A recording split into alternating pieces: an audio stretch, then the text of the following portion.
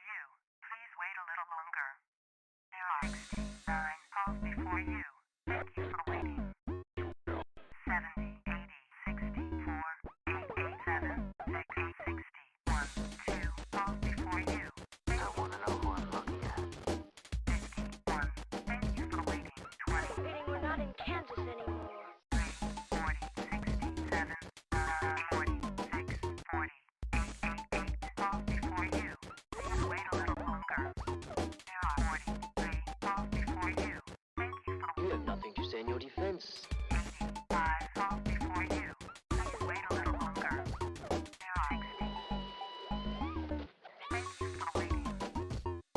70, 80, 64, 887, 660. There are 1, 2 calls before you. Thank I want to know who I'm looking at. 51. Thank you for waiting. 27. Thank you for waiting. There are 3, 6, 7, 46, 40. There are 47 for you. Reading we're not in Kansas anymore. 43 calls before you. Thank you for You have nothing to say in your defense. 85 calls before you. How does that grab you? How does that grab you? There are 9 calls before you. Thank you for waiting. 70, 80, 64, 887, 660. There are 1, 2 calls before you. Thank I want to know who I'm looking at. 51.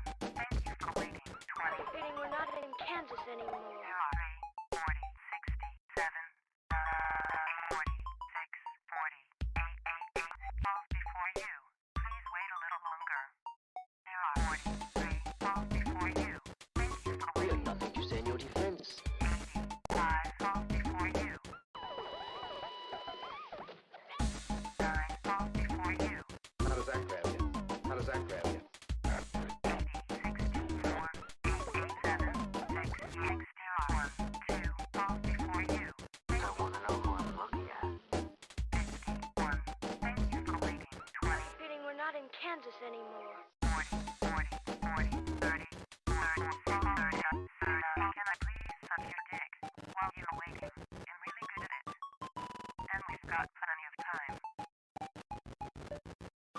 You have nothing to say in your defense.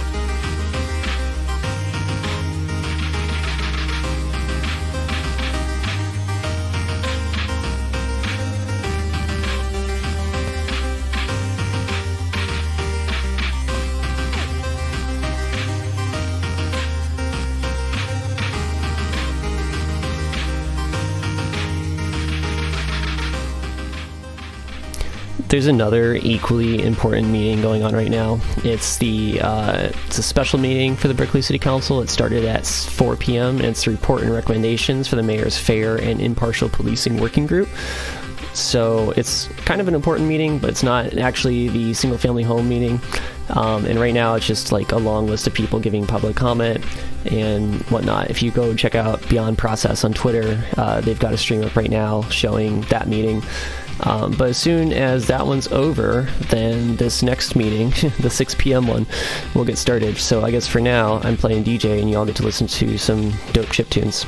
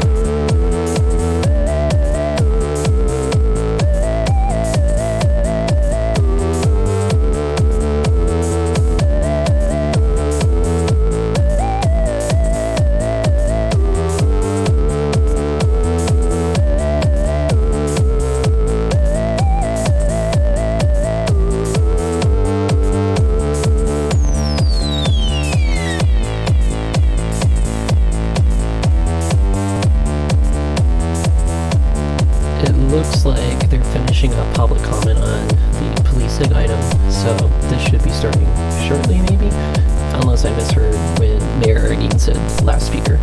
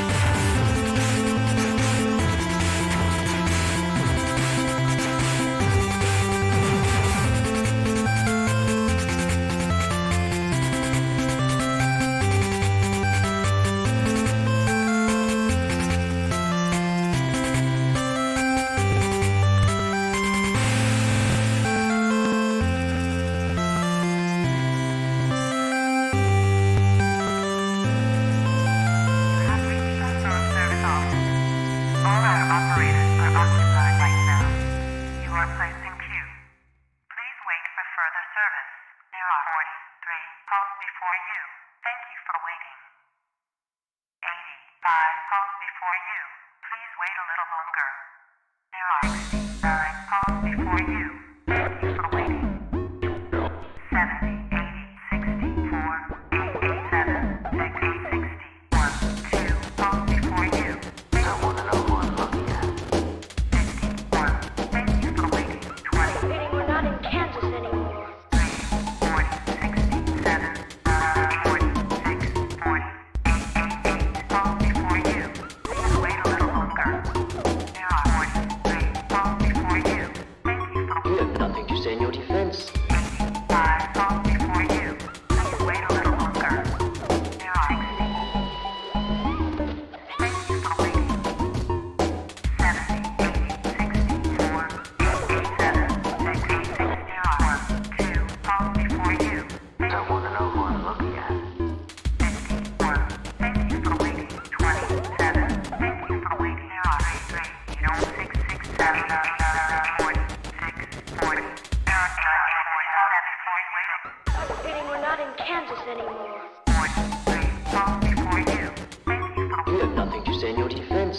85 calls before you. How does that grab you? How does that grab you? There are 9 calls before you. Thank you for waiting.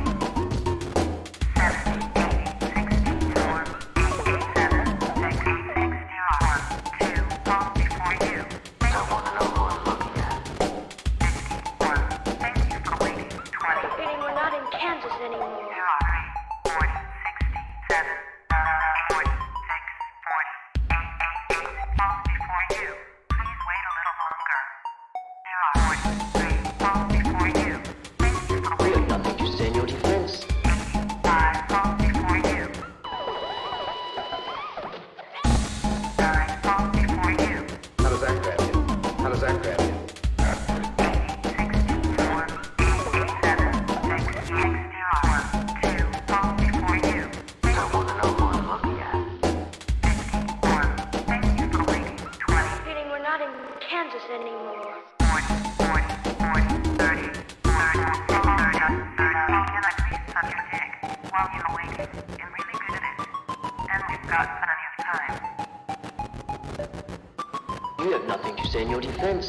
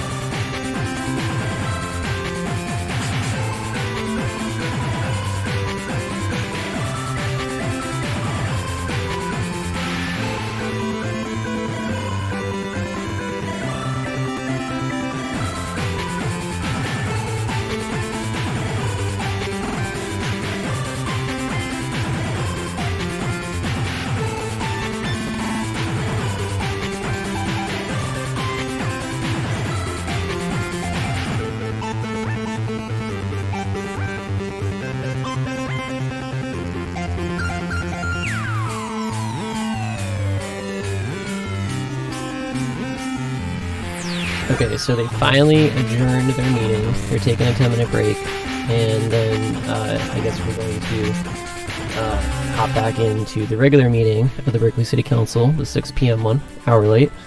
And there's going to be a couple items up the agenda. There's first the consent calendar, ceremonial things, stuff like that, so it'll take a little bit of time.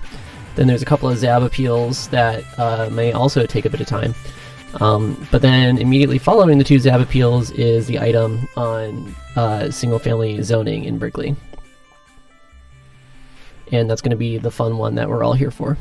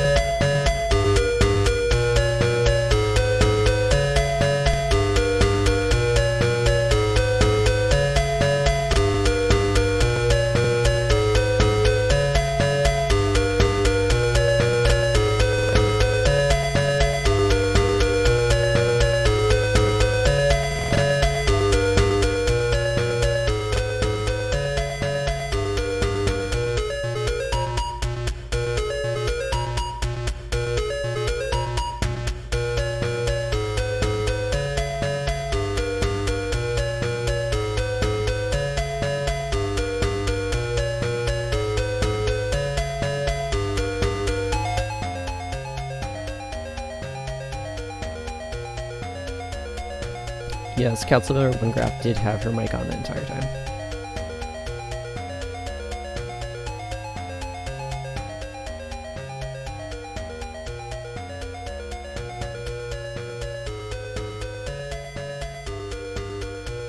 Although I had it muted on my end because he wasn't saying anything. Looks like we're starting. And Sarah, please let me know if we're still streaming. Hi, Mayor. This is Mark. I'll be on for the regular meeting. We should be. Berkeley Community Media just has the between meetings slide up, and as soon as they catch up and get on with the Zoom, I'll let you know. Okay.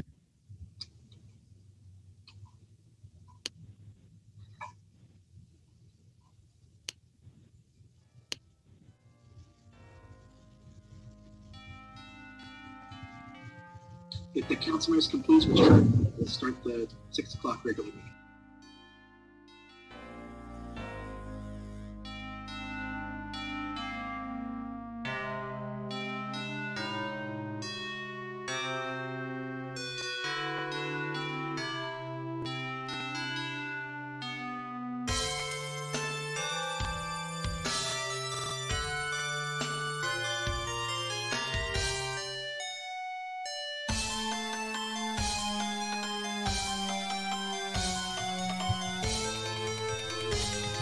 Yeah, Mayor, the stream is running, so we could start at any time. Okay. I just started the recording. Good evening. I'd like to call to order the regular meeting of the Berkeley City Council for Tuesday, February 23rd, 2021. Before we call the roll, I will play the COVID-19 meeting announcement.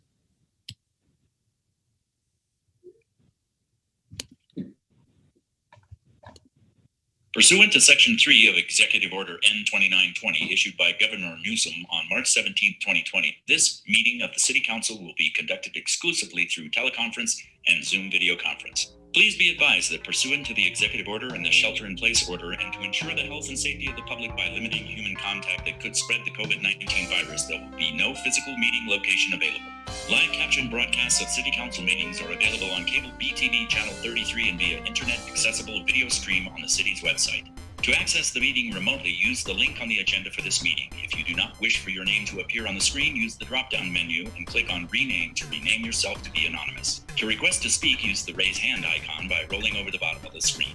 To join by phone, dial the number printed on the agenda and enter the meeting ID provided. If you wish to comment during the public comment portion of the agenda, press star 9 and wait to be recognized by the chair.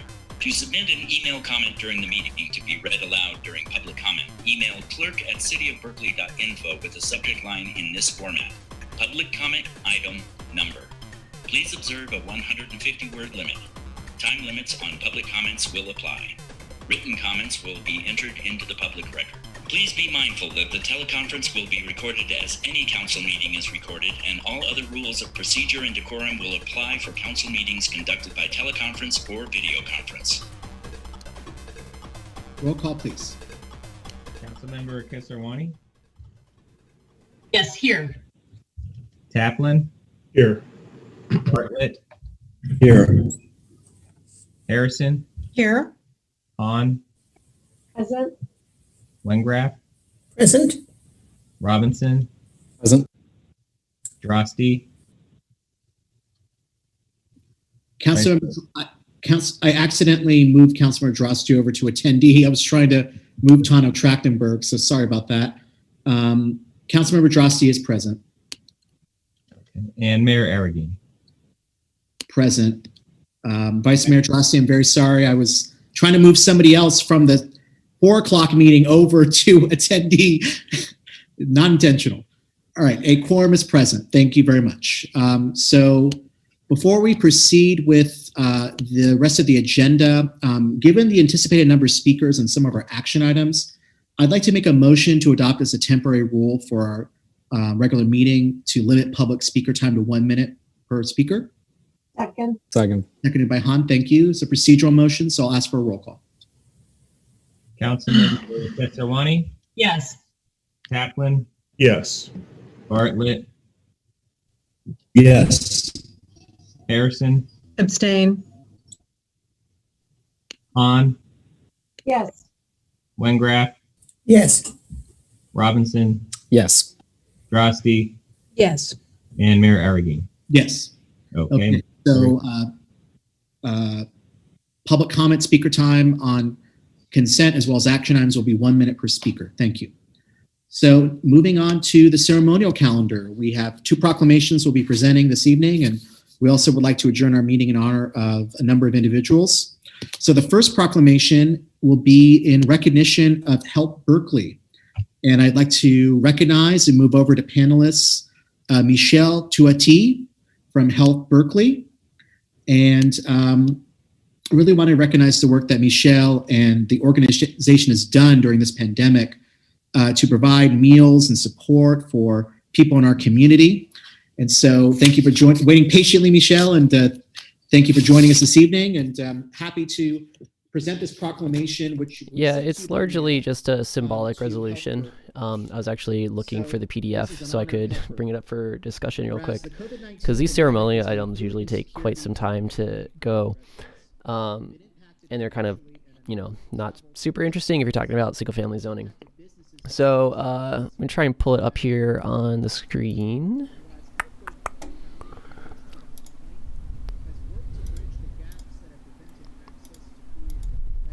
I think I want this one. Right, okay. Yeah, so this is the actual resolution that's going to be voted on tonight. And it's, a couple pages. It has got maps and pretty graphs and stuff. And this, these last 2 pages here are the actual meat of the resolution. And all it is it's really just like a statement of the city of Berkeley that they disagree with exclusionary zoning, and we need to, lift the ban on apartment buildings throughout the rest of the city. So, whereas City of Berkeley was the first city in the country to do single-family zoning, they literally invented zoning back in 1916. Yeah, it's page 818 in the agenda. If you figure out the way through the Berkeley City Council website to go to the HTML version of the agenda, you can just scroll down to the individual agenda items instead of downloading a massive PDF. Because this one I have is only 12. It's just the staff report for this. And yeah, so it's just this resolution talks about how the current zoning is greatly influenced by redlining, and the zoning reform does not actually ban single family homes, but instead allows for more homes. And it's, in alignment with a lot of Berkeley values, and we want to register the intent for multifamily housing throughout Berkeley. And be it resolved, blah, blah, blah, all this. So this is mostly like a largely symbolic thing that's going on. And it's still, kind of controversial nonetheless, because it's, the city of Berkeley, the city council taking a political stance on something or another. And let me bring back the agenda here, and I'll talk a little bit about why this meeting tonight is actually like kind of important. Let's pull that up. Cool. So yeah, this is the HTML version of the agenda. So I'm going to scroll down here to the very bottom of it. Sorry, this is really hard to watch. There's just like a billion items on every single friggin' Berkeley City Council agenda. It's just a lot. Yeah, so here it is. The resolution to end exclusionary zoning in Berkeley. So all it is just a resolution to state the council's intent to end exclusionary zoning. And there are, two supplemental materials here. One's from Vice Mayor Councilmember Drosty, and the other here is from another counselor, Councilmember Kate Harrison, and also Sophie Hahn. Kate Harrison represents a lot of the downtown area of Berkeley, and Sophie Hahn represents more of the up in the Berkeley Hills. And here's the other one. And Drosty, meanwhile, represents, I believe, sort of like the north side-ish, I think. I might be completely wrong on that and missing up my Berkeley districts. But the resolution is, a lot of the work from Lori Drosty, Terry Taplin, who we got elected in the last election, and it like flipped the council from NIMBY to YIMBY, which is great. It comes from Ben Bartlett and Rigel Robinson. And all of these council districts are, not the wealthiest, whitest parts of the city. So they are all putting this together, and it also goes along with there was a thing that was at the Berkeley City Council last week where they had a study session of sorts about an actual ordinance to allow fourplexes citywide. And that's important because this resolution is separate, but it also has a separate number of sponsors on it. And because of the way that the Brown Act works in California, and it's the state law about transparency in government, and because of the way that the Brown Act works, you can't have a predetermined vote on a thing, I guess, in that, you can't have a majority of the Berkeley City Council sign on to your resolution or your ordinance or whatever before the meeting, because it's a little irritating like that, but like that's how it's designed to work in California. And so what's interesting about this resolution is that these 4 council members who are endorsing this and putting this forward is also not the same 4 council members who are putting forward the upzoning ordinance to fourplexize the entire city. Which, if you read through the lines, it means that we do actually have a majority of the Berkeley City Council who is on board with abolishing single-family zoning in Berkeley. But because of the Brown Act, they can't just all 5 of them come out and say it or another. Yeah, you can't have it a majority of people because it would have happened outside of an open meeting law or whatever. That's what the Brown Act is. It's a big open meeting law. And there's this other concept in the law called serial meetings where you can't have a conversation with a counselor who then has another conversation, who then has another conversation until you all come to an agreement without talking, directly with each other. It's a little irritating because it, pushes a lot more these kind of candid conversations into the backroom deals and whatnot that people are afraid of. But I will talk about that some other day. Anyways, the point of this is that we have a majority of votes to abolish single-family zoning in Berkeley. Excuse me.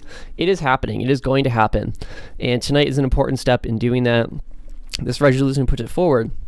And so what the controversy about tonight is, which, of course there's always a controversy, is that there is Drosty's original resolution, which we already looked at. And then there's this other resolution, this amendment from Councilmember Kate Harrison and Sophie Hahn. And they made a couple amendments, a lot of amendments, in fact, to Drosty's original resolution, which kind of like neuters it in a big way. And one way that it does it is I'm not going to read through this entire document. I already did that earlier today. But what it does is it, more or less says, we support upzoning and letting fourplexes happen citywide, just not in, the poorer parts of town, not in South Side, not in South Berkeley, not in the parts that have been redlined and excluded from this, which is probably not a great idea, because single family homes are very expensive. They're not rent controlled. And if we want to, make housing cheaper in Berkeley, we have to have more inclusionary housing. We have to have more inclusive housing and add multifamily housing and those sorts of things. Yeah, Drosty just tweeted it'll be around 9 p.m. or so. That's probably because of the two ZAB appeals that are happening tonight, which are going to be really irritating. And I mean, you get NIMBYs coming out and talking about how they don't want shadows or something or another, and it's just irritating. But they have to have a hearing, and it'll take a while, and there'll be presentations, and it'll take a bit. But then after that is when they'll finally get to this resolution. Isn't Southside already upzoned? What difference does their change make? That's sort of like talking about a separate thing, really, is that this resolution doesn't actually change the zoning. It's just a statement of the council's position, which sounds kind of like light and fluffy, but in the grand scheme of things, Alfred's getting some kind of ceremonial thing. I guess we can tune into that for a second after this. But the resolution is just a political statement. So it's not going to change the South Side upzoning at all. Other than it just builds political inertia, moves the Overton window over a bit further. So let's see what Alfred's getting right now, if that's still going on. Raise their standards for taking American recyclables. And finally, our leadership towards reducing waste, litter, and water pollution by switching to reusable foodware. One of the great things about Berkeley is we know there's always room for improvement, and we continue to lead the way in being the leaders in testing out new ideas and adjusting them as needed. And I look forward to continue working with all of you in different ways in the future years. Thank you. Thank you so much, Alfred. We're just so deeply appreciative of all you do for our community. Alfred is a volunteer graphic designer and policy wonk and commissioner extraordinaire, and just made such a tremendous impact in so many ways in our community. And we're so deeply appreciative of your service on the Zero Waste Commission, and we know many other opportunities to serve the Berkeley community. So thank you and congratulations. Thank you. All right. Thank you once again to Help Berkeley, and thank you to Alfred Twu for all your amazing service to our community. On a sad note, we'd like to adjourn our City Council meeting in honor of a number of individuals. The first is Tree Fitzpatrick. Many of us remember Tree as an active participant in Berkeley City Council proceedings for a number of years. Therese Fitzpatrick, known to us as Tree, was an active, engaged member of our community for years. She was a fixture. Yeah, Alfred's great. I missed actually what they were getting for an award on this, but it seems like it was something about recycling, something about environmentalism. But they're really great. They're really cool. They deserve the award, whatever it was that they got, which I didn't hear. I'm not sure what this other ceremonial item is. They don't really put the more successful than ceremonial items up on the agenda for some reason. I don't know. We know that Tree was very active on land use issues and housing issues. So, I don't know. But let's go back for a minute to the. Can I rearrange this?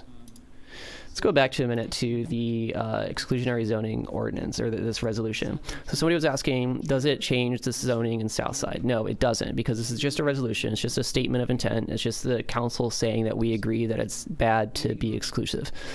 And yes, we've already upzoned Southside, but there's also a lot of other parts of Berkeley that aren't Southside. And talking about the fourplexization ordinance, Because the fourplex ordinance would apply to, all of Berkeley. It would apply to North Berkeley. It would apply to North Berkeley BART. All the stuff that's around the parking lot around there. It would apply up into the Berkeley Hills to some degree. Basically everywhere that there is Berkeley and there's not a fire hazard, it would apply. And then you would be able to build fourplexes by right, no questions asked. And a lot of the discussion from the meeting that was last week is, people are just kind of afraid of this idea of ministerial approval.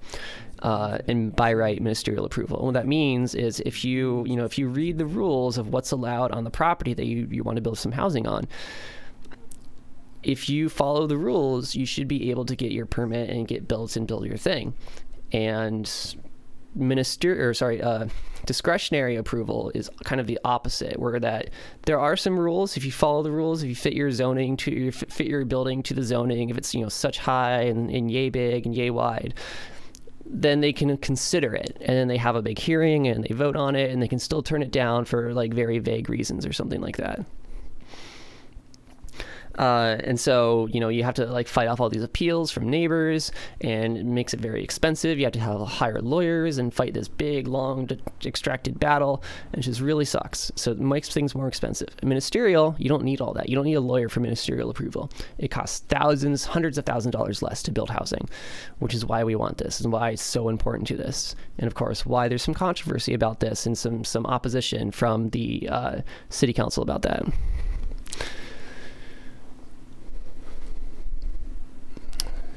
David says, I'm pretty sure there aren't any poorer communities in Berkeley where you currently can't build a fourplex, but I agree it's much clearer to just do it citywide and be done with it. Yeah, that's true, is that a lot of the poorer communities or neighborhoods around Berkeley do allow fourplexes in many places, but it's also the case that wealthier, whiter areas of town, like North Berkeley, up in the hills and such forth, don't allow it. And because you kind of only allow single family homes, then you keep out renters, you keep out poorer people. So this is why it's important to upzone the wealthier parts of town instead of what's been going on for the last 20, 40 years, which is upzoning the poorer, blacker communities. So this is like flipping that a bit, and it's been a lot of work to get to this point. And like I said, we flipped the city council the last election, and the election even before that, and it's been really wonderful. And this is, elections matter, and this is it coming through. So let's see what they're doing right now on the street, on their meeting.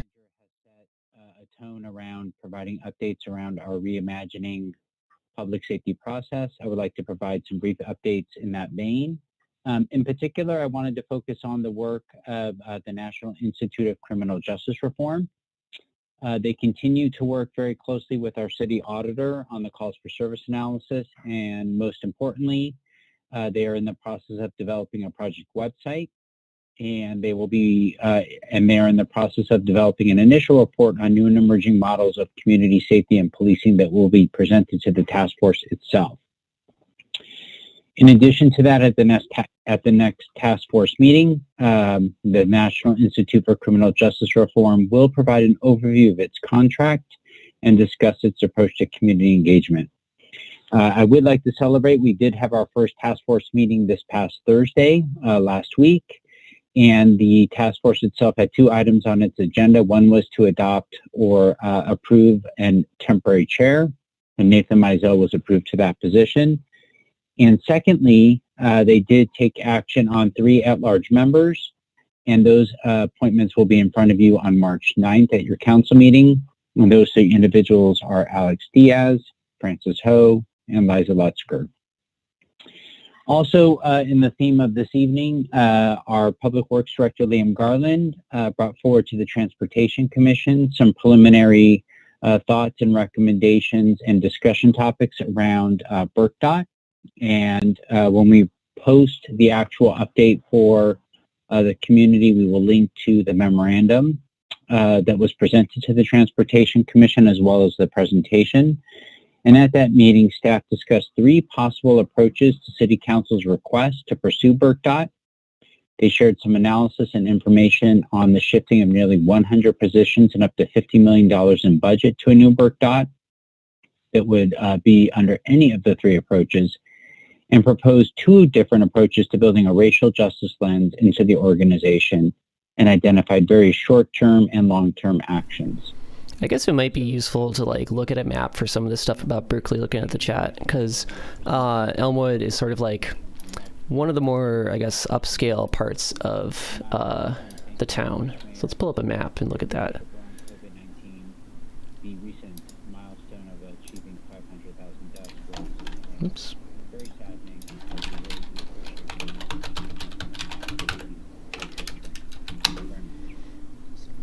Yeah, Elmwood, well, it's not all single family. It's a lot of it is single family. It kind of like covers, you know, I mean, there's a, yeah, Elmwood is single family zoning. It's not entirely single family zoning. It's sort of like more like Rockridge, I believe, also, where it's a, you know, they've got like a bit of commercial district, a small commercial strip, and sometimes those are like 2 or 3 stories, you know, like commercial with some residential on top. But for the most part, it is single family. So let's look at this on the map. Yeah, so it's, you know, up here is College Avenue right here. And look, down here, this like bottom part, let me get that zoom out of the way. So where'd my browser go?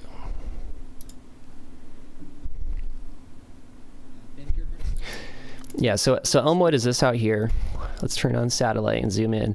It's at the north end of Rockridge. Rockridge being one of the more bougier, wealthier, you know, exclusive communities of Oakland. It's surrounded by it's in the middle of a BART station that is just mostly low density.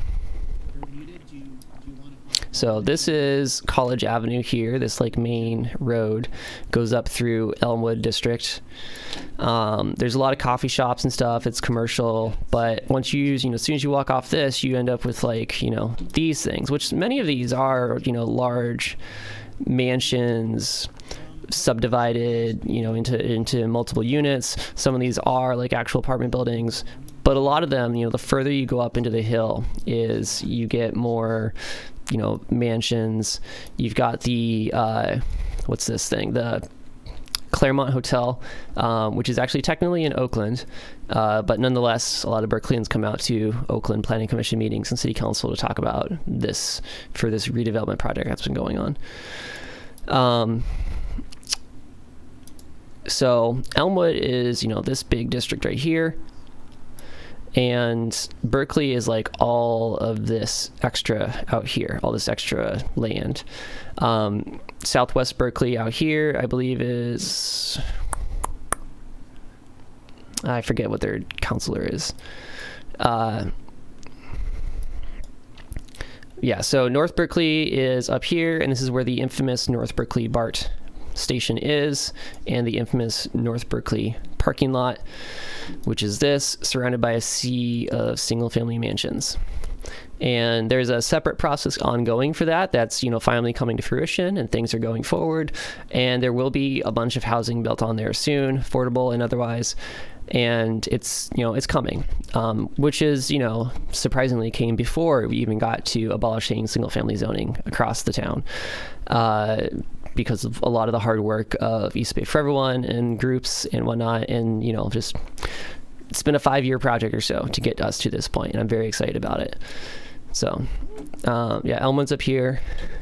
It does feel a little bit more, David says it feels a little more exclusive and wealthier than Rockridge somehow, but both are.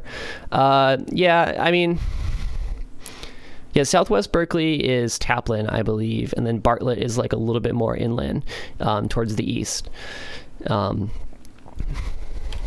Berkeley is just in general a wealthier, a whiter city than Oakland. So every neighborhood, even the poorest neighborhoods, are a little bit higher income than, you know, even like the higher income parts of Oakland.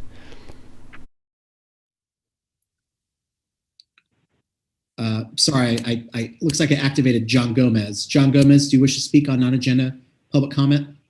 I'm trying to get this. I just want to make sure that I'm like speaking during the correct time. I wanted to speak on the hazard pay, but I'm not sure if this was the correct time to speak on that. We're going to get to that later. So okay. when I call up that item, be sure to raise your hand.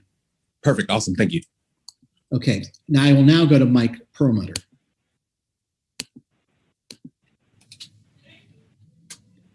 Hello, I'm Mike Perlmutter, resident and tenant in West Berkeley, and I'm part of a group of neighbors working for clean air. My comments update those I shared at the December 15th, 2020 council meeting.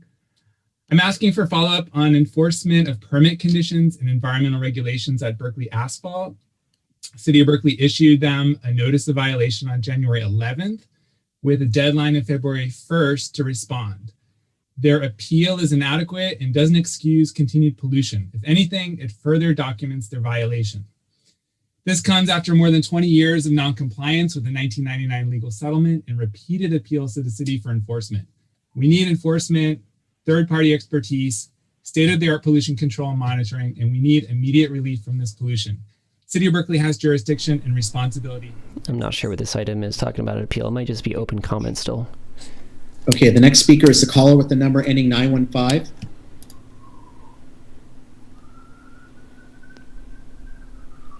I believe it's Thomas Lord. Yes, it is. Thank you. Thomas Lord, District 2. And good news, in 2020, the current estimates are greenhouse gas emissions fell globally by about 5%. Thankfully, not because so many people died, but because a great deal of economic activity that is inessential to human happiness and well-being was shut down. The bad news comes in two parts. To achieve anything even vaguely resembling the Paris Agreement means we must go much faster, more than twice as fast around here. That means we're going to have to very rapidly adapt to a world without much, if any, fossil fuel burning. The further bad news is that Berkeley's climate action plan doesn't even try to achieve this, and is therefore sort of ecocidal, genocidal, is an incredible catastrophe. Genocide, take a shot. Thank you, Thomas Lord. It's a problem. Okay, thank you. The next speaker is Ann Tomiko Omura from EDC. Hi, this is Anne. I wanted to take a moment to thank Mayor Adiguin and all of the city council members for passing the tenant protection ordinance in 2017.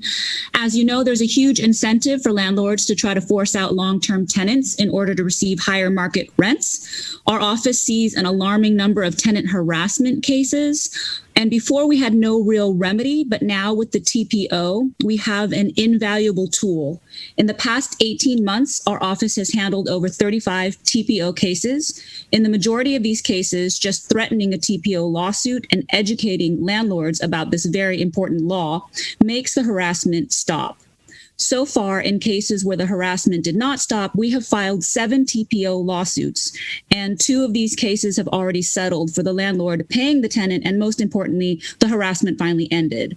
The first case was for a senior citizen, and the second was for a single mom with a disabled child. Your legislation has made a real difference in the lives of our most vulnerable tenants, and for that, I thank you. Well, Ann, I thank you. I mean, you're such a valued partner with the city and the rent board. I do want to just announce for the public, EDC is the partner with the city in administering the housing retention program. And if you are a renter who is facing difficulty paying your rent and facing housing insecurity during this pandemic, funds are available to help assist you in paying your housing costs. And could you share the contact information of where people can contact EDC at? Am I still muted? No, great.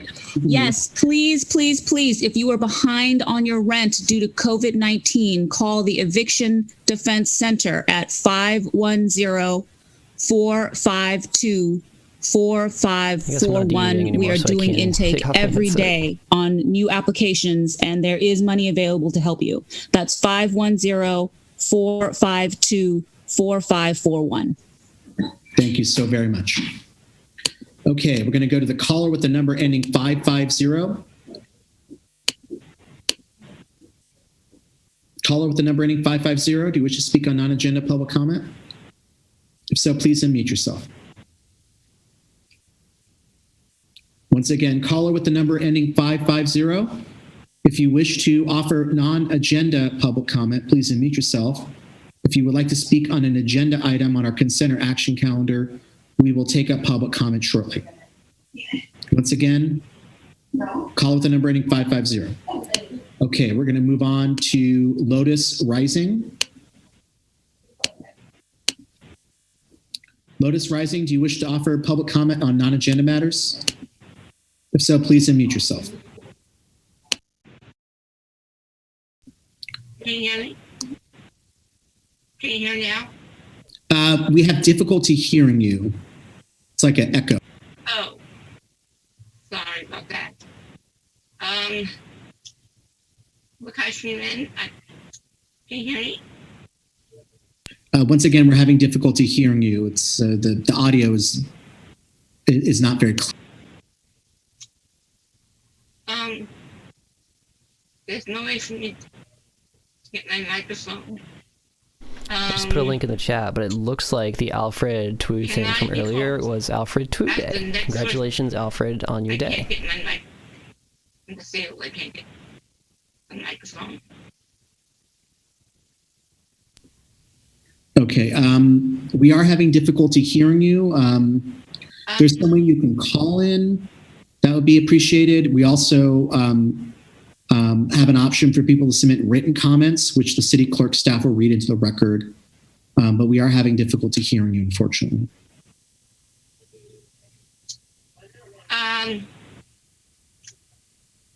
Gosh. Is my voice very, very low? I'm just to figure out.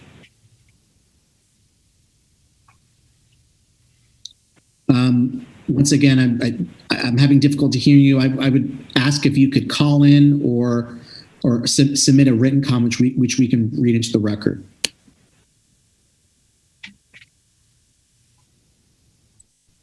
Okay, thank you. We're going to go to B. Beekman. Hi, thank you. I just wanted to try to once again offer, back in 2017, when we still had a PRC, they had public reports given to them, sent their way from UCLA that, was working on the police stop issues. And it was at the same time that, around the same time that the Chief Kirkpatrick of Oakland, she was starting up her stoppage issues in Oakland. And I just wanted to, I didn't want to place blame on anyone, but it should be noted those studies at that time, and that there is an interesting problem between Oakland and Berkeley sometimes, that they cancel each other's projects out, and it should be noted at this time to work on in the future. Thanks a lot. Thank you. The next speaker is Jane Yamashiro. This is once again public comment on non-agenda matters. If you would like to speak on an item on the consent calendar or on the action calendar, we will take up public comment at that time. Yeah, non-agenda items is, so it, again, a function of the Brown Act. It's anything that's not on the agenda that we're looking at on the screen. And because the Brown Act requires that taking action or discussing certain items has to be noticed with, public notice and setting out the agenda and that sort of stuff, they can't legally take any action or respond to anything that's mentioned in the non-agenda public comment section. Yeah, it means anything relevant, or it doesn't even have to be relevant to Berkeley City Council. You literally just have like a minute, 2 minutes or so to just like have your piece. It's like publicly funded public therapy for some people, I guess, and for others it's a place to, talk about problems in the city. The hero from the movie Hotel Rwanda, or portrayed in the movie Hotel Rwanda. And it's going to sound a little bit out there, but there's a New York Times story that you can read to confirm this. He's been kidnapped by the Rwandan government because of his activism. He's been speaking out against their repressive approach towards free speech specifically. And they picked him up in Dubai and flew him back to Kigali. And I just wanted to make sure that folks are looking into this and keeping that on their radar, and hopefully we can boost a signal or pass a resolution. Thanks again. Thank you. The next speaker is Andrea Henson.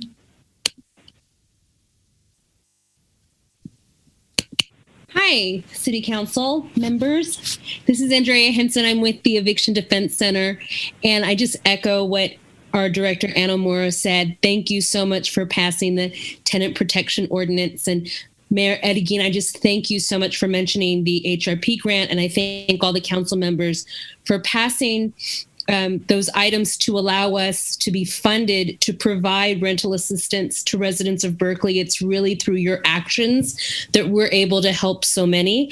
And I wanted to just add, thank you for funding us to help Berkeley tenants, for Berkeley residents who are on tonight's meeting who need assistance with their tenancies. If you're a tenant and you're renting, you can call the Eviction Defense Center too if you're getting harassed by your landlord. We are here to help you with free legal assistance because of our city council. So I just thank you so much. And once again, our number is 510-452-4541. Thank you all for your dedication to tenants in Berkeley. Thank you.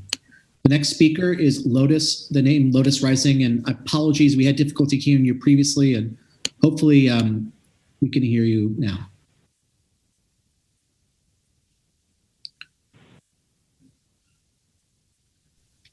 Yes, hello. Is it there this time? Can you hear me? It's still difficult. I could hear you. Can other members of the council hear the speaker? Very faintly.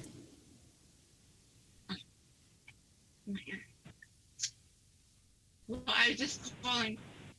I wanted to speak up about really being grateful for the action that was taken in the prior meeting about public safety, police and public safety. And as well, I know it's not your council's intention to limit people's speech, but if you could announce in future that those people with speech limitations who need more time to communicate and participate in public meetings can have additional time.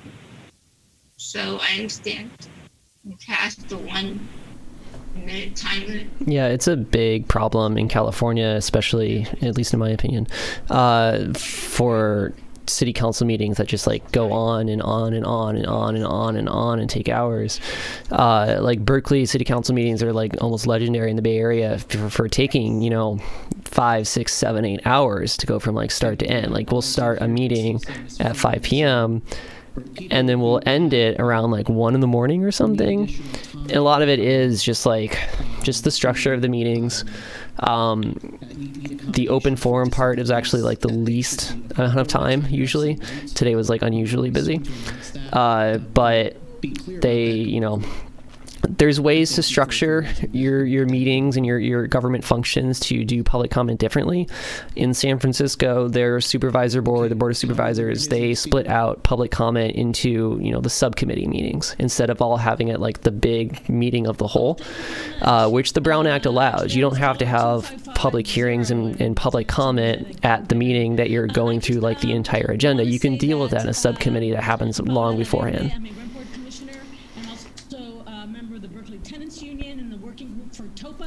Berkeley, like the rest of the Bay Area, is facing a housing crisis, one driven by rising rental prices and a hot housing market, with 75% of cities' low-income census tract at risk of or undergoing displacement, and the continued loss of thousands of Black households. Berkeley desperately needs anti-displacement strategies that prioritize low-income renters and communities of color. And one of those strategies is the Tenant Opportunity to Purchase Act. This legislation is going to be coming before the Land Use Committee on March 4th, and it's going to eventually come before the City Council. So I hope and I ask that the City Council please pass TOPA. It's very important. It protects our community. Thank you very much for your time. Thank you. Mr. Newman, I believe those were 10 speakers, correct? Yes, Ms. Laverde was the 10th speaker. Okay, thank you. So that completes this round of public comment on items not on our agenda. There'll be another opportunity for a non-agenda public comment at the conclusion of our meeting. We will take public comment on the consent calendar as well as the action calendar at the appropriate time. So I will now go to the consent calendar. And first, we received an item from Councilmember Taplin pursuant to Government Code Section 54954.2B1. And give me 1 second to pull up that item. And this was sent by the city clerk this afternoon prior to the 4 o'clock meeting. I think it's this item that's like right above the consent calendar. So this is an urgent item being submitted under the Brown Act under a declaration of emergency. And this is being submitted for City Council consideration to be added to the agenda. The justification for why this item meets the definition of urgency is with the COVID-19 case rate still at critical levels, but gradually falling, and California's vaccine rollout entering phase 1B, grocery store workers are expected to receive vaccinations at an uncertain point in the near future. The local provisions in the Bay Area. Yeah, Chris points out that the amendments from Harrison, the Kate and Sophie show, completely changes a lot of the scripted parts of the resolution, which, like, on one hand, it's a resolution. It doesn't have the force of law. It doesn't actually change things other than it makes a position. But on the other hand, it does kind of actually matter. And yeah, it totally does that. One thing I thought was kind of like interesting is towards the very end of the whereases, I think, or somewhere in there, it says we need to, lift the ban on multifamily and affordable housing throughout the city. And then Sophie and Kate's change gets rid of the affordable housing part. Like, you're saying the quiet part out loud. And yeah, and a lot of it just blames kind of like market forces and kind of de facto segregations, de jure, and it just completely misses it. And it's just like really disappointing to see that come forward. But these are the conversations that we have to have with like our fellow white progressives or people claiming to be progressives. Thank you, Mr. Mayor. Given the continued risk that our essential grocery workers are facing, I think it's important that we move forward with providing hazard pay. It is good that we are moving into phase 1B, but as has been said, there are many populations that we serve, all of whom need to be vaccinated, and it is uncertain when all of our grocery workers will be vaccinated. It's also important that we allow for the protection of the households of our grocery workers. That being said, I make a motion to add the hazard pay ordinance to the agenda. Okay, is there seconded by Councilman Harrison? So, colleagues, as we know, as we've taken up these urgent items on a somewhat frequent basis. They are voting on stuff tonight later. There's only one resolution. It's just going to have like a debate about the amendments. The way these usually happen is like they talk about the proposals and then somebody makes a motion to vote on one or the other. And more often than not, because this is all, part of it is just a big show, is that someone will put, my feeling is that what will happen is that somebody will put forward a motion to vote on Drosty's original proposal, because they still have to vote on the resolution proper, the original one. And then somebody's going to say, I want to make a friendly amendment to the motion. And they will put forward this other thing, this monstrosity. And they will have a discussion about it and debate and some arguing. And then they will either vote on that amendment or they will not take the motion. But they're probably going to take the motion and they'll vote on it. And like I was saying at the beginning of the stream, we already have the votes for this. We already have the votes to abolish single-family zoning. It's not a question. It's going to happen. If it doesn't happen, then something has gone terribly wrong. But it's going to happen, and they're going to move to vote, or somebody's going to move to vote on Kate and Sophie's amendment. They're going to vote. The motion will fail, and we'll be back to the main motion, which is the regular initial proposal put forward by Drosty. And then we'll vote on that, and then it will get approved. And then I will probably be done streaming because there's still other items, if you can believe it, after that. So right now it's still the consent calendar. It seems like they're on this item about grocery store hazard pay, much needed, much essential. And hopefully this passes. And then after that will be the 2 ZAB appeals and then the single family zoning finally. calendar. Give me 1 second while I pull that up.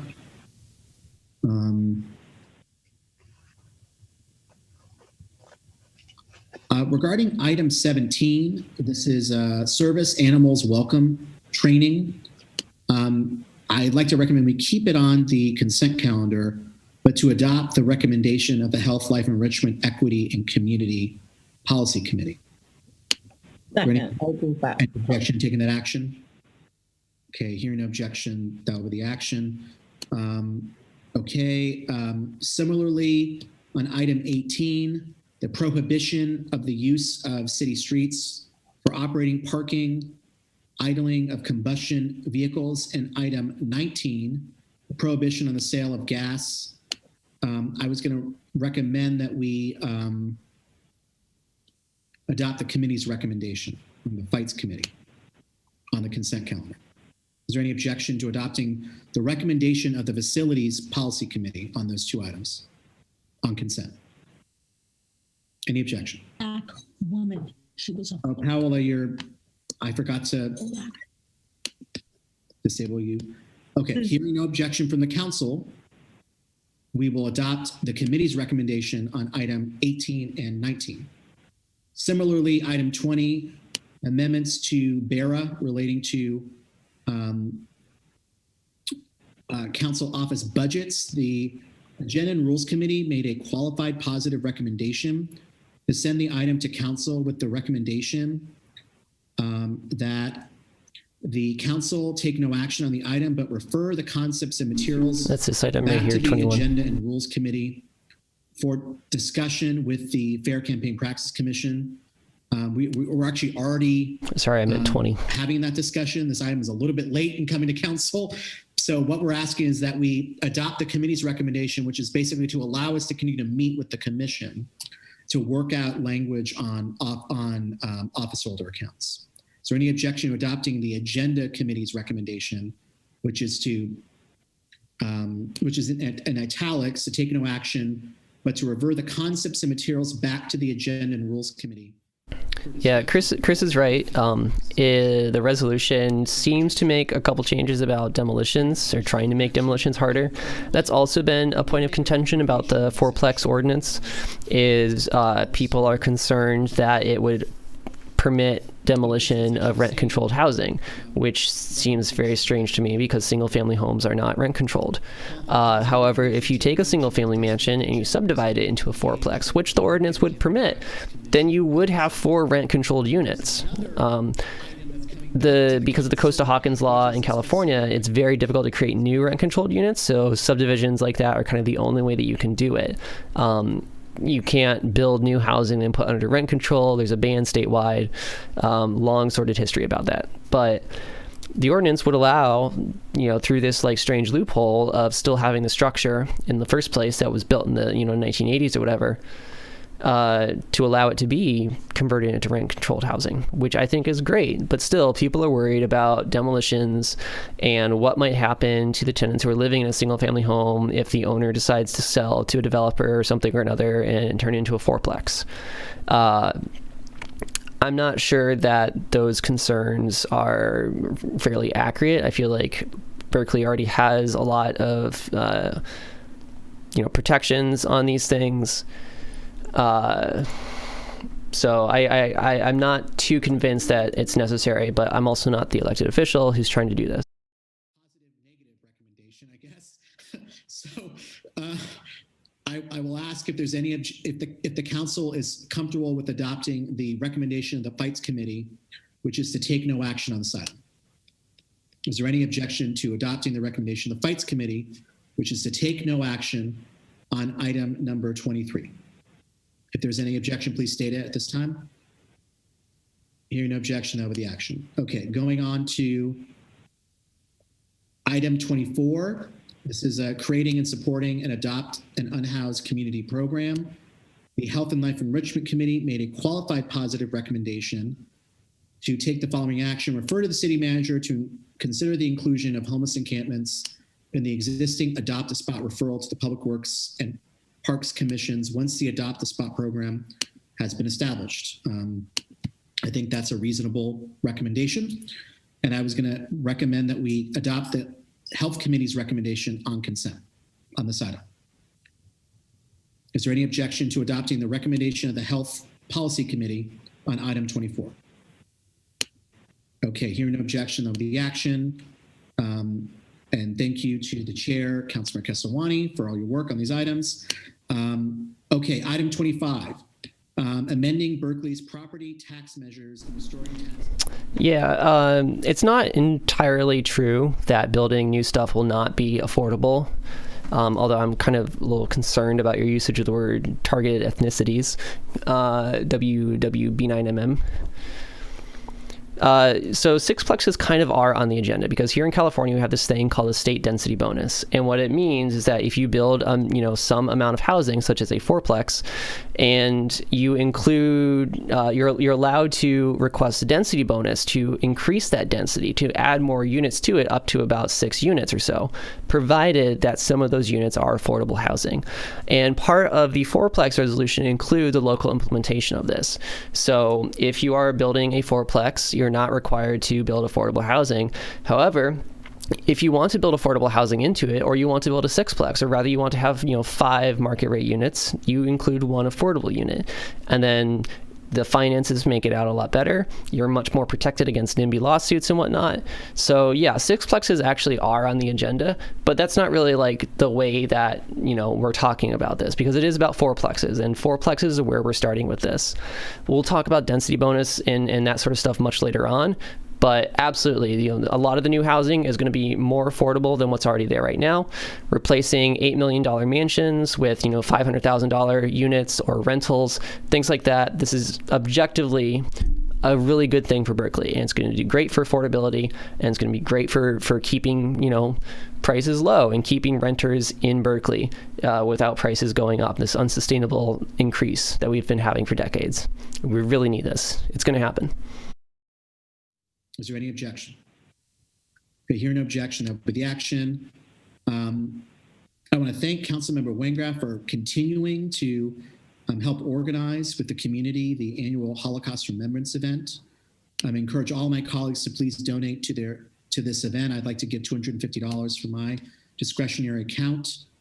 And thank Councilmember Wengraff and the many community partners that are continuing this event even in this virtual realm.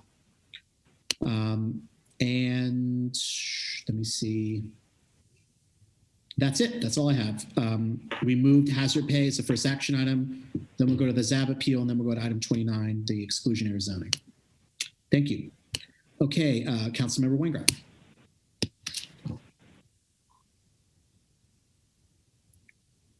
Thank you very much. I don't have very much, but I would like to be recorded as abstaining on number 22. And on number 27, the virtual Holocaust event, I would like to be recorded as giving $250. And let me just say that given the rise in neo-Nazi activity in this country and the rise in hate crimes, I really feel that this event is more relevant than ever. And so I hope all of you will. No, I don't think anybody's raced on Becky yet. She was in the police meeting earlier and said some goofy things, but I wasn't streaming that one. But I imagine she's going to make an appearance tonight. Thank you so very much. And thank you, Councilmember Wengraff, for putting it in very important context. It's extremely important that this event occur and that we all support it and that the public participate. Okay, thank you. Councilmember Harrison. Yes, thank you very much. I would also like to contribute $250 to the virtual Holocaust Day.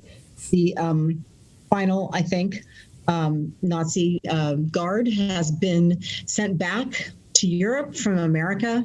He's 102. It's going to be easy for us to forget about what happened now because people are so old or gone. And I just don't want us to forget. So I really appreciate Councilmember Wengraff bringing this to our attention again and making sure this event goes forward. I wanted to say a couple really positive things. Yeah, Chris wants me to pull up this 8th page here from the single family zoning staff report. Or, well, sorry, this is the resolution. Are you talking about the single family zoning staff report from earlier last week? Just so we're clear on this. This SNCC and The age and unit size numbers. Oh, yeah. So here it is, the table that you were looking for. Yeah, a lot of most of Berkeley's buildings were built a long frickin' time ago. Very few newer buildings have been built, but also you can see, you know, a lot of the older stuff is. Okay. Do you want a different report or something pulled up here? At the Exploratorium. Her mother, Mabel Howard, is one of the primary reasons that Berkeley submerged most This one? of the BART lines that run through Berkeley, a move that helped preserve the African American community in South Berkeley in a time of highway construction. I'm proud to support the commission of her artwork, and I have an immense amount of reverence for what it means for her art to stand. This one probably. I just cannot wait to see this sculpture go up. The chart here, the table. On item 6, which is a Cal CHA. I see. Yeah, I don't have the full agenda. I have the 33-page staff report. Thanks. Yeah, just drop a link in chat. Workforce housing in Berkeley.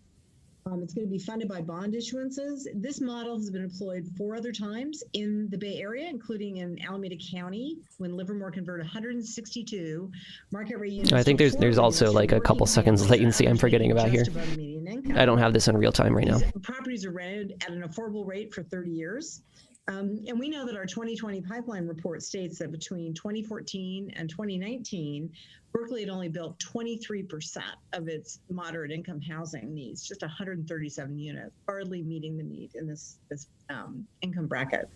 I'm encouraged by staff's initiative on this opportunity for Berkeley, and it's another strategy in the fight against displacement. So I want to thank the staff. In that regard, item 32, which is an information item from staff on anti-displacement strategies, I'd like to ask that we move that from information item to action for purposes of scheduling it for discussion at March 20th. This is the part of the Berkeley meeting where they just decide to rearrange the agenda because it really doesn't matter what people's time is worth when they come here for a thing. So Kate is just moving a bunch of things around, and some of these will be on consent, some won't be. It's almost always impossible to track what's going on unless you're like writing it down, which I'm not currently doing. So usually I turn to Berkeley side on Twitter to see what they say about what the new order is, because it's just impossible to keep up with them. And a recognition that our consumption patterns are ruining the planet. I will be instead putting in an item that asks for a carbon index for consumer goods. What we typically do is rate the carbon impacts of the things we produce here and the cars we drive, but not all the junk we buy. What we do is we assign those carbon credits to China and say, that's your problem. It's not their problem, it's our problem. And I'm really interested in this idea of looking at the economy in a bigger way and understanding what our impact is on the environment through the things that we consume. I think this is an area we just have not done enough on. I want to thank Thomas Lord for also supporting this idea. Thank you very much. Okay, thank you. Councilmember Robinson. Good evening. I wanted to thank the Civic Arts Commission for the various public art related items on our agenda today. And thank you, Councilmember Harrison, for telling the story of the Howards so elegantly. Yeah, so the problem with that suggestion, whoops, my mic is falling off, WWB9MM, which is also the name of a gun, is that the regular permitting process is also broken. And a big part of why this item is so important, the zoning ordinance update, is that it makes it ministerial approval. And if you play by the rules, you should be able to, get what you came in and went into it. Because without that, the status quo is that, if you don't get coffee with the city councilor in your district, then you're not going to get approved. And that invites all kinds of corruption, all kinds of grift, all kinds of graft. It's not good. It's also why Berkeley's housing is so expensive, because you literally have to buy off the politicians as part of it. You have to buy out the local politicians, the elected politicians, the people as part of community organizations through, giving them a big donation or something or another. It's not great. It's a lot of extra friction. It's not, very respectful of the people who've put all the months of time and energy into a general plan update or a zoning update, where those processes are a lot more inclusive and there's a lot more outreach, and it takes months of time, and people who can attend a meeting, during a weekend can show up, as opposed to people who are able to show up tonight, 8:20 p.m. or whatever. So yeah, ministerial is really good. If you're going to keep talking trash about it in the chat, I'm going to kick you out of here. So please just lay off that line. Ministerial is good, and that's what we're pushing for on this, and it's going to be happening, and it's great. He's really been tenacious in pursuing housing for homeless people. And I can't think of a better use of Measure P funds. And you all know I have, I have feelings about Measure P funds, but I'm really excited about this particular allocation. And I think it supports exactly what council has intended. And then also at our Budget and Finance Committee, we had some really interesting feedback from our finance director around tax equity. And I want to thank Councilmember Harrison for graciously volunteering to work on this measure with Councilmember Bartlett. We learned a lot during this process, and I look forward to examining that future policy. And then finally, I'd like to donate $100 to the annual Holocaust Remembrance, item 27. And I really want to thank Councilmember Wengraf for her ongoing dedication and leadership on this issue. Thank you. Thank you very much. Councilmember Taplin.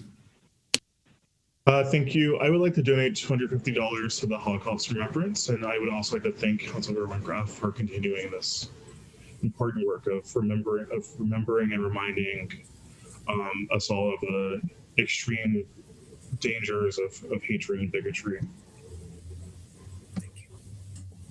Okay, thank you very much. Councilmember Hahn? Yeah, that's true. There's still a review from the building department where they look over the code, make sure it's seismically stable and follows all the building code and whatnot. And that's separate from planning, which again, this puts a lot of energy into the long-term planning processes where you have months of community outreach, you have, events on the meetings and inclusive activities on the weekends, on the evenings and the mornings, times when everybody from every shift of work can come out and participate in this and give their input on it. And it's through that we define the zoning. We just say what kind of housing we want and where we want it and what it looks like. And then once we make a plan, we stick to the plan. And that's the point of ministerial, is that we build a really good plan up front.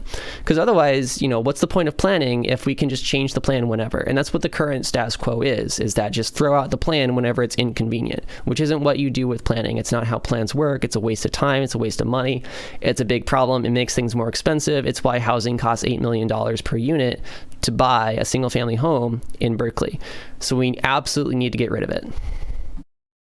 For including me as a co-sponsor on the Holocaust Remembrance Day event. And I would like to donate $500 to that effort. I'm not sure you can do that because the way the item is written. Oh, it's capped. Then I'm going to give capped at $250. Unless we can amend it. Could we amend the item to allow up to $500? Would you accept that amendment? Councilmember Wendell? Would you accept the item to allow expenditures not to exceed $500? Not to exceed $500. Can we do that? I guess I have to ask the city clerk. Mark? Yeah, we would just have to amend the wording in the resolution, which the council can do through their action on the consent calendar.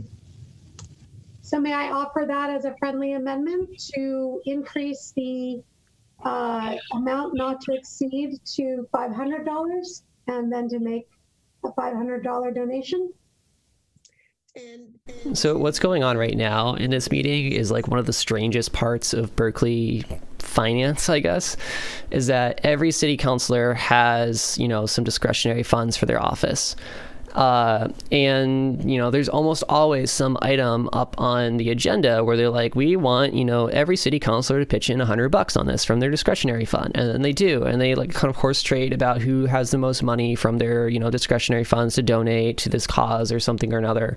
And it's very strange and inefficient. And it'd be really great if the city could just budget for all of these things instead of begging city councilors to spend with their office supply money. But I don't know. I don't run Berkeley, so I can't really change that. They chose this. City manager or Ms. Chowdhury around item 7, the next-gen healthcare information systems for electronic health records. I'll ask you a question about that when you're ready, but I'll circle back to that. I wanted to thank Mildred Howard for her decades of service and creating incredible art. Our families have been friends for generations, and I'm really excited to see you advancing. I'm proud to help. Item 27, this is the Holocaust Remembrance event. I'd like to give $200 to my account, and thank you so much, Councilor Wingraf, for bringing this to our attention again. It's very important. We're on this together. And then regarding step-up housing, I don't know. Chris asked how much they get in their discretionary funds. I don't actually know. It's a couple thousand, because it's like almost every other agenda item. There's like 200 or something for money. I don't know. I would actually kind of rather that the city, reduces sort of their discretionary funds and instead pays the city councilors to do their job, because it's basically it's a part-time salary right now. It's something like $16,000 a year or something. Is like very tokens, very nominal. It's not something that you can really you can't really do Berkeley City Council unless you are independently wealthy or you already have another job, which means that you can't focus on the city as much. You can't focus on doing your job and being a representative, leading the city. There was a ballot prop proposed a couple years back. The city council wanted to put something on the ballot that would allow them to have an actual living salary to do their job, to be a city councilor. But they ended up putting something else on the ballot or not. But it's just, I'm still a super big supporter of paying our city councilors what they're worth to do the job. And back to number 7, is Ms. Chowdhury available? Yeah, I actually have no idea how Rigel does it. I believe Rigel works at a cafe in downtown and also is a city councilor. Is an incredible human being. I have no idea how he does it.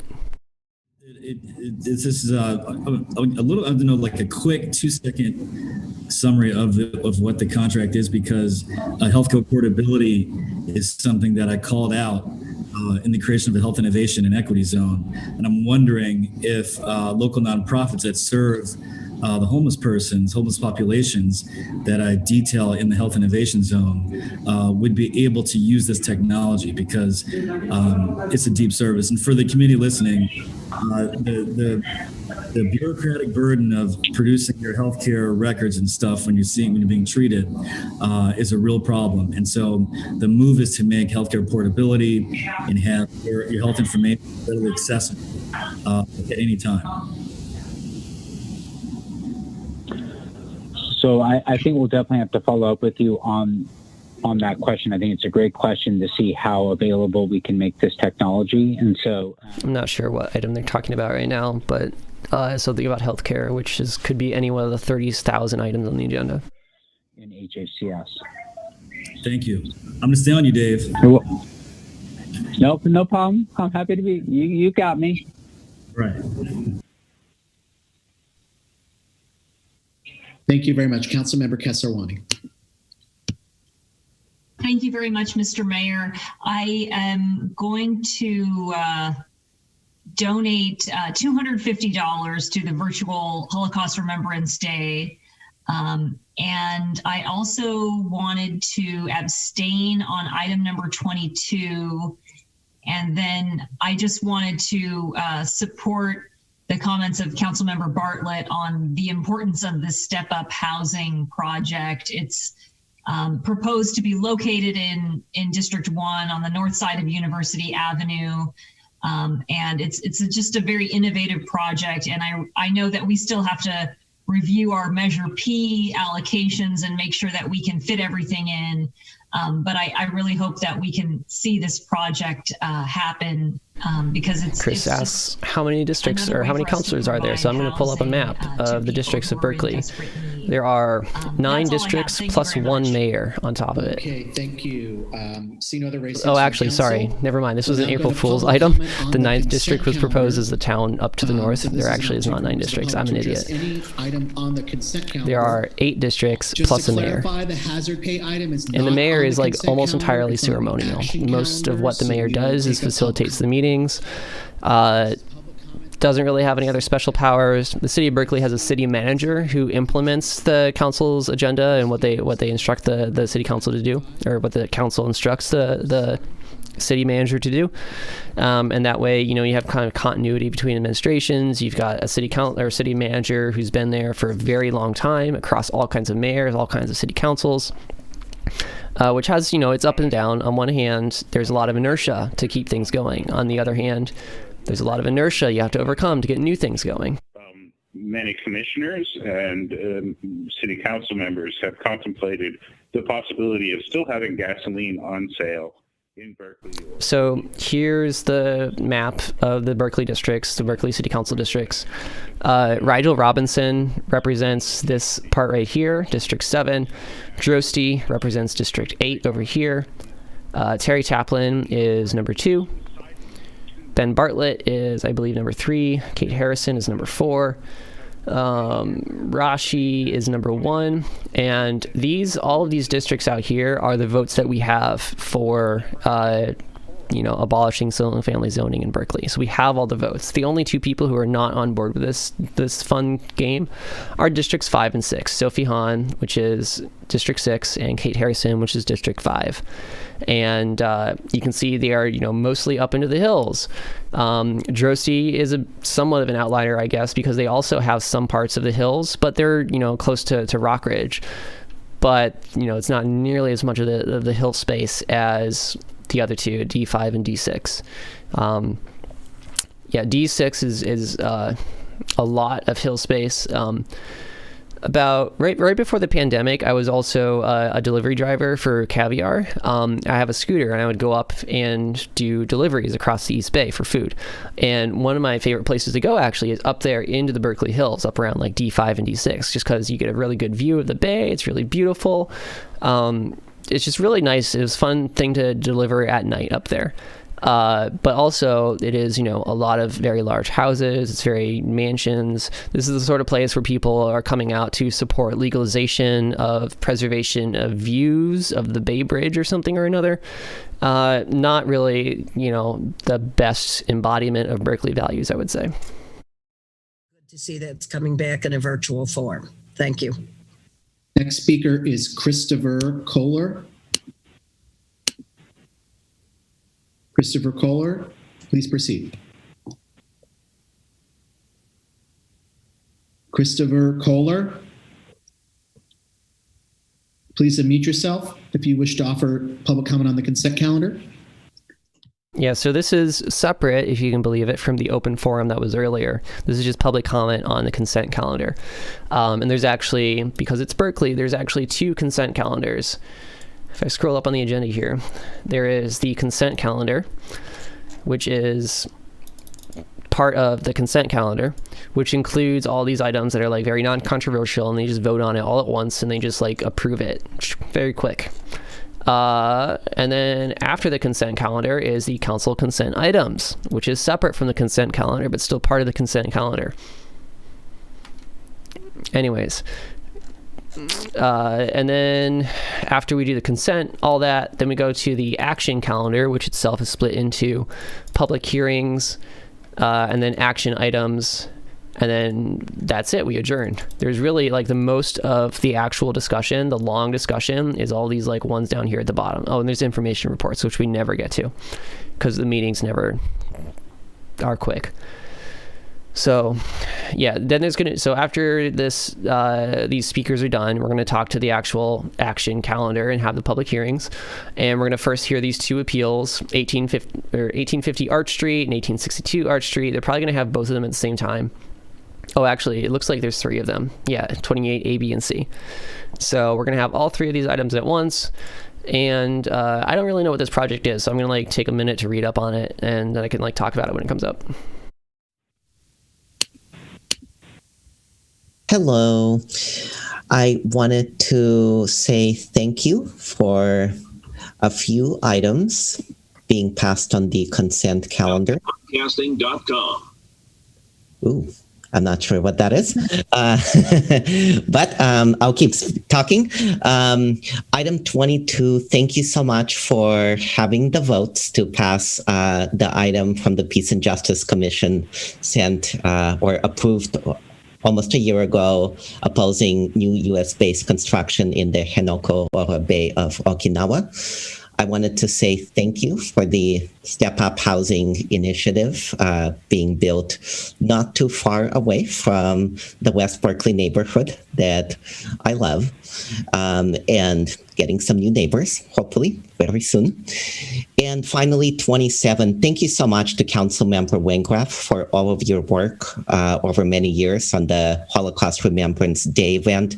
I know this one will not be the same without Jane Falk running the show and organizing everything alongside of you, but we will make do, and it's such an important event for the reasons already mentioned. So thank you so much for all of your work. Next speaker is Jane Yamashiro. Hi, I'm a third-generation Berkeleyan, a third-generation Okinawan, and I'm here to urge you to pass agenda item number 22, the resolution to oppose the construction of a new U.S. military base in Henoko, Okinawa. That Berkeley has a Peace and Justice Commission means it values peace and justice, which are only possible in Berkeley because of what happens beyond the city borders. Berkeley already passed a similar resolution in 2015. So we are asking you to extend a view that Berkeley has already committed to. I was shocked to learn that when this revised resolution came up last year, most council members abstained. I was even more shocked to learn that this was after receiving visits from the Japanese consulate. I know that an abstention can be seen as neutral, neither supporting nor opposing. But if you abstain and do not pass this, to me, that feels the same as voting against it. I'm here asking for your vote to pass. Please don't disappoint me. Thank you. Disappoint me or else. Bryson Nisbet. Hello, everyone. Council members, if you would take a look at item number 25 and particularly scroll down to the bottom of that where the footnotes say that the item is not recommended. The Budget and Finance Committee made a negative recommendation to send the item to council. I think that's a hint that this item isn't fully cooked. I'm generally supportive of this, which is changing the calculation of square footage, what is taxable and not. But I know, as a member of the planning community and one who does taxable square footage calculation, this item really hasn't been vetted through that. So, Mr. Bartlett, I suggest that you vet this through the planning community, and you'll probably have a better proposal. So that's item number 25. Please take a look at it. Thank you. Thank you. The next speaker is Armando Davila.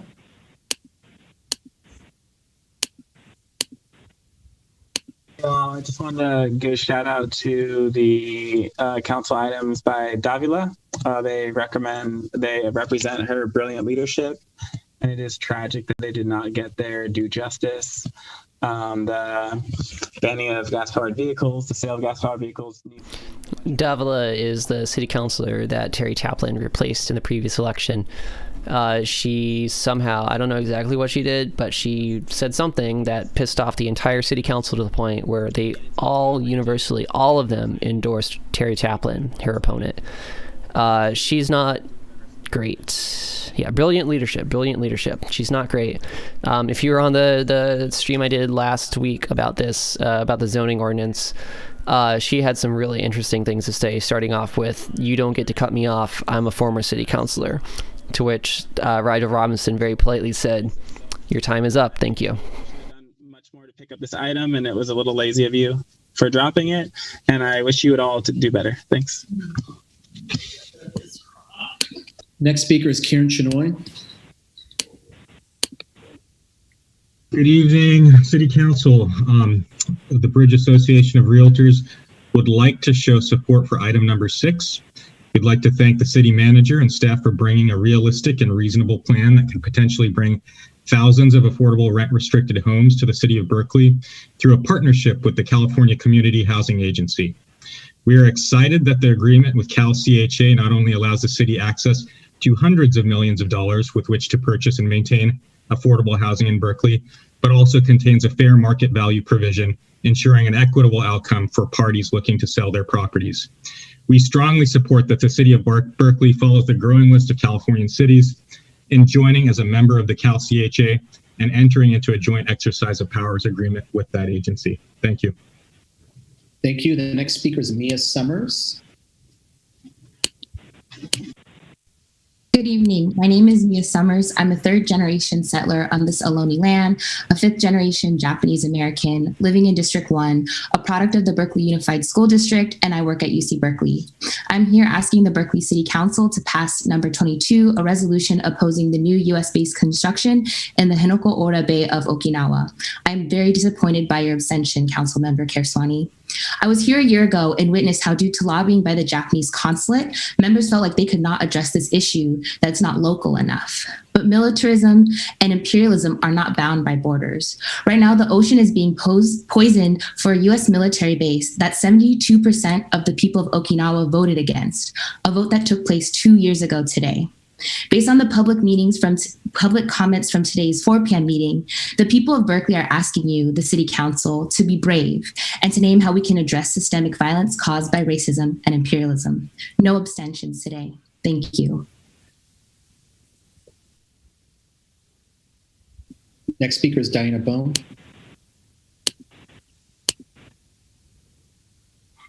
Thank you for all the work that you're doing, especially with regard to the homeless issues and low-income people. I really appreciate all your work. And I'm speaking also on 22.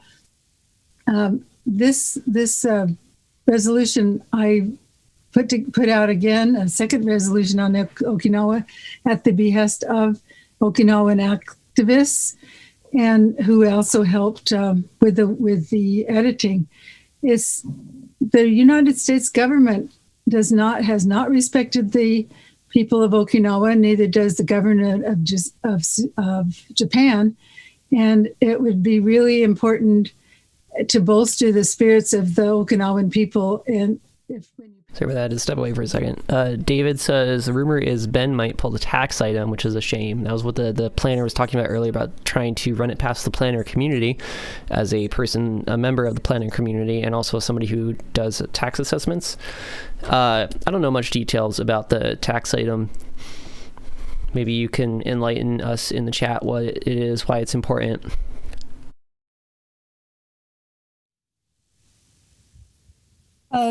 Hello.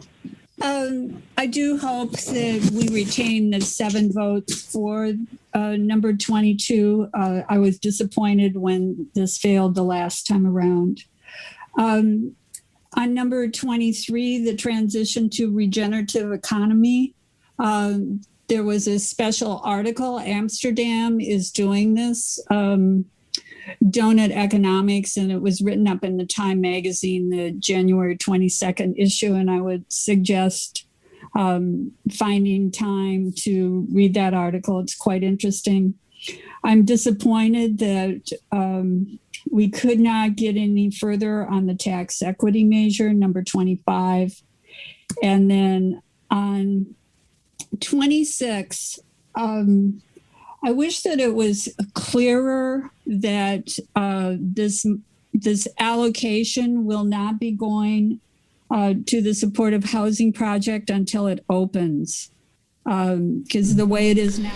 Interesting. That's good context, David. Thanks. Yeah, that's kind of really vague. Usable basements, like usable for what? It's good that we're clearing it up. A little bummer that it'll get pulled back, but. So I did take a few minutes to look at the upcoming appeals that are coming up, and it's a bunch of multifamily units. It's Housing Accountability Act protected, but fortunately Berkeley's been kind of on the side of the law, so I don't necessarily have to get into my job right now and hop on their call and tell them to approve it, or else I will sue them. As true as that is. So it looks like it will be a bunch of gnashing of teeth and people complaining about something or another, and then the project getting approved. And because they are required to by law, otherwise I will sue them.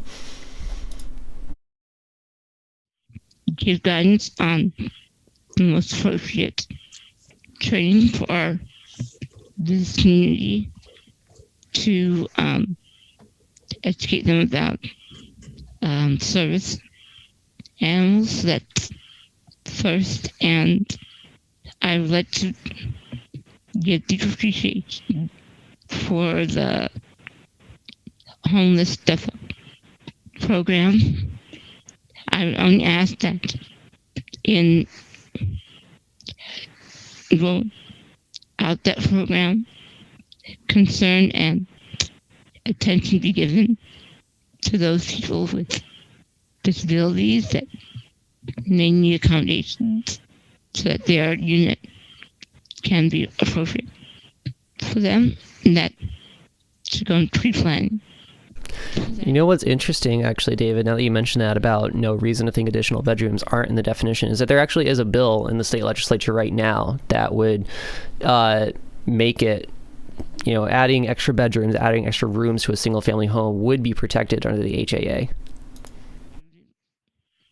I'm grateful to see that. I forget the bill number, but it's out there.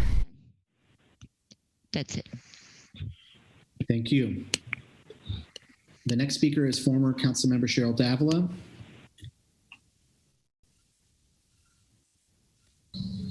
Thank you. Good evening.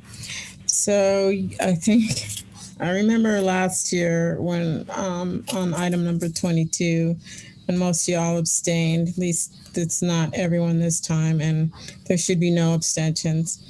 But also on item number 23, it would be nice if you all would stop putting things on consent and taking no action. This was a good item. It's, unfortunate that that's what you choose to do, and that, only one of the many things that are spoken to in the item is going to be addressed, maybe by one council member. But, that's what bold leadership looks like. And unfortunately, that's not where you all are at. But it's unfortunate because this is a tactic that y'all are taking now to put things on consent and take no action. And that's just, now that you all got a raise. Yes, thank you very much. Yeah, the housing project kind of distinction in the HAA is still kind of very vague right now, unfortunately, where there's still some people holding onto the idea that it only applies to multifamily projects and not single family homes. I obviously think, it's my job to say that I think it applies to single family homes because it does. The law is there. I think it's true. Either way, there's, some new bills introduced this week in the legislature that are going to be working their way through that would actually resolve that to say it includes, multiple units, be it one unit or more. So it's not excluding single family homes. So if the city wants to interpret it, as only applying to 2 or more units, they can choose to do that, but the state legislature is going to crush them. Of the war, I just wanted to confirm that this is not necessarily anti-military. U.S. is pro-peace or anti-militarism. This base is. And yes, we're still talking about this military base overseas instead of useful things like housing or, our own personal crises of the pandemic and our housing shortage. This month, there was a skirmish between China and Japan Coast Guards. This highlights the direction where such military occupation is heading. We're talking about the possibilities of World War III at worst. That's not bringing security to Okinawa, their global economy, or U.S. Berkeley interests. Moreover, the permanent military occupation of Okinawa has failed to bring regional stability, as we can see, prevent Korean missiles from flying over Japan, hindered China domestically, internationally, etc. So further militarizing Okinawa is a failed strategy, as we've seen in the Koreas, Vietnam, Afghanistan, Syria, etc. Military forces do not resolve complicated political conflicts. Would you see your grandchildren being stationed in Iraq 50 years from now as successful? That's what's happening in Okinawa. Earlier this month, a woman was assaulted by a Marine. Okay, I'll wrap up then. This issue may not seem far from Berkeley, but aside from the world. Yeah, Chris asked if Berkeley has control over this military base. No, they do not have control over the military. They are a small subdivision of the state of California with a very loud voice. This is just, again, a resolution.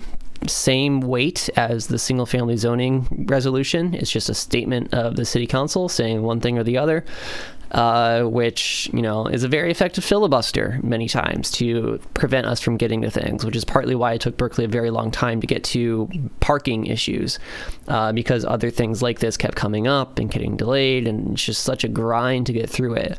But, it's important that Berkeley takes a stance on things that are, not within their control and completely unrelated to major crises happening in the world right now, or at least in our town right now. Last month, the Budget Committee was presented with a tax equity proposal from Ben Bartlett, which was item 29. That plan would have had immediate and causative effect to repair racial and economic inequity because half of the 11 harmed homeowners are Black and brown folks. It is unseemly for the committee to remain disinclined to change past economic injustices, especially when that past benefits them and harms others. Nevertheless, look at the agenda item on here. This is the section of written comments. 30 letters, 31 people wrote in to say something or another about the Hinoko-Ora Bay of Okinawa and the U.S. Bay construction out there. I agree. I think the idea is great, David. I think it's great that Berkeley is opposing imperialism. It's a bad thing to stand up for things like that, so it's good that we're opposing it. I also don't think that we need, 4 frickin' hours of public comment on something that I think a lot of people already agree on. No, they're not going to read all the letters out loud, thankfully. The email address that the clerk said at the beginning is for when you're just, in the meeting and you got to dip out or something or another, then you send in your email to that and the clerk reads it out at the end. They don't read out these other communications submitted before the meeting. It's just comments that are submitted during the meeting. It's kind of like this interesting hybrid online, offline approach to public comment, which I think is really good. As far as participation and people don't feel left out. I think it's kind of goofy that the clerk at the end just has to sit there and just read words that aren't theirs for 20 minutes. But it works. It's fine. If it moves public comment along faster so we can get to the vote, that's great. Should be read to the record. Yes, we do have a few written comments. Okay. Let's see on. And then I'm bringing up the resolution on screen just to see what it is. Some comment here on item 22 from Jerry Condon. I have been informed that you have the opportunity this evening to pass some. Yeah, the only bad thing about pandemic meetings is the lack of chat, which is a big reason why I've decided to start doing these streams, is to have this kind of live chat, right? It's useful, it's fun, it builds solidarity, it's good for organizing. So this is what I'm trying to do here. There wasn't really, Chris asked if there was chat in pre-pandemic meetings. Not so much, because pre-pandemic we didn't do meetings online like this. But there was chat in the sense of there was a peanut gallery in the back of the city council hall in the back of the meeting room. And, it was me and 5 or 6 other people were just cracking jokes, reclining in our chairs while the city council is talking on the dais on the other side of the room. So there was chat like that. There was this back channel, this peanut gallery. But since the pandemic, they've turned off since we switched to Zoom, they started off having chat and then they very quickly decided, So that's why I'm doing the streams, is to do this, which is also sort of a version of what happens on Twitter when I would tweet out hashtag Merc meeting or whatever. But this is more, like I've also said a few times, I'm trying to get more into streaming, trying to get more into doing video broadcast tech. That was my engineering background when I did computer science, actual computer science, and write graphics drivers. So this is more of a continuation of that, and it's very fun for me. And it's just a good fun chat to hang out with people. At some point in the future, I might add some Discord voice chat into this with other organizers for certain things. But for now, just leave it to the YouTube chat. Seems pretty good. So yeah, just hang out at Burke meeting on Twitter. Same as the peanut gallery. Yeah, that is true. But also I can't really kick people from the Berkeley meeting hashtag.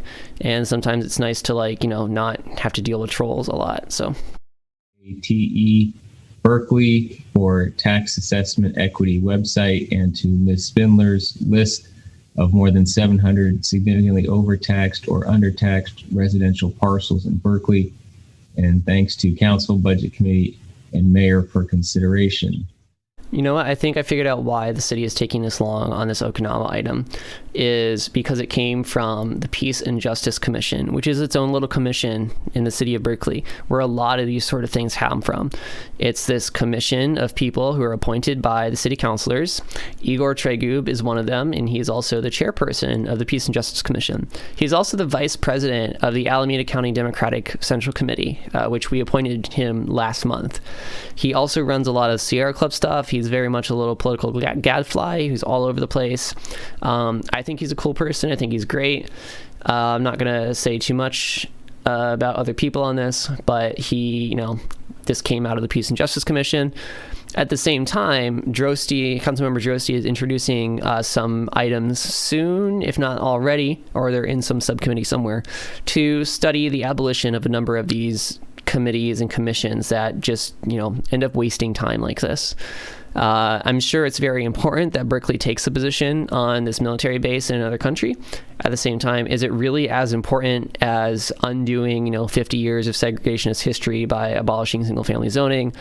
Is it as important as Black Lives Matter topics, which was like the policing meeting from way earlier? Is it as important as, meeting actual needs in this third world country we call the United States of America? This is from Veteran for Peace groups, Nikkei Resistors, Nikkei Uprising. It does sound like the clerk is reading the comments into the meeting, which is dreadful. Philippines, Tesuru for Solidarity, Next Gen, Betty Cano, and Harvard Task Force for Asian American Progressive Advocacy and Studies. And that is all. I'm going to go to Chimney Lee, and that's the last. See you, Chris. Thanks for tuning in. It's great to see you again.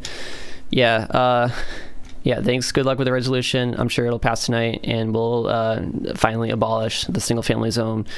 Finally, we'll get rid of homophobic zoning, and it will be glorious. Councilmember Harrison. I wanted to say a couple things about items 17 and 18. The villain here is not the Facilities and Infrastructure Committee. It's the federal government that's preempted us from making changes in our ability to sell gas cars and gasoline in the city of Berkeley. That's where we have to focus. We have to focus on why federal law has made it difficult for us to make environmental changes. We saw that with the gas ban. We did find a way to work on that through our public health authority. But we're not able to do that in this case. The city attorney explained at extensive length why these measures were not possible at this time.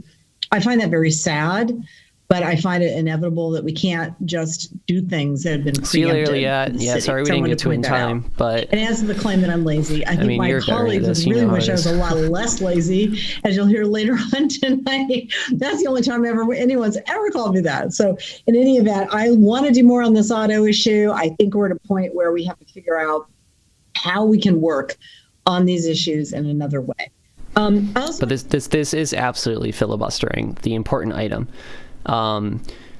Igor is part of the Progressive Coalition, which does include Kate Harrison and a number of people opposed to this. So people are trying tooth and nail to prevent this from moving forward because they know that they know that we have the votes. They know that it's going to happen. All they can do is filibuster it and stall it and delay it and kick it off to another agenda item or another meeting. Hopefully that won't happen tonight. It could very much will happen. But yeah, we're not even at that point yet. And at some point, I may even just stop hosting this and just turn it over to just a regular straight up stream, just for archival purposes, because I also have to have dinner myself. And food is rumored to be around soon. So who knows? We'll see. We'll get there eventually. Maybe it'll pass tonight. But again, it's a resolution. It's not life or death. What really matters is the zoning ordinance that's coming forward. Yeah, Kate Harrison says she's progressive. She ran as a progressive on a progressive platform. It's, sort of why I don't also, identify as progressive despite supporting a lot of progressive policies and ideas, is that there's a lot of people who have co-opted the branding of progressivism. It's not great. I hate it. Kate Harrison's part of that problem.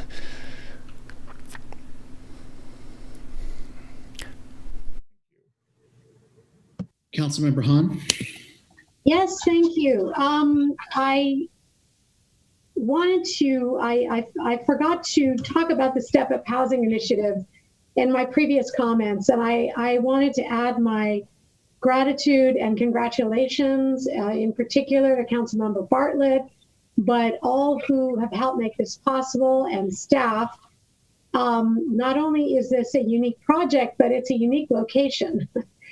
And we cast about quite a bit to try and find a way to do something really productive in this location. I can't think of a better project for us to have here. So I just wanted to shout out for that and thank you. I also wanted to join some of my colleagues in abstaining on item 22. And I wanted to just say a couple of words about that. I would be interested in taking action on a personal level on this on this issue. I am not comfortable as a city council taking action on this. So I just want to be clear that I see many challenges and many issues with what's going on. It's just that I am not comfortable using this particular set of powers or this forum to address them. But I'd be interested in talking with the activists if there are other ways that... Yeah, so Daryl Owens, I Do the Thinking on Twitter, is saying that maybe it'll come up around 10-ish. 9 p.m. was what Lori Drosty told people on Twitter. That's usually pretty accurate, but this seems like an exceptional filibuster going on tonight. But what's important is that if you are, here for the meeting itself, hop into the Zoom, stay plugged in, stay in line, don't leave the line. Make your comment in support of it. But it's unlikely, I think, that we're actually going to get to the item at 10 or so, which is really frustrating, a really bit of a bummer. Nice to see you, Ryan. Thanks for coming. I think I'm going to turn this over to just the plain straight up Zoom call.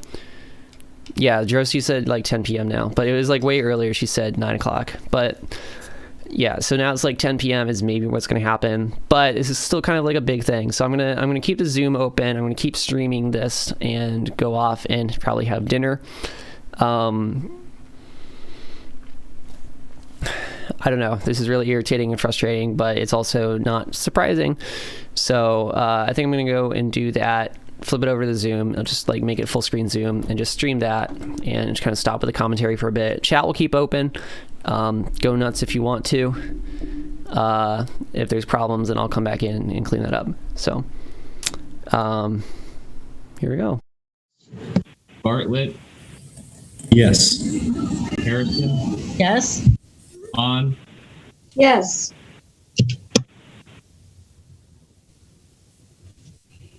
I'm sorry, did you hear me, clerk? Yes, I did. Okay, and we didn't hear you continue, so I wasn't sure. Councilmember Wengraft? Yes. Robinson? Yes. Drosty? Yes. And Mayor Evergreen? Yes.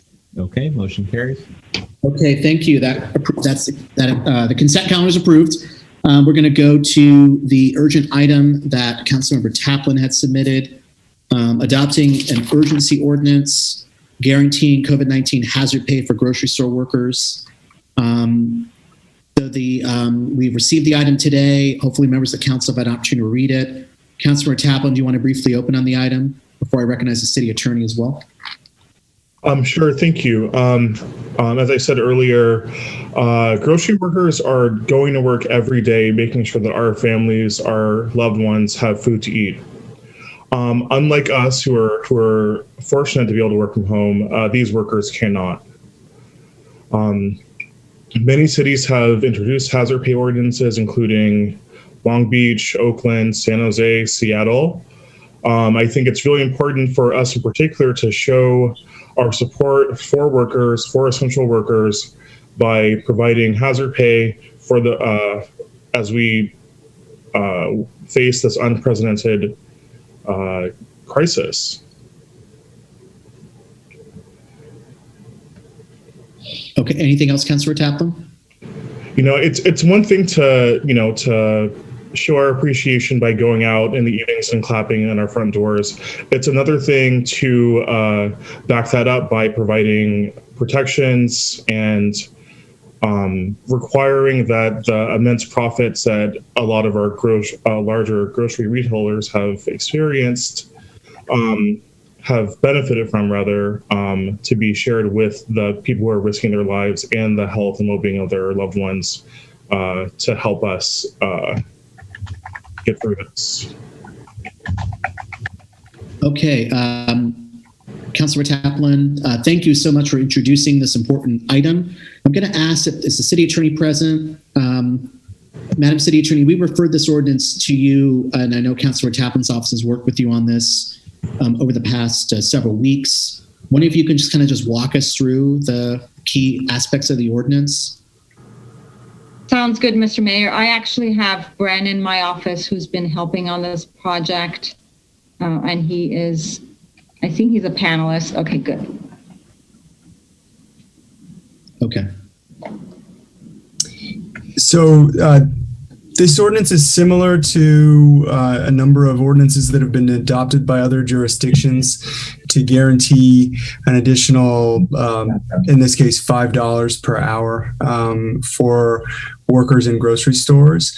And it would apply to anyone who works in a grocery store and is employed by an entity that employs at least 300 grocery workers. So small grocery stores that don't operate outside of Berkeley would not be covered by this ordinance, but relatively small grocery stores that are members of larger chains would be covered. And the additional hazard pay would not apply to managerial staff. It would just be for the line staff in the grocery store. Okay, thank you. So I'm going to recognize Councilor Taplin. Would you like to make a motion to approve the urgency ordinance? I move to approve the urgency ordinance. Is there a second? Second. Second. Harrison, thank you. Okay, Councilmember Harrison. I just wanted to thank Councilmember Taplin and the city attorney for including this piece about grocery stores that had already done the increase. Yeah. We have many stores that already have paid their employees more, and I think recognizing that is very important. So thank you for making that change. Okay, thank you. Councilmember Kesarwani. Yes, thank you very much, Mr. Mayor, and thank you to Councilmember Taplin for your leadership on this item. I had maybe a couple clarifying questions in terms of the duration of the hazard pay.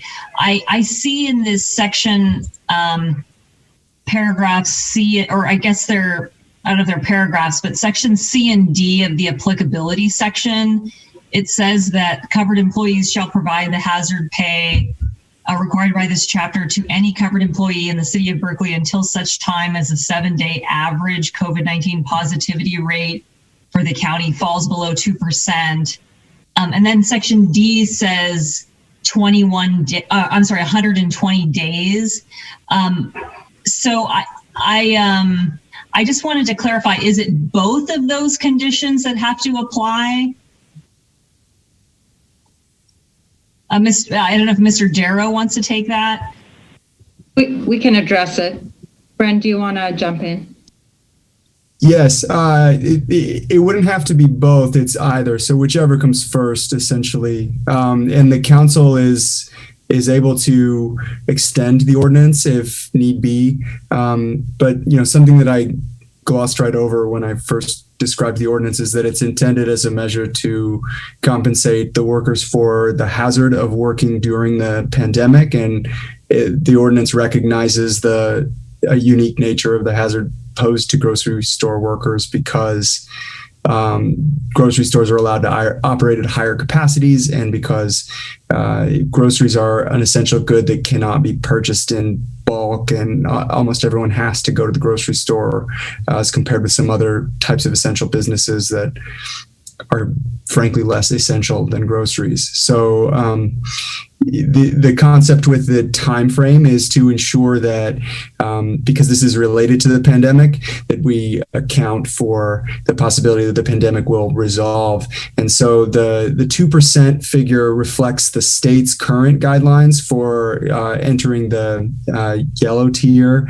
But because the state has repeatedly changed the criteria for what public health orders apply where, it seemed wise to use a concrete number rather than pegging the Berkeley ordinance to the state's criteria, which might change and in ways that we can't predict. Okay. So if we reach 2% within 120 days, the hazard pay would end.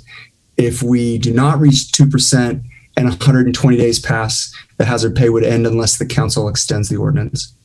Okay, thank you. So would it be appropriate to add a phrase, whichever is less of the two?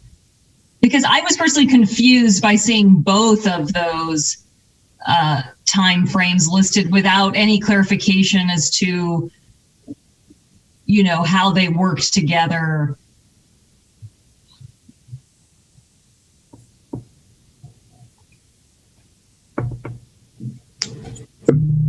Freeman, I think that would be. I think that's appropriate. Okay, so actually, I want to just suggest, and maybe Councilmember Chaplin, I believe Councilmember Harrison, maybe your seconder. The way I would do it is just say, so you have this sentence C, the section C, and then I would say comma or at the end of that. And then you have section D, and I think you could just leave it as is and say at the end of that, comma, whichever is less. It's not the most elegant, but it just sort of clarifies, I think, the intent that I heard from Mr. Darrow. That works. I will sacrifice elegance for clarity. Yes. I second that. Thank you. Okay. And then the other question I had was on saying 120 days.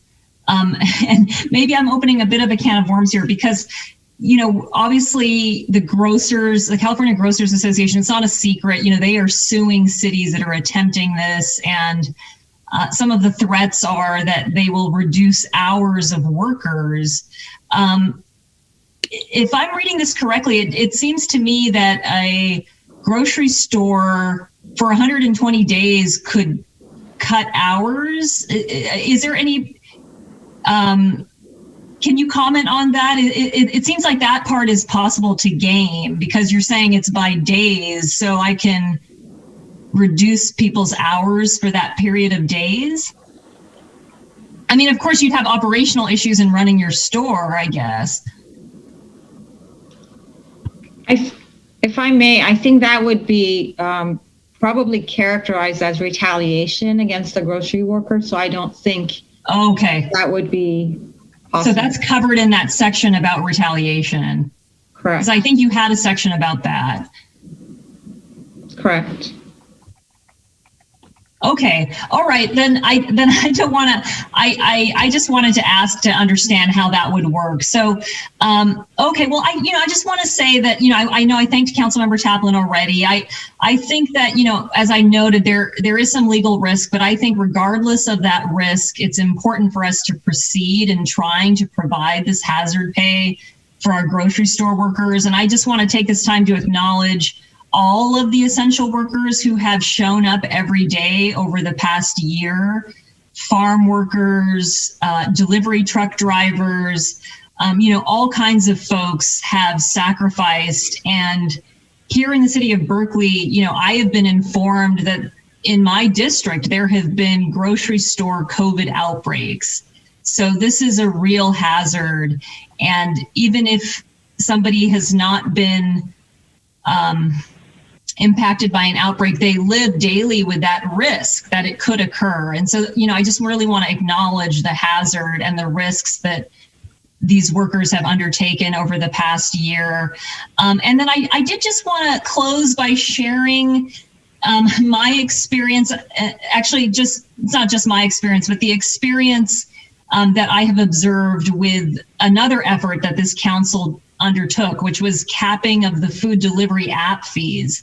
that tech companies can charge our restaurants. So that was an urgency ordinance that I put forward. And some of you may already know this, but shortly after that passed, the tech companies responded by instituting, and I think they've done this in all the cities that have implemented a cap. They have instituted what they call a Berkeley fee of $2 on the consumer that is choosing to use the app. So they have passed on our cap to the consumer. So I have to admit, I'm a little bit fearful that the grocery stores could pass on some or all of these costs to consumers. But I think it is important to try this, and given the time limited nature of it, I think it's a reasonable thing to pursue. But I just felt the need to acknowledge some of those risks and uncertainties as well. So that's all I have at this time. Thank you very much. Thank you. Seeing no other raised hands from the council, we'll go to public comment. Once again, the speaker time is 1 minute, and the first speaker is Liz Ortega.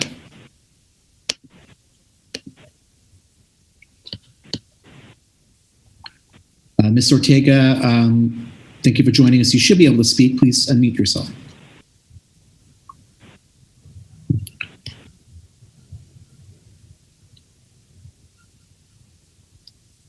Liz Ortega?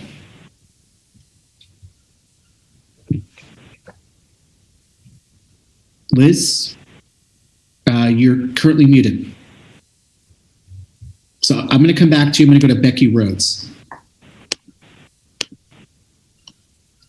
Hi, I'm Becky Rhodes. I'm the political director for the Alameda Labor Council.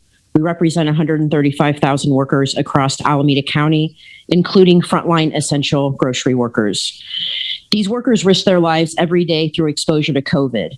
At the same time, grocery stores are reaping record profits ranging from 25% to over 150%. Grocery workers have a 1 in 5 chance of contracting COVID, compared to 1 in 100 for the average citizen. We urge the Berkeley City Council to adopt this emergency ordinance giving grocery workers hazard pay. Thank you. Thank you. I'm going to go back to Liz. Liz, if you wish to speak on this item, please unmute yourself. Going back to Liz. Okay, I'm going to go to John Gomez now. Thank you. I'm John Gomez. I'm an essential grocery worker. I can't express, the importance of this hazard ordinance passing. Since the beginning of the pandemic, we've gone into work. We've faced the risks to ourselves, our health, and our family's health. We've continued to go into work. I mean, we come across anti-maskers. We get spat at, we get coughed at, cussed at. We get sick. Some of us have died. This hazard pay would go a long ways and not only giving us peace of mind, but a cushion to ensure that we can pay our bills, make sure our rent is paid, food on a table, money for doctor's visits and medicine if necessary. So I implore the council to pass hazard pay. Thank you. Thank you very much. I'm going to go to Tim Frank. Yes, good evening. Thank you. I'd like to thank Terry Taplin. Oh, we lost Mr. Frank. Apologies. Tim, sorry about that. Am I back? Yes, you are. Oh, terrific. Well, first, let me begin by thanking Councilmember Taplin for bringing this item to the council, and to the rest of the council for approving acting on this in an urgency manner. This is critically important, and we really appreciate the support that the City of Berkeley can provide to the critical workers who are providing this essential service to all of us. All of us appreciate. So thank you. Thank you. Next speaker is Jordan Burns. Good evening, everybody. My name is Jordan Burns. I'm a UC Berkeley graduate student and an organizer with UAW 2865, the Union for UC Graduate Student Instructors, Readers, and Tutors.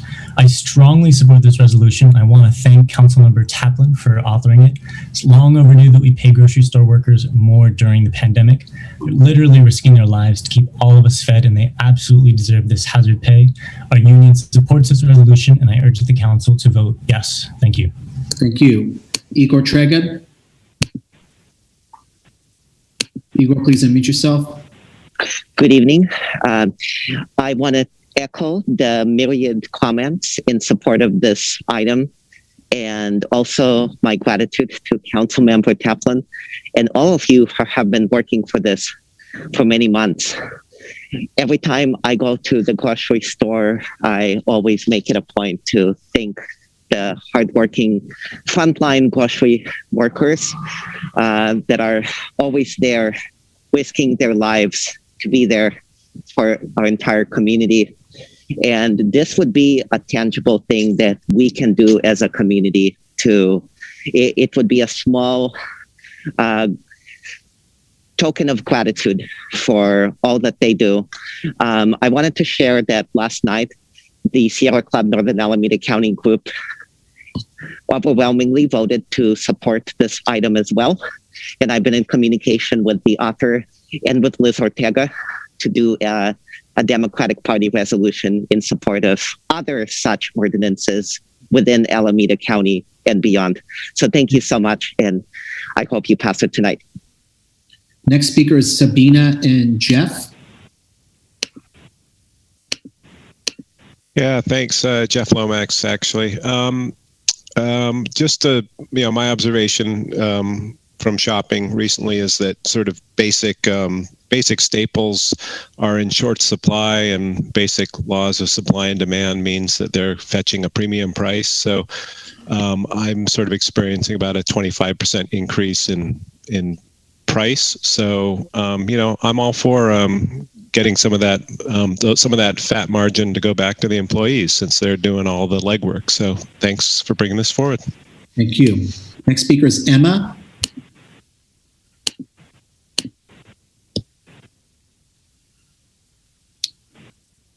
Emma, we can't hear you. You can hear me? Now we can, yes. Okay. So I'm a UC Berkeley student with the UFCW Local 5, and I just want to say I strongly support this ordinance. These workers are risking their lives every day to keep the people of Berkeley fed, and I strongly urge you to vote yes. Thank you for your time. Thank you. The next speaker is Lotus Rising.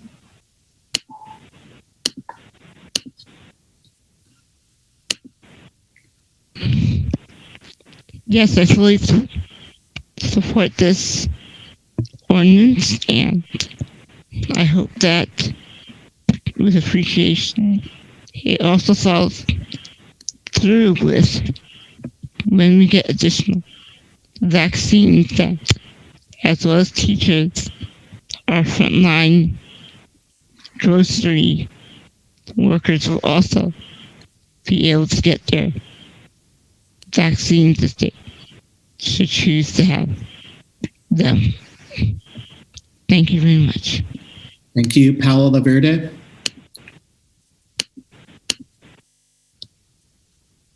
Paola, you should be able to speak. Please unmute yourself. Yes, thank you. Afternoon, Mayor and council members. I want to thank Councilmember Taplin for bringing this measure to you all. It's very, very important that make a little extra from all the money that supermarkets and big chains are making. I can attest that at the Andronicals in North Berkeley, when I've spoken to the cashiers there, they are all very excited and very hopeful that they will be able to get this increase in their salary, because they are subject to being exposed to COVID at any time. So thank you very much, and please vote yes. Thank you. Okay, seeing no other raised hands, Mr. Clerk, any written comments submitted should be run to the record? No written comments. Okay, thank you. So bring it back to the City Council. The motion is to adopt the proposed, I guess this is classified as an emergency ordinance, and with the amendment that was accepted from Councilmember Kesarwani. Any further discussion on the motion? I believe this requires a 7/9 vote of the council, correct, Madam Attorney, to take effect immediately? Correct. Okay, so this requires 7 votes to take effect immediately. Seeing no further discussion, if the clerk can please call the roll. Councilmember Kesarwani, Yes. Kaplan, Yes. Bartlett, yes, Yes. Harrison, Yes. Hahn, Yes. Wengraf, Yes. Robinson, Drosty, Yes. Mayor Arreguín. Yes.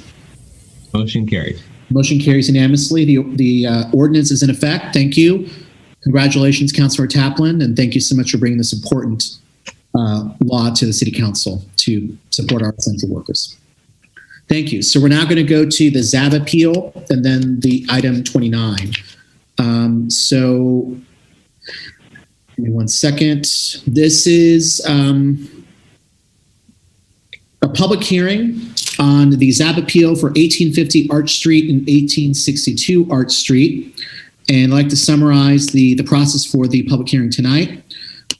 First, we will do ex parte disclosures, then we'll go to the planning department. Popping in to say that this is the ZAB appeal I was talking about earlier, where it's almost certainly going to get approved anyways.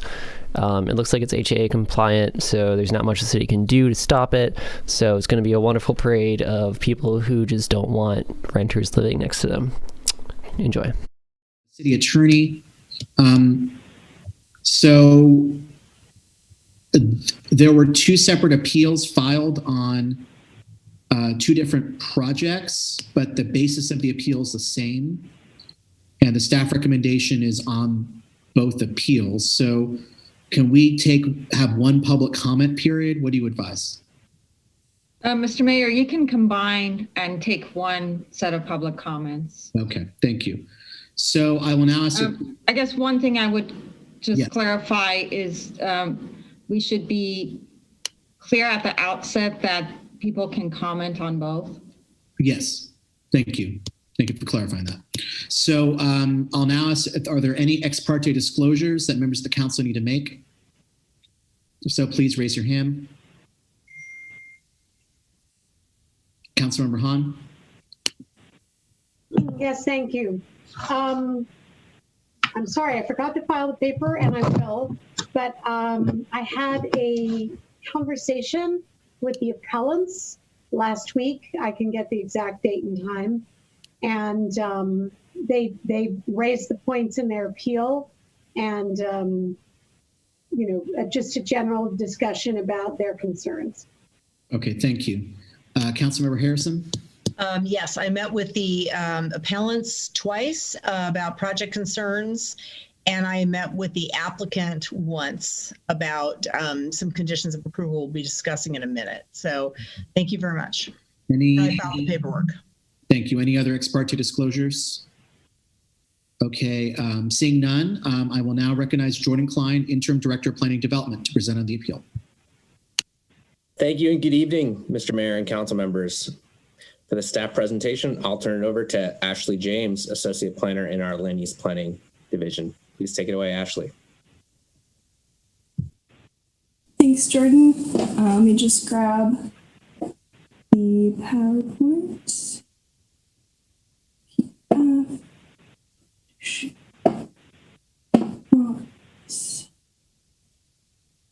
So good evening, council members. We are here to discuss the appeal of the ZAB's decision on project proposals for 1850 and 1862 Arch Street, which are application numbers ZP 2019-0212 and 0213. The appellants are Robin O'Donnell and Carrie Pelton, residents of 1850 Arch Street. The applicant is Mark Rhodes, Rhodes Planning Group. For Pursuant to BMC Section 23D 32050A, also known as the Bedroom Ordinance, the addition of bedrooms beyond the fifth on a parcel in the R3 zoning district requires approval of a use permit by the ZAB. The applications were received in December 2019, were deemed complete in April 2020, and prior to the ZAB hearing, the appellant submitted a letter expressing concerns about the project, and the applicant responded to that letter, which was included in the ZAB packet and summarized in the staff report. The projects were approved by the ZAB in September, and appeals are received within the 14-day appeal period in October. The projects are located on two adjacent parcels, northeast of the intersection of Hearst Avenue and Oxford Street in the multiple family residential or R3 district and Hillside Overlay. And the sites are proximate to goods and services on Shattuck Avenue to the west and Euclid Avenue to the east, as well as the UC campus and Pacific School of Religion in the immediate vicinity. At 1850 Arch Street, the use permit required to add bedrooms beyond the fifth consisted of the addition of 18 bedrooms within the existing 10-unit, 12-bedroom building, resulting in a total of 30 bedrooms on the parcel.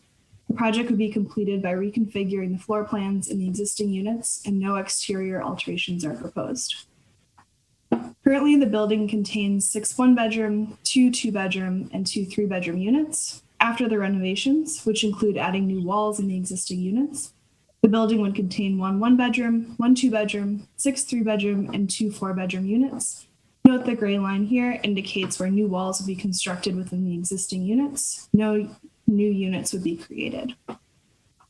At 1862 Arch Street, the use permit required for bedrooms beyond the fifth consisted of the addition of 15 bedrooms within the 10-unit, 10-bedroom building, resulting in a total of 25 bedrooms on the parcel. Again, the project would be completed by reconfiguring the floor plans in existing units, and no exterior alterations are proposed. Currently, this building contains 2 studio, 2 one-bedroom, 5 two-bedroom, and 1 four-bedroom unit. And after renovations, the building would contain 2 studio, 1 one-bedroom, 1 two-bedroom, 5 three-bedroom, and 1 five-bedroom unit. Again, no new units would be created. To approve the use permits to add bedrooms beyond the fifth, the ZAB must find that the addition of such bedrooms would be consistent with the purposes of the R3 district, supporting the high-density residential use on the parcels. The ZAB found that the projects are consistent with the purposes of this district because the multifamily buildings are located in a mixed-use residential neighborhood that consists of other multifamily residential buildings, and the properties are proximate to transit routes, bikeways, and goods and services in nearby commercial districts. Both properties exceed the minimum amount of usable open space required and would not result in any exterior changes to the buildings, and would thus not unreasonably obstruct later air. The ZAB must also find that the addition of bedrooms beyond the fifth would not be detrimental to adjacent properties, the surrounding area and neighborhood, or general welfare of the city. While there is no objective standard to evaluate detriment in relation to this use permit, recently the ZAB has considered the change in the amount of common space, which includes living room, dining room, and kitchen area, relative to the amount of space dedicated to bedrooms within the dwelling unit, as well as the amount of usable open space on the parcel, as factors when evaluating potential detriment to make this finding. That information was compiled in the staff reports, which I'll present in my next slides. At 1850 Arch Street, the project would convert common living areas to create new bedrooms in 8 of the 10 units and new bathrooms in 2 units. On average, half of the existing floor area within each unit is dedicated to common living space. The project would reduce the share of floor area dedicated to these spaces by 16% for a new average of 34%, which the ZAB found to continue to provide a reasonable amount of common living space in each unit. At 1862 Arch Street, the project would convert same common living areas to create new bedrooms in 6 of the 10 units. Currently, on average, about 40% of the existing floor area is dedicated to common living space, and the project would reduce that share by 4%, which continues to provide a reasonable amount of common living space in each unit. In response to tenant and neighbor concerns regarding parking, noise, and tenant protections, the ZAB added project-specific conditions of approval, which are that the applicant submit a transportation network company, or TNC, management plan for staff approval. Specifically, the management plan would address the logistics of delivery, pickup, and drop-off to prevent traffic jams or unsafe conditions in the neighborhood. The ZAB also reduced allowed construction hours and required the applicant to notice future tenants of this project and their rights under both the rent stabilization and tenant protection ordinances. The appellant's letters include 4 main points, which are that the projects are inconsistent with the general plan and purposes of the Hillside Overlay District, that the projects will be detrimental to residents and neighbors, that the ZAB imposed condition of approval for the TMZ management plan is inadequate to alleviate parking impacts, and that the ZAB applied the wrong zoning district standards in its analysis of the projects. On this point, staff has revised the reports, which did include some minor typos on the required amount of usable open space and off-street parking in the R3 district, as well as an analysis of the consistency of these projects with the purposes of the Hillside Overlay District. These changes do not impact any conclusions or recommendations and were included in your packet. Staff recommends that the City Council hold a hearing on this appeal and, upon conclusion, consider the totality of the record and act to uphold the ZAB's decision. Alternatively, the Council may continue this hearing, modify the ZAB decision, overturn the ZAB decision and deny the use permit, or remand the application to ZAB with specific instructions. Thank you. Thank you very much for the presentation. And I'd like to open the public hearing. And who is the named appellant? Just so I know whether they're here and I can move them over as a panelist. Who should I be calling on? Mayor, I have a list. I can bring them over. The first one is Carrie Pelton. And then I'll go down. We have Peter Honig and Robin O'Donnell. So the appellants have been promoted to panelists. Okay, thank you. So as stated, the beginning of this item, we're going to take testimony on both appeals. And so you have an opportunity to address the appeal for 1850 Arch or 1862 Arch at this time. And so the appellants have 5 minutes to present, and it is your time to decide how you wish to use it. And I turn the floor over to the appellants. Who would like to open for the appellants? And I'll just clarify before the appellants start, we will also take public comment. So if anyone who is in support of the appeal has not had an opportunity to speak during the 5-minute block, you will also have an opportunity to offer public comment. However, if you did present during the 5-minute time period, we will not be able to call on you a second time. So who would like to open for the appellant's presentation?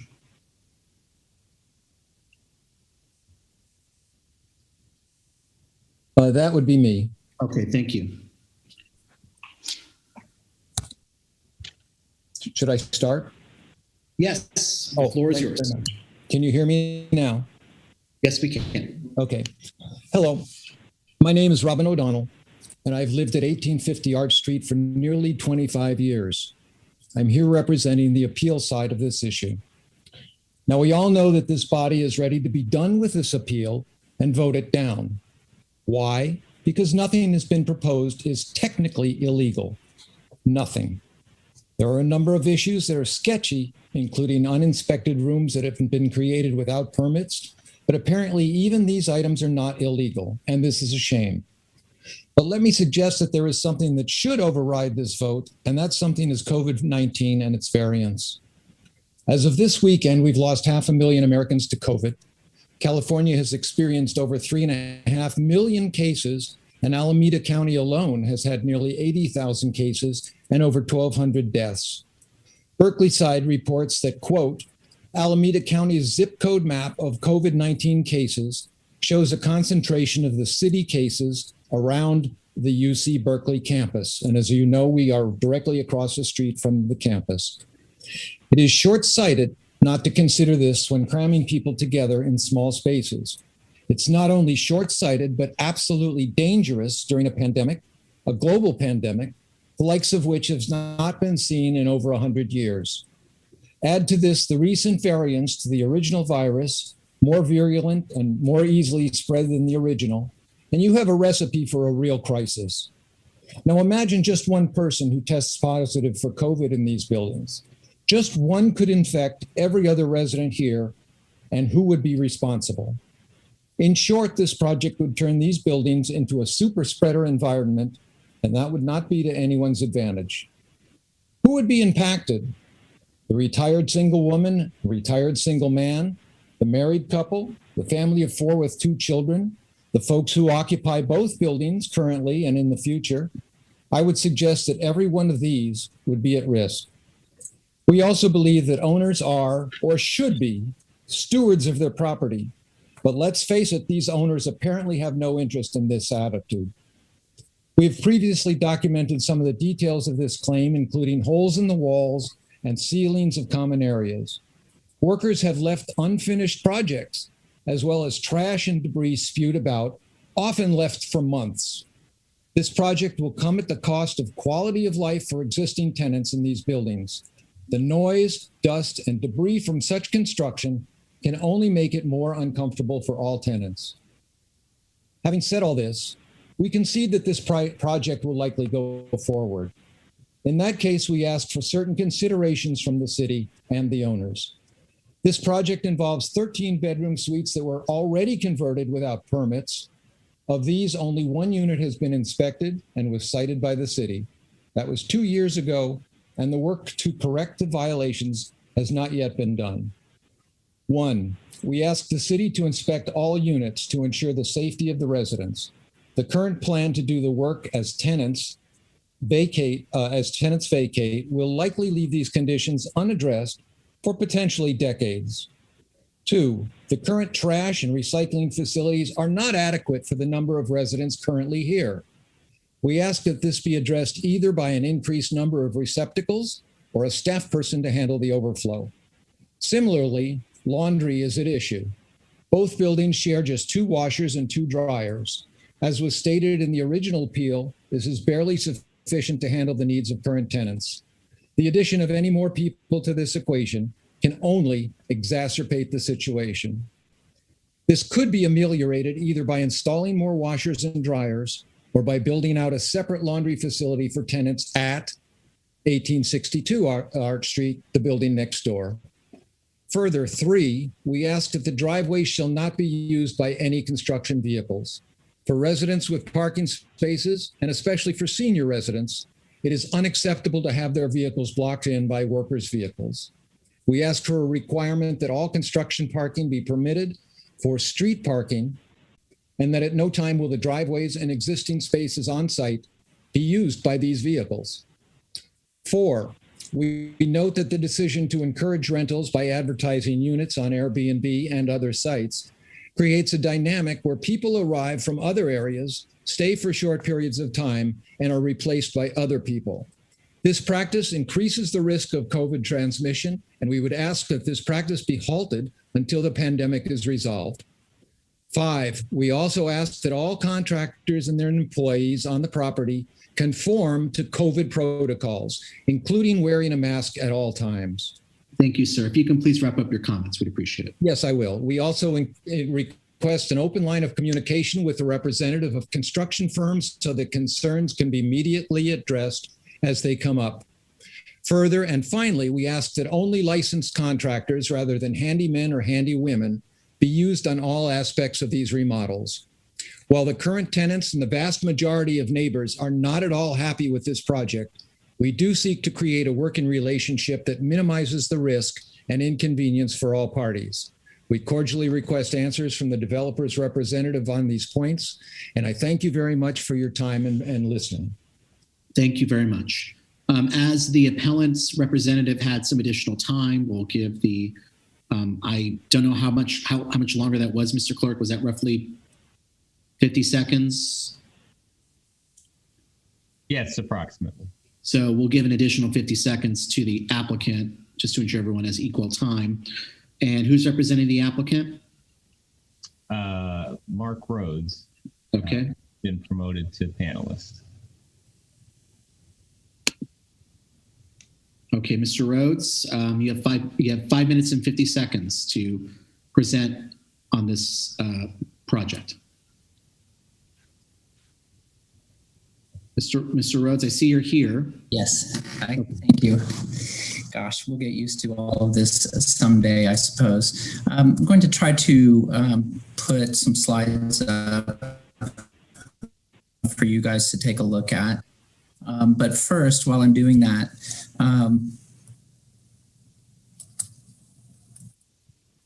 I want to really take a moment to congratulate you guys. In my almost 25 years of being involved directly in Berkeley and in housing issues in particular, I have never seen the city council go after a topic quite like you guys are at this point. It's incredible, and at all levels. I really appreciate it, and I think, of course, long-term, the community will as well. So thank you very much for that.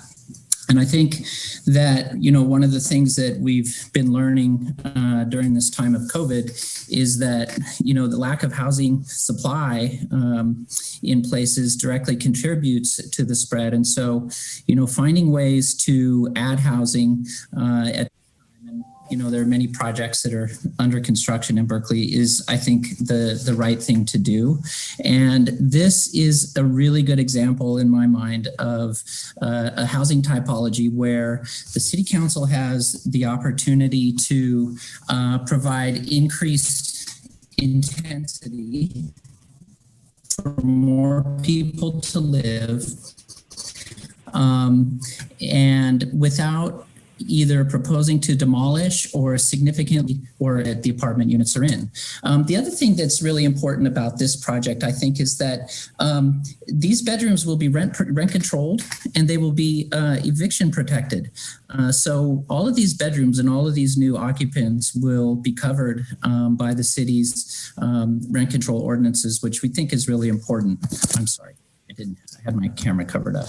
I will also say that the owners of this property have just purchased it in just the last couple of years.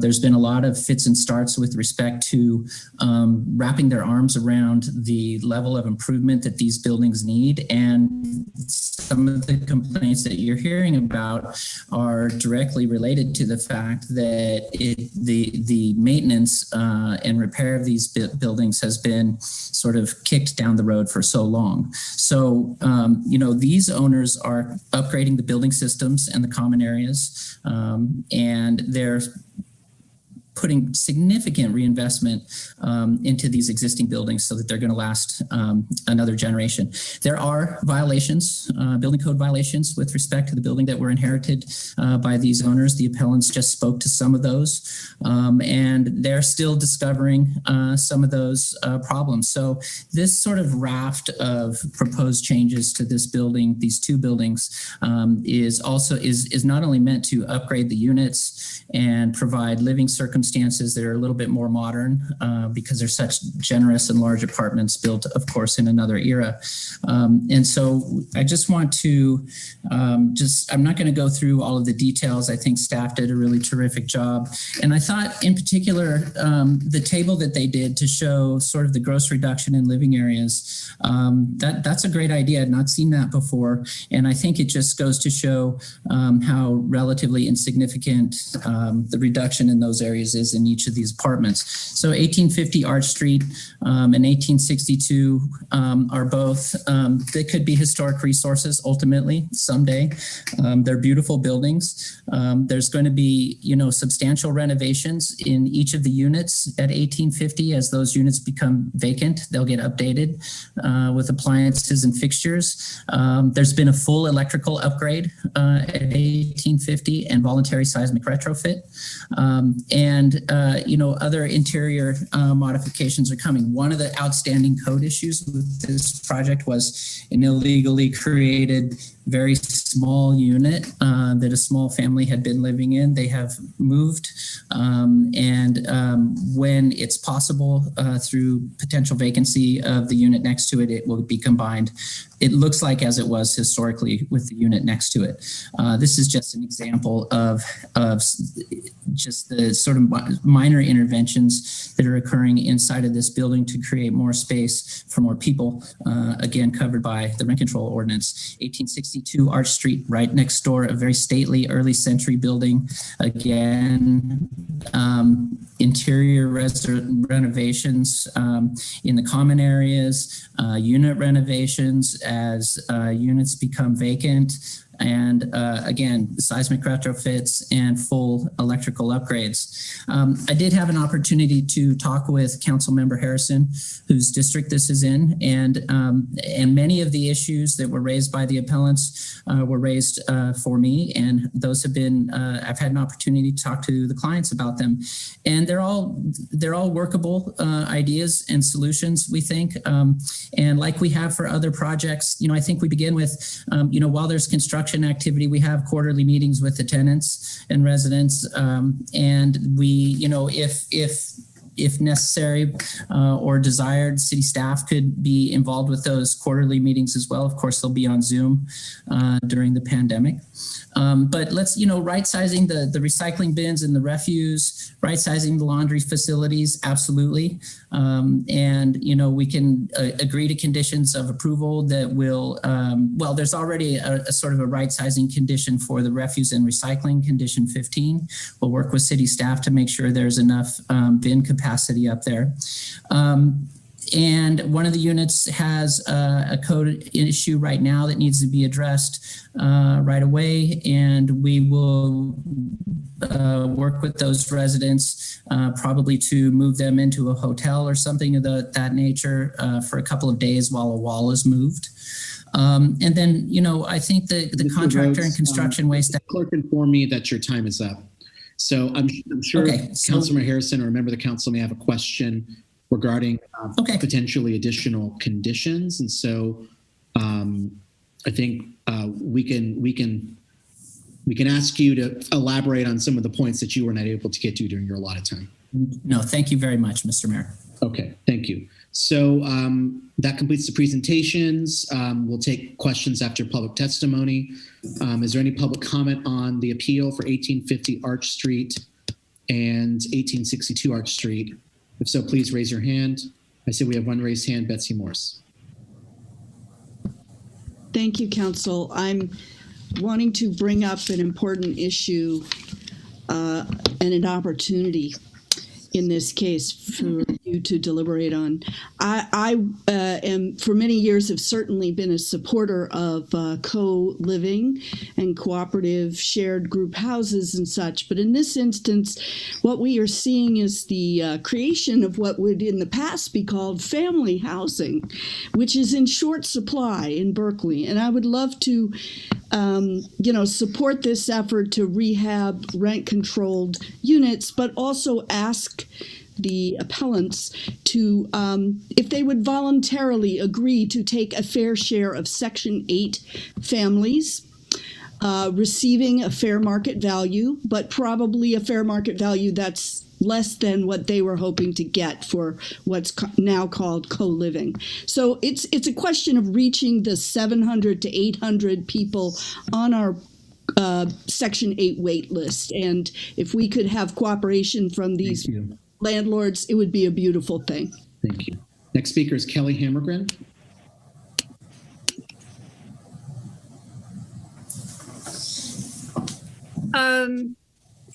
Boy, I really support what Betsy just said. Section 8 sounds fantastic because there are not enough places to take Section 8.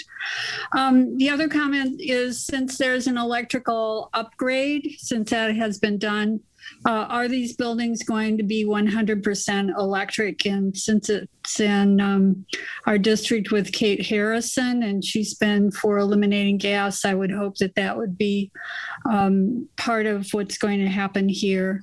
There is always the concern about traffic, and I hope that that can be settled on behalf of the tenants. Thank you. Thank you. Bryce Nesbitt.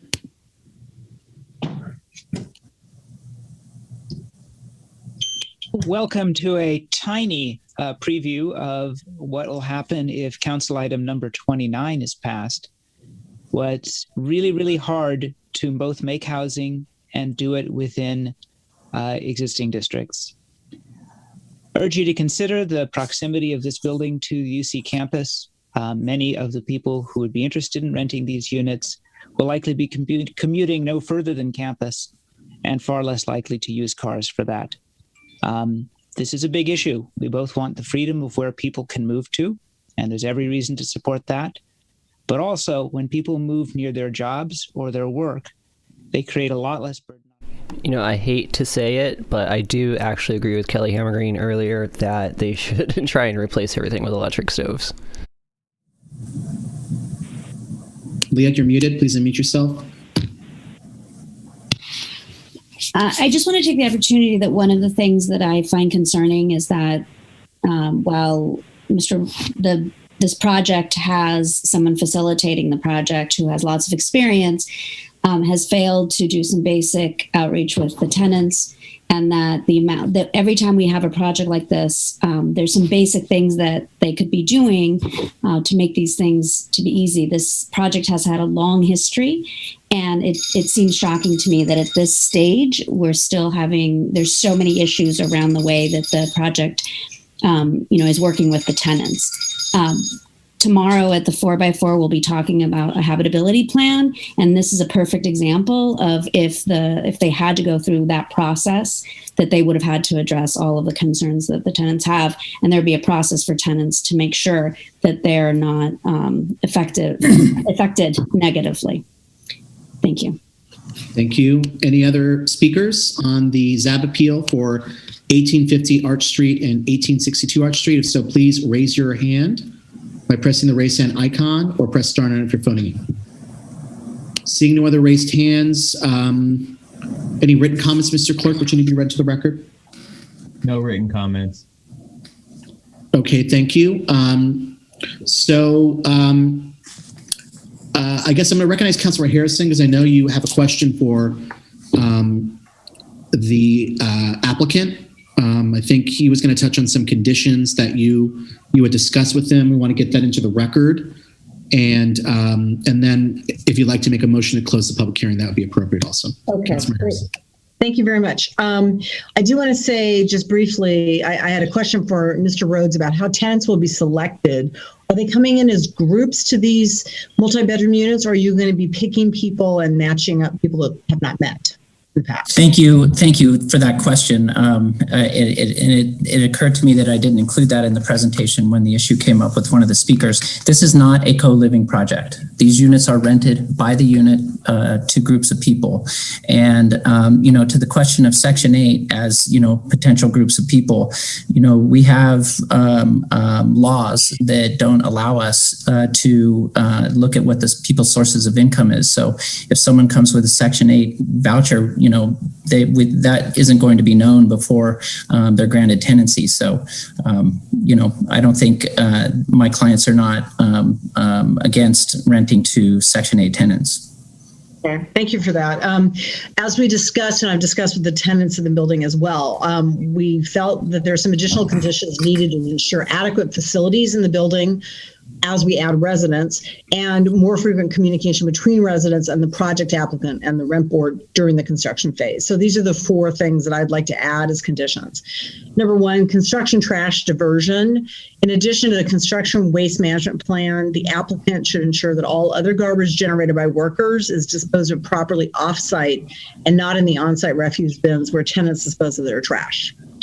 Number 2, refuse capacity. The applicant will increase the capacity of recycling, composting, and garbage disposal to be commensurate with the increase in bedrooms so as to ensure compliance with Berkeley Municipal Code 12.32.020 requirements, disallowing the accumulation of waste. So that leaves it open to exactly how many bins, but you'll be following that code. Laundry capacity, the applicant will increase the number of washers and dryers available to tenants at the on-site laundry facilities to be commensurate with the increased number of bedrooms in the building as allowed by space in the laundry facility. In terms of communication during the construction process, quarterly meetings. During active construction, the applicant will hold quarterly meetings open to all tenants to discuss the construction and the rights of tenants, provide ways to contact management with urgent matters, and to field questions and concerns from residents.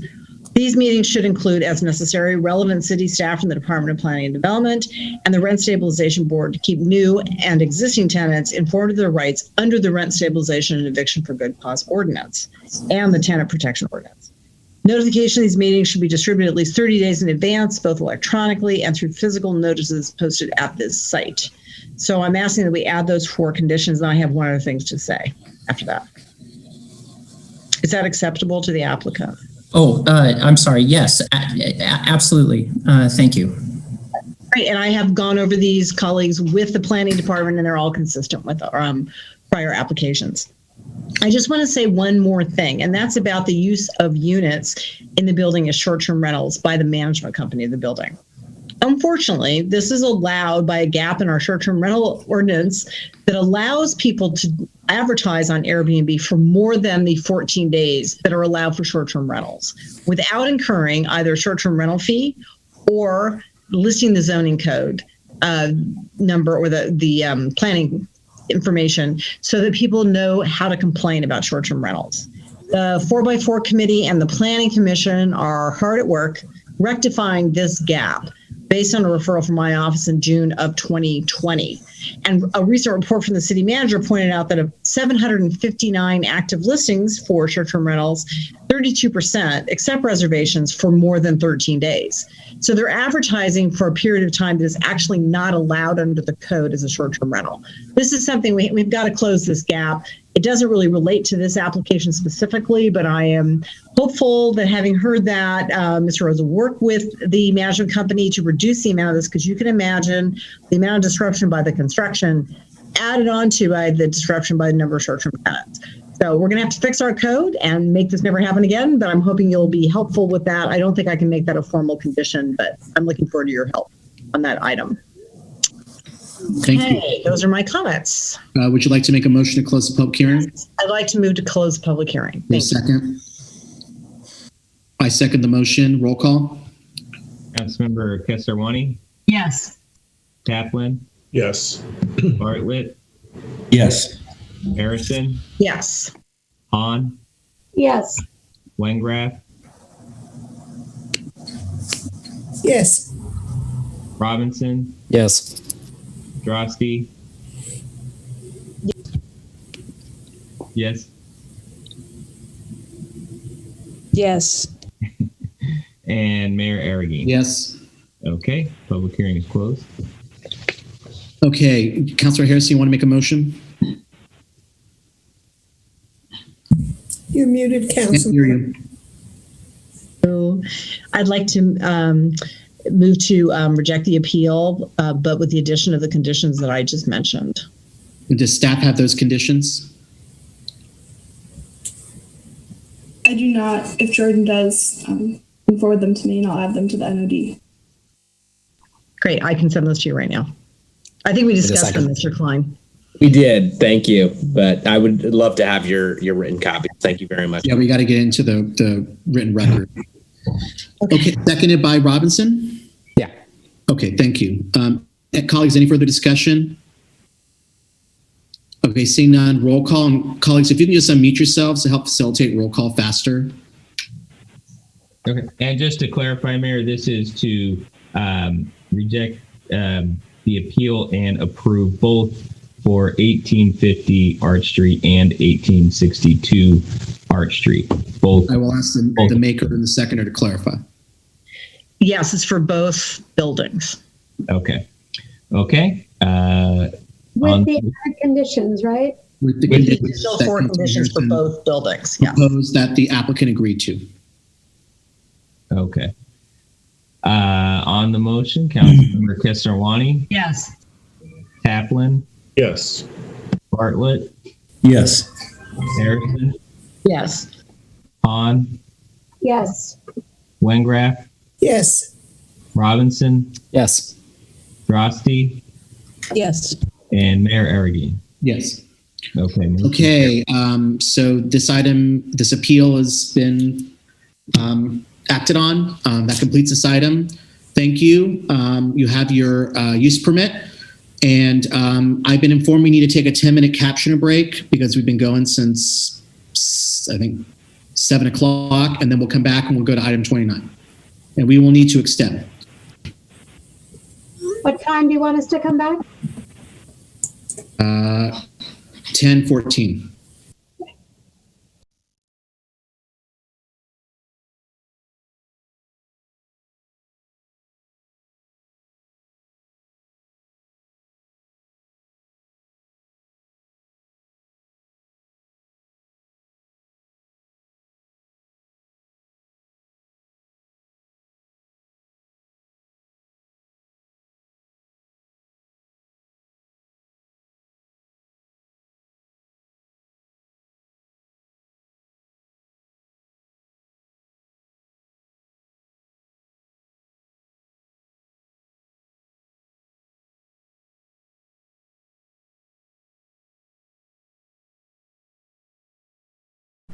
We are almost there. God, this is infuriating.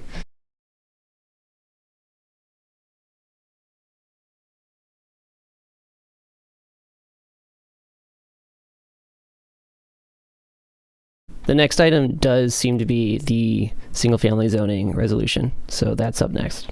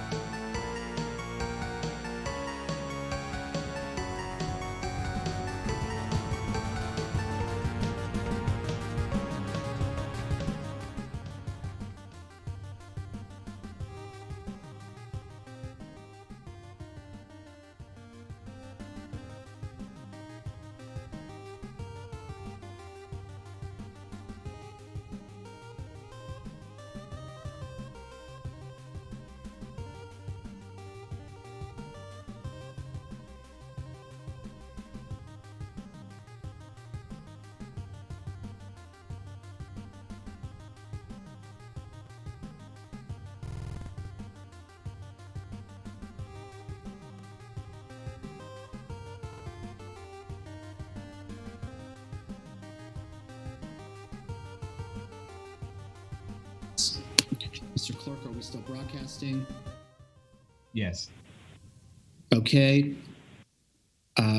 Once again, we're back in session. So we are going to go to item 29. This is a resolution to end exclusionary zoning in the city of Berkeley. And before I recognize Councilmember Drosty to open on this item, I'd like to make a motion to suspend the rules and extend the council meeting till midnight. Is there a second to take up this item? Second. Seconded by Drosty. Once again, if the council members can please rejoin us, we are going to vote on extending the meeting to midnight. Councilmember Kesarwani, Councilmember Taplin, Councilmember Bartlett. We're back in session. So the motion is to suspend the rules and extend the meeting to midnight to take up item 29. Seconded by Drosty. Let's call the roll. Councilmember Kesarwani. We'll come back. Councilmember Taplin. Yes. Bartlett. Yes. Harrison. We'll come back. Hahn. Yes. Wengraf. No. Robinson. Yes. Drosty. Yes. Mayor Arreguín. Yes. Councilmember Kesarwani to extend to 12 a.m. Don't see her. And then Councilmember Harrison to extend. No. Okay. We have 6 yes votes, so that motion carries. Yes. Okay, thank you. So item 29 is before us. I'd like to recognize Vice Mayor Drosty to open on the item. Well, thank you. Before we begin, I just want to explain what's before us this evening. We have a resolution to state our intent to eliminate exclusionary zoning in the city of Berkeley. We're not discussing any zoning revisions, only a resolution of intent. We did have a companion zoning revisions item, but they were separated, which is fine. That will come at a later date. Any future zoning revisions will undergo a robust community process and hopefully a referral to our planning commission. And so that takes a while. So I just want to state at the outset as well that the resolution is not an indictment of single-family homes or people who live in single-family homes. On the contrary, it's great if people want to live in single-family homes. Also, just to state, living in a single-family home doesn't mean that people are racist. I've received some emails about people being concerned around that, and I want to state that loud and clear. I think it's important that we remain civil when discussing our differences in policy. We shouldn't name call, nor should we question people's motivation. That goes for people against this idea and people in favor of this resolution. It's my desire that we address good faith concerns, but do so respectfully. While we certainly don't want to indict people, we do need to recognize how patterns of exclusionary zoning are proven to increase racial and economic exclusion. That's just a fact. I represent an area that has a long history of exclusion that's currently manifested in our zoning laws. As we discussed in our special work session, we need to acknowledge inequitable systems and the privilege that's embedded in them. Nuance is challenging when discussing land use, and it's often fraught with concerns. But neither Berkeley City Council nor our community is responsible for the history of this racial segregation in our zoning codes, but we do have the ability to remedy it. At the same time, will this small change fix our affordability crisis or patterns of racial segregation? No, nor do we claim that it will. There's not one solution, and there are other cities that have more extensive exclusionary zoning. We're not going to solve racial inequities with this policy, but we can't begin to try and solve this problem of housing discrimination or the lack of affordability without undoing exclusionary zoning. Is it going to be a huge change? I don't believe so. Will it happen overnight? No, friends, it's just allowing duplexes, triplexes, and fourplexes. And even the League of California Cities recommends that. Not only that, they're beautiful types of small buildings all over Berkeley, and most are only as big as a large house. So on top of that, addressing zoning is a step we'll need to take anyway because of our new regional housing needs allocation numbers. I repeat, every city is going to have to undergo some sort of zoning reform, as I'm sure the mayor can attest to as the head of the Association of Bay Area Governments. We're just getting a head start for the approximately 9,000 units that Berkeley is going to have to zone for our next housing element. Before I end here, I just want to acknowledge my amazing co-authors on this piece, Council members Terry Taplin, Ben Bartlett, and Rigel Robinson. They provided great insight and input. And I also want to thank the Sierra Club, Senator Nancy Skinner, Assemblymember Buffy Wicks, the Campus Chapter for Habitat for Humanity, ASCC, Bike East Bay for Everyone, and countless of other housing security and affordable housing advocates for their endorsement of this policy. I also really want to thank a lot of academics who study housing affordability and patterns of racial and economic segregation in our cities. Many professors across the nation have reached out to me about this important step that we might be taking this evening. Their work and advice has been critical, particularly from the UC Othering and Belonging Institute. In particular, I want to thank Karen Chappell from the Urban Displacement Project for her unabashed support of this move as critical to stopping displacement. And I encourage you to read her comment letter on this item. But finally, if you'll indulge me, I want to especially recognize my friend and great mentor, Dorothy Walker, who is in her 90s and is at home recovering from 2 strokes in the most recent months.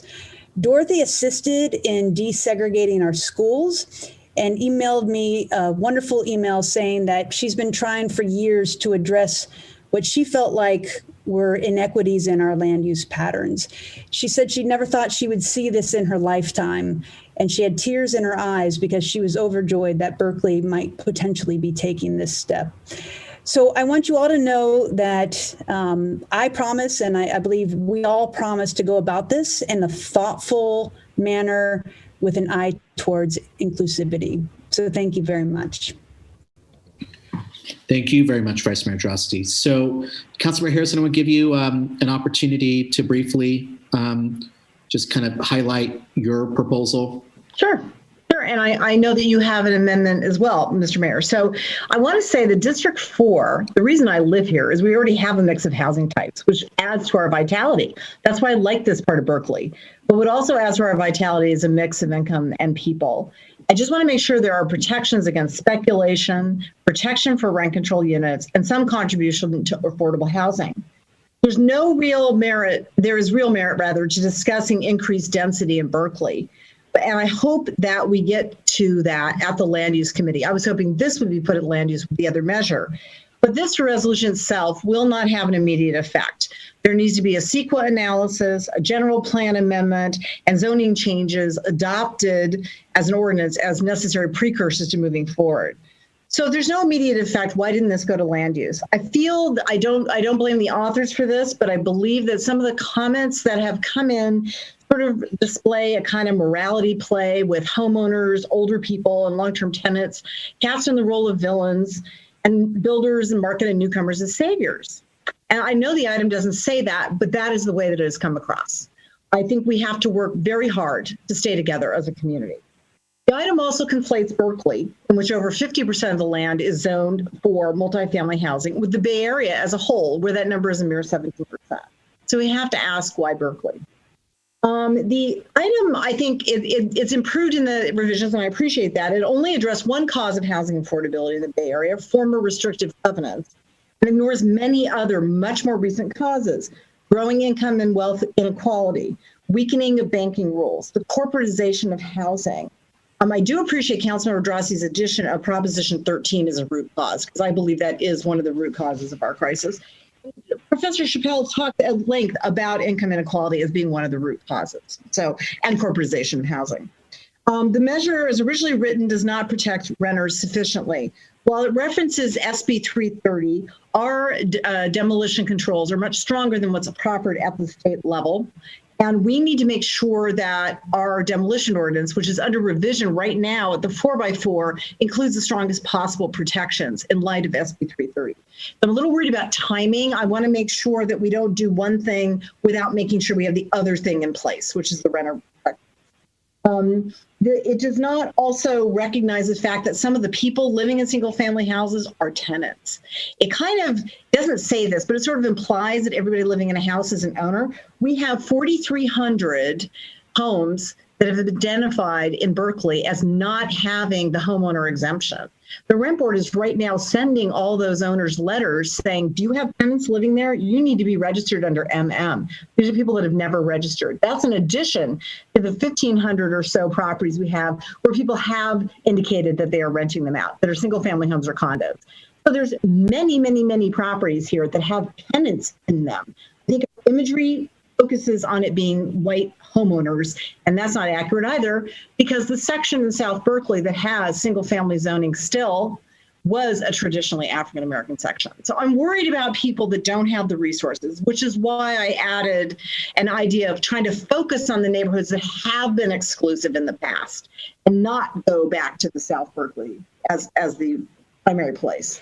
The likely areas for development are South and West Berkeley, where land and housing prices are lower. This has been the historic home of Berkeley's lower income homeowners. And I don't believe that gentrifying there will reduce racial diversity. I mean, improve racial diversity in Berkeley. It'll not rectify it, it'll make it worse. The item doesn't have a limit on the number of units, which the fourplex item does. While the text discusses smaller items and buildings and shows pictures of those, the language does not limit it to those. And in fact, the state legislature on the duplex item that's before them right now is considering a hard limit of 4 units for single family parcels. We talk about these lovely missing middle buildings, but then the resolution itself says more housing everywhere without any kind of limit. So I'm very concerned about that. I want to say finally that even if zoning was reformed, there would still be a need for some setback, floor area ratios, and solar shadowing standards, something that Berkeley is sorely lacking. Daniel Perlick, the author who framed the idea of the missing middle, calls for both zoning reform and consideration of context in developing this type of housing. Considerations should include, he says, lot size and provision of adequate setbacks, protect adjoining properties, and solar arrays from unreasonable shadowing. This measure tackles only half the equation. And that's another thing we left behind last year with our JSISL committee. We did not develop objective standards, something else that Dr. Chappelle has been very clear that we need. Finally, I just want to say that market forces are partly to blame for the affordability crisis we have now. It's fashionable now to say more is better, more will mean less cost. But I don't believe that entirely. I think we need public solutions. The economics of private land development require profit maximization, meaning new housing is predominantly built for wealthier people. The homes on Ellis Street that are the fourplex that was built there, the average cost of those condos is $1.3 million, about the average of a single family home. So it's not inherently true that new units are less expensive, even in a 4-unit setup like that. So I have added some language to try to do work on protecting tenants, to ensure that rent-controlled units are not destroyed, to ensure that we have a preference as we move forward for contextual reuse of existing buildings as opposed to demolition. Because of environmental reasons, we don't want to demolish what we already have if we don't have to. And because there are people, real human beings living in those existing homes. So we have a single family home, it's better to add 3 cottages than tear down the home. So, because those people actually live there. So I've made some suggestions about those ideas, and I'm happy later to go over those ideas with you. I just want to say one more thing. This is from Betty Susskind. There's a wholeness and cultural richness that is lost when we attempt to homogenize who we are. If this disappears, I will move again. She moved to Richmond. There's a lot that gets lost with gentrification and redlining, things that are really the essence of what makes this country great.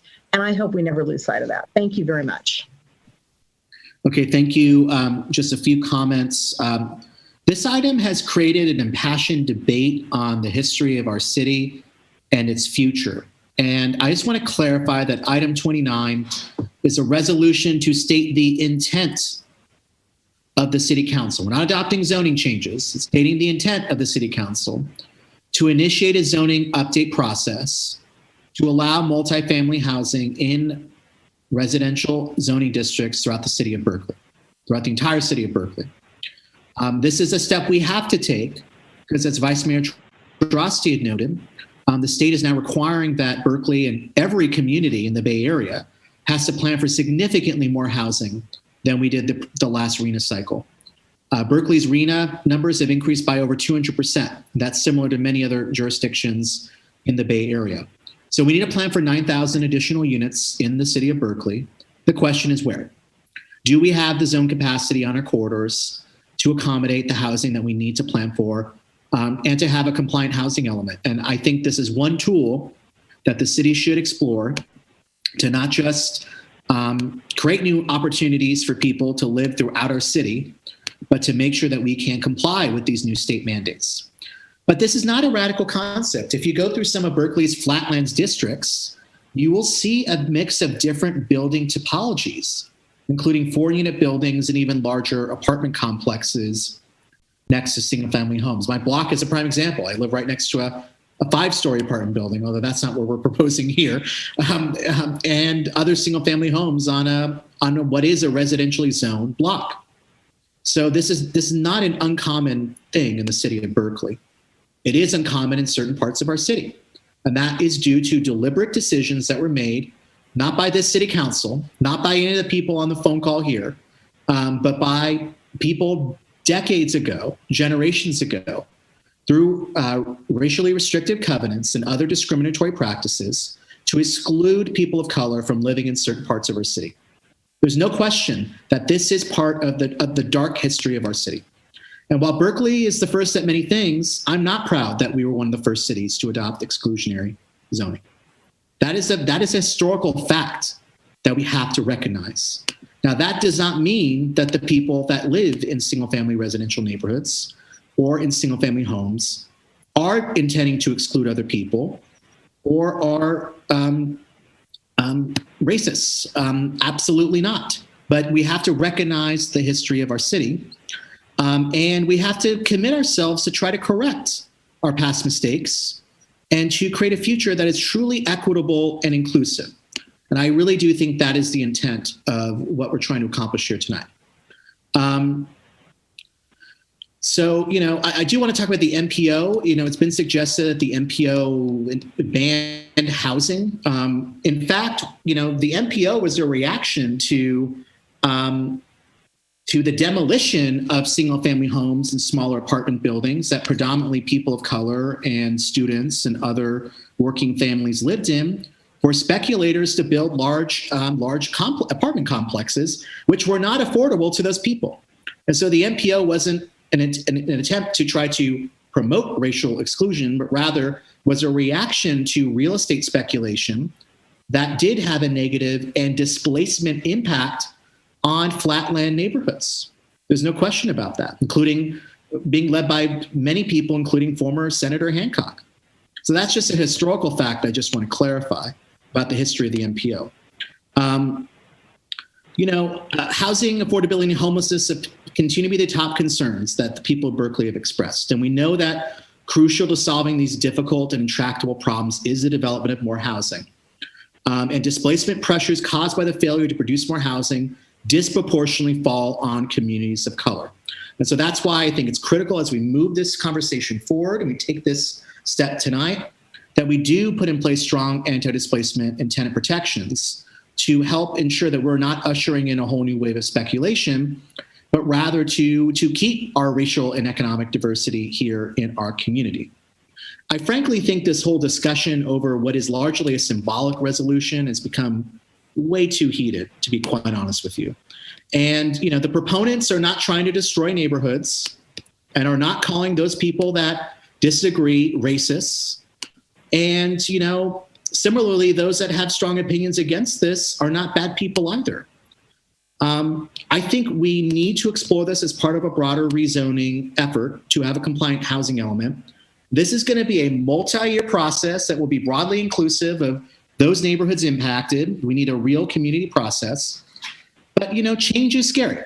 It's hard, but change must come sometime. And I do believe that that moment is now. We do not need to divide our community or our council as part of this conversation. I think there's an opportunity for us to come together and unite behind a common approach as we are embarking on this whole process tonight. I appreciate all the points that were made in opposition, made in support. They're in the record, they're in the background reports.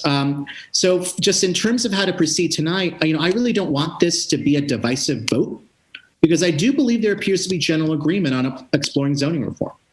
I would like to call on the council to find a way for us to come together. There are a lot of diverse opinions in our community. This should not be needlessly divisive.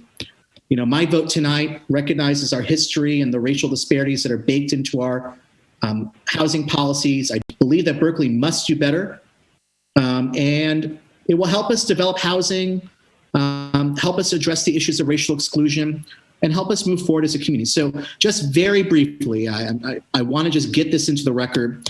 I've been trying to find a way to incorporate some of the, what I think are thoughtful changes by Councilmember Harrison and Hahn into the Droste resolution. So I took the Droste resolution and have tried to kind of integrate some changes. So I'm going to share that right now.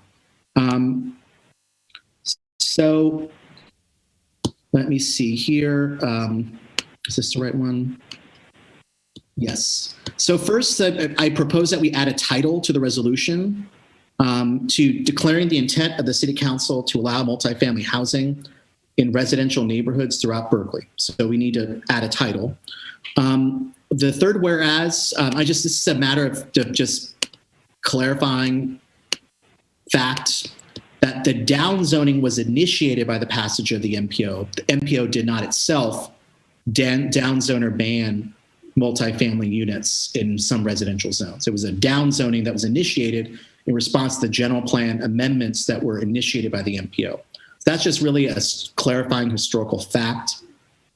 I did think Councilmember Harrison's suggestion about adding escalating income and wealth inequality and the prohibition of apartments and multifamily homes was not unreasonable to add. Going down to this whereas clause, exclusionary zoning has created de facto rather than de jure racial and economic segregation, which creates strong effects in the life outcomes of residents. Going down to this whereas clause, market rate and subsidized housing, in addition to strong tenant protections and demolition controls. So it's not just the housing, it's also these other protections paired with the housing have the effect of helping reduce displacement pressures. Not anything in conflict, it's just really clarifying. This whereas zoning reform does not ban single family homes, but allows a greater mix of home types and income levels. I think the intent was income levels in more Berkeley neighborhoods. Whereas zoning reform, when coupled with other policies, can reduce cost burdens for low and middle income households. And whereas reforms to Berkeley's residential zoning, and this is from the Harrison item, must ensure that units subject to rent control are not lost due to demolition, that demolition is generally disfavored for environmental and contextual reasons, and that historically designated properties are protected in accordance with federal, state, and local standards. And I think that's an intent that was expressed in the other item, the fourplex item that is currently pending before the Land Use Committee. Harrison's suggestion about language about public safety, I think is reasonable to put in here, because after all, this is stating intent and just kind of the broad principles that we want to guide this zoning reform discussion. So adding, whereas public safety in particular in the face of earthquakes, fires, and sea level rise, many of which are exacerbated by climate change, is of critical importance. Now, therefore, be it resolved, just making that change, adding and this be it further resolved, it's saying that the elimination of exclusionary zoning by 2022, comma, in order to meet state mandated regional housing needs allocation requirements. Just to clarify, the reason we're doing this 2020 timeline is the RENA. Be it further resolved, the City of Berkeley encouraged the inclusion of homes in all neighborhoods of Berkeley I think that's an important statement to make very clear. All neighborhoods of Berkeley to accommodate families in new and rehabilitative multi-family developments. And just adding some additional language, this was from the Harrison item, that as part of zoning reform, the council and the planning commission should consider methods such as the division, contextual addition, adaptive reuse over demolition, and ensure that new development resulting from such changes does not demolish any rent-controlled or below market rate housing, and explore incentives for projects to contribute to the need for affordable housing. All of this is reflected in the separate fourplex item, but I think, as these are issues that clearly have the members of the community have expressed concerns about, I see no reason to not restate that as part of this resolution to state the council's intent. And lastly, and I think this is an important addition, and be it further and finally resolved, that the City Council is fully committed to carrying out a robust community process, including residents of affected neighborhoods, in the development of zoning changes, as has been done in other cities that have initiated zoning reform. So many of these changes are really factual, clarifying, and also adding language that does not appear to be in conflict with the intent, and is also reflected in the separate quadplex item, just to elaborate and provide further clarification around goals and intent as we embark upon this initiative.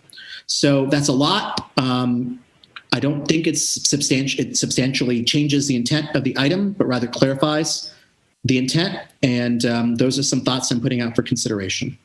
And I've been working on this, and I'm reading it into the record. I didn't have a copy to send it to council prior to the meeting. I apologize. And I'm happy to go over this again later on.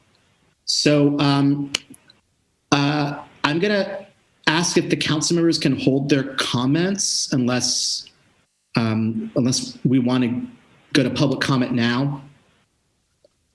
Councilmember Taplin, do you want to speak now?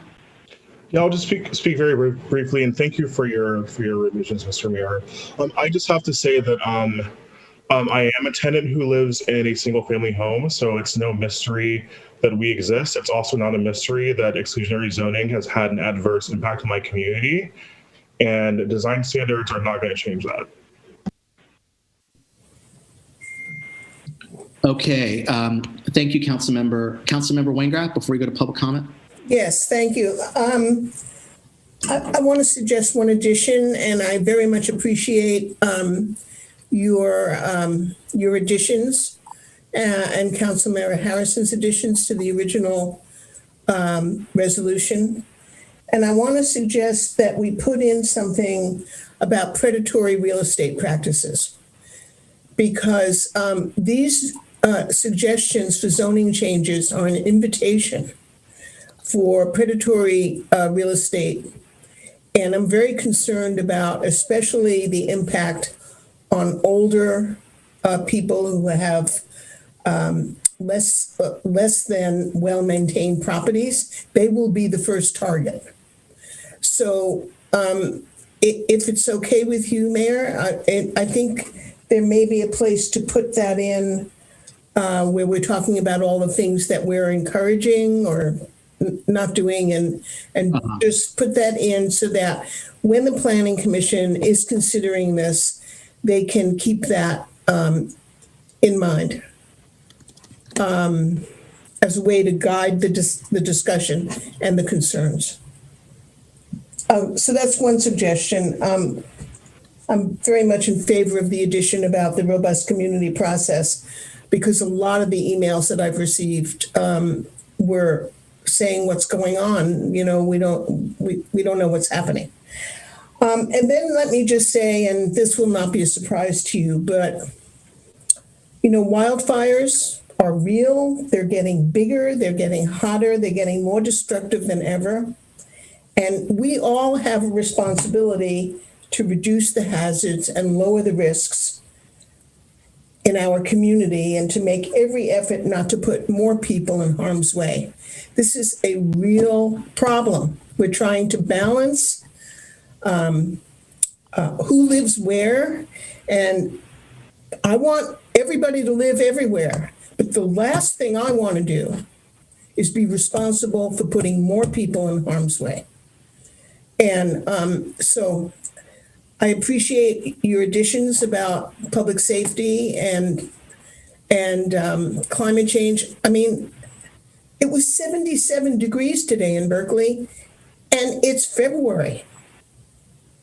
This is real. So I know that was part of what was very controversial, and we need to be smart. We need to figure out a way to protect people from a situation that is only going to get worse, and at the same time create a diverse community where everybody can live every place. Thank you. Thank you. I have a question for the city clerk. Now that I read those amendments into the record, can I send it to you to be transmitted to the council and posted on the website? Or do I need to vote to accept? Yeah. Generally the process for any written submission is to vote to accept it for. I will send you the document to send to the council, and then we can discuss whether to accept it, just so the council has it. I mean, literally, I've been, in between the other items working on this, so it wasn't something that was necessarily ready for the supplemental packet. So we'll post it to the website as well. Okay. Vice Mayor Drost. Thank you. Just really briefly, I want to thank you, Mr. Mayor, for, I think those sound like very thoughtful amendments, and I feel comfortable with them. Of course, I have to ask my co-authors, but I do want to add that I did have a clause. It wasn't as if public safety wasn't addressed in the resolution. It's very important to me as well. And I hear you, Councilmember Wengraf. I have the same concerns, but I appreciate you adding an additional clause, Mr. Mayor. I think that's helpful to just really drive home that point. And I think that the challenge in having these two items separately is that, of course, we know, because we're sort of in the weeds on land use, that any general plan amendment usually takes, at 1 to 2 years at least. So I think that's, I am grateful that you mentioned that it will be a robust community process, which we'll talk about when we actually get to the zoning revisions. Thank you. All right. Okay. Mr. Clerk, I sent you the item. While we start public comment, if you can send it to the council, and then the council can entertain after public comment whether they want to accept the item for consideration. So we'll now go to public comment on item 29. If you'd like to speak, please raise your hand and press star 9. Councilor Robinson, before we go to public comment. Oh, no, I was just trying to be clever and have my hand up first for after. Okay, raise your hand again. Okay, re-raise your hand. Okay, so the first speaker is Nagin Mossad, and once again, 1 minute per speaker. It is very disingenuous of Councilmember Droste to pretend like she cares about reversing racist housing policies of the past by this upzoning ordinance, which will not be providing any housing for our mere 7% African American population left in Berkeley. This community has evaporated so quickly in the past 15 years, it's gone down by half. If you really cared about this community, you'd make one of those 4 units very low income or Section 8 voucher acceptable. If it's market rate, it will only be benefiting the real estate finance corporations whose assets are now totaling $260 trillion, as they own most of the luxury condos and housing of the urban centers of the world.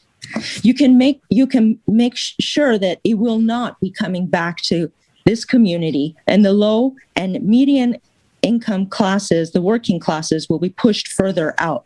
400% increase in housing prices in the past 30 years. Just think about that.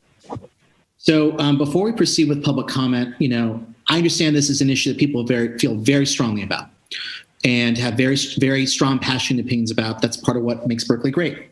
But I just really want to ask if we can be respectful of each other and respectful of the city council members. We have different opinions. Let's have a civil discussion. Thank you. Council member, sorry, I just upgraded you, Michael. Michael Katz is next. Hello. Just procedurally, I am amazed that you are considering acting on something this sweeping at midnight after a high turnout election rather than before. The way to have a robust public process and a respectful decision is put this and the companion measure on the 2022 ballot and get the whole community involved early. It's going to be on the ballot one way or another. Both are. It'll be a lot cheaper to do it with a scheduled than a special election. And with all respect for the good intentions, there are a couple things we can't have both ways. We can't be claiming to promote diversity when we're saying the whole city has to be zoned the same. And we can either include the race baiting and blackwashing rhetoric or take it out, but you can't say you're not pressing that and this is a separate issue and put it back in. It's got to be one or the other. Please respect the public.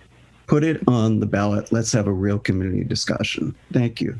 Thank you. The caller with the number ending 915, I believe that's Thomas Lord.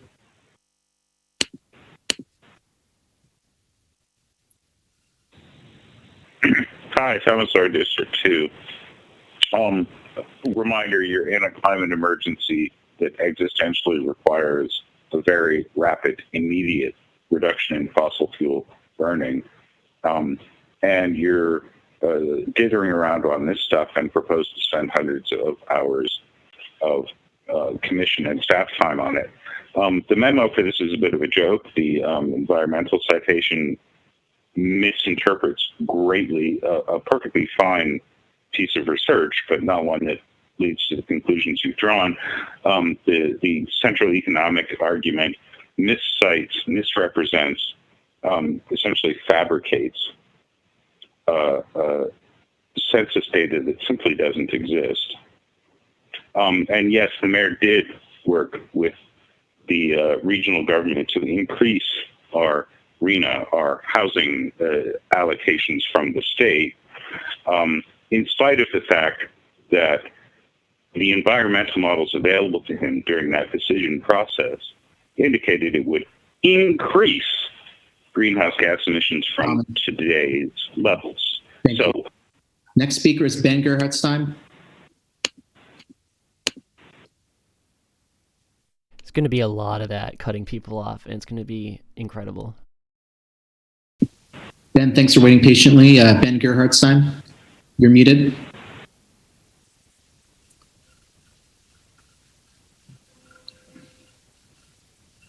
Ben Gerhardstein.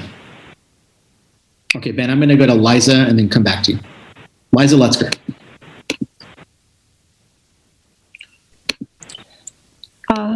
Good evening, everyone. I'm really excited to have you take up this resolution. It's a really important resolution, not only to address racial equity concerns, but I'm going to speak on behalf of Walk Bike Berkeley here and just say that really allowing housing of multiple unit sizes to go throughout the city is really a climate and transportation justice issue. We have people who are saying we can't build huge buildings on our corridors, and now the same people are saying we can't build small buildings scattered throughout Berkeley. We have to build a lot of housing. Let's build it where people have easy access, walking, biking, transit to all the different parts of Berkeley that they need to travel to. I really urge you to pass this resolution. This is really a climate issue. Let's go ahead with it. Thank you. Thank you so much. Ben Gerhardstein, are you there?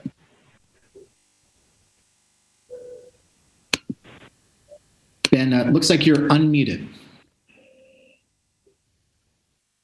Ben Gerhardstein?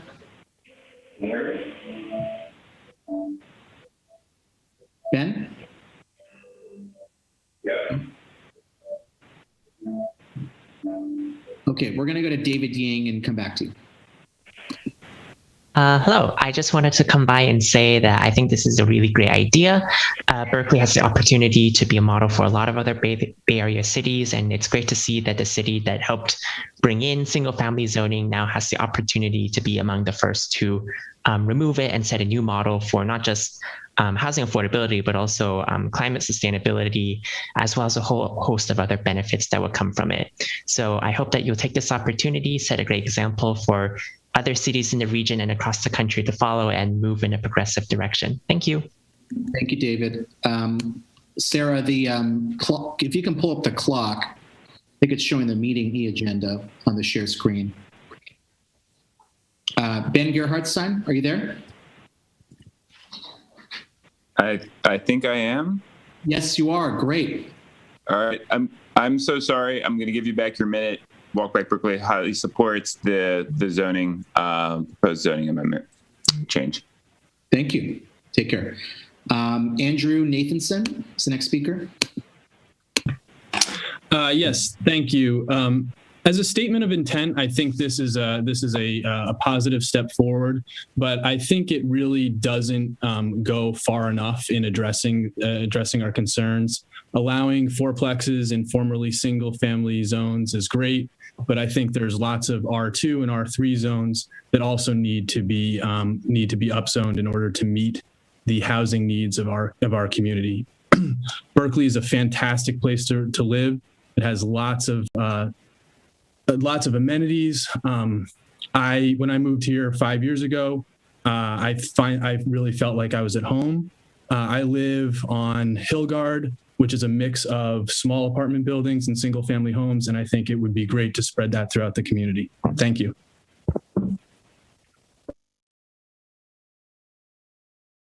Thank you. The next speaker is Daryl Owens. Yeah, hi, Council.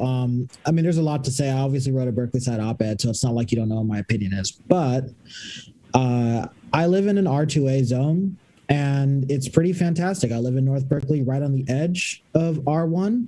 And you can just, I mean, the difference is literally night and day. When the street turns from MLK Junior Way to the Alameda, it goes from a somewhat diverse community of all the Black residents I know who live in North Berkeley happen to live in these apartment complexes or live in the duplexes nearby. And then as soon as you walk past Hopkins, it becomes a lot more wider and affluent. But the thing is that in terms of the design and the neighborhood feel, it's not radically different at all. I mean, you can't even tell the difference, really. These are just small scale apartments. So I'm not saying that anybody is racist. I've lived in Berkeley my whole life. I can assure you, these folks ain't racist. I'm just saying that there are systematic reasons that we have racial inequality in housing, and we should fix that. Thank you, Daryl. The next speaker is Salim. Salim, you're currently muted. Salim? Salim, you are muted. If you wish to speak, please unmute yourself. Okay, Salim, we're going to go to Paul Laverde and come back to you. Good evening, Mr. Mayor and City Council. I'm Paola Laverde, and I'm a Rent Stabilization Board Commissioner elected by the people of Berkeley. I come before you on behalf of the tens of thousands of Berkeley voters, many of them tenants who put me in a position to speak on their behalf for item 29.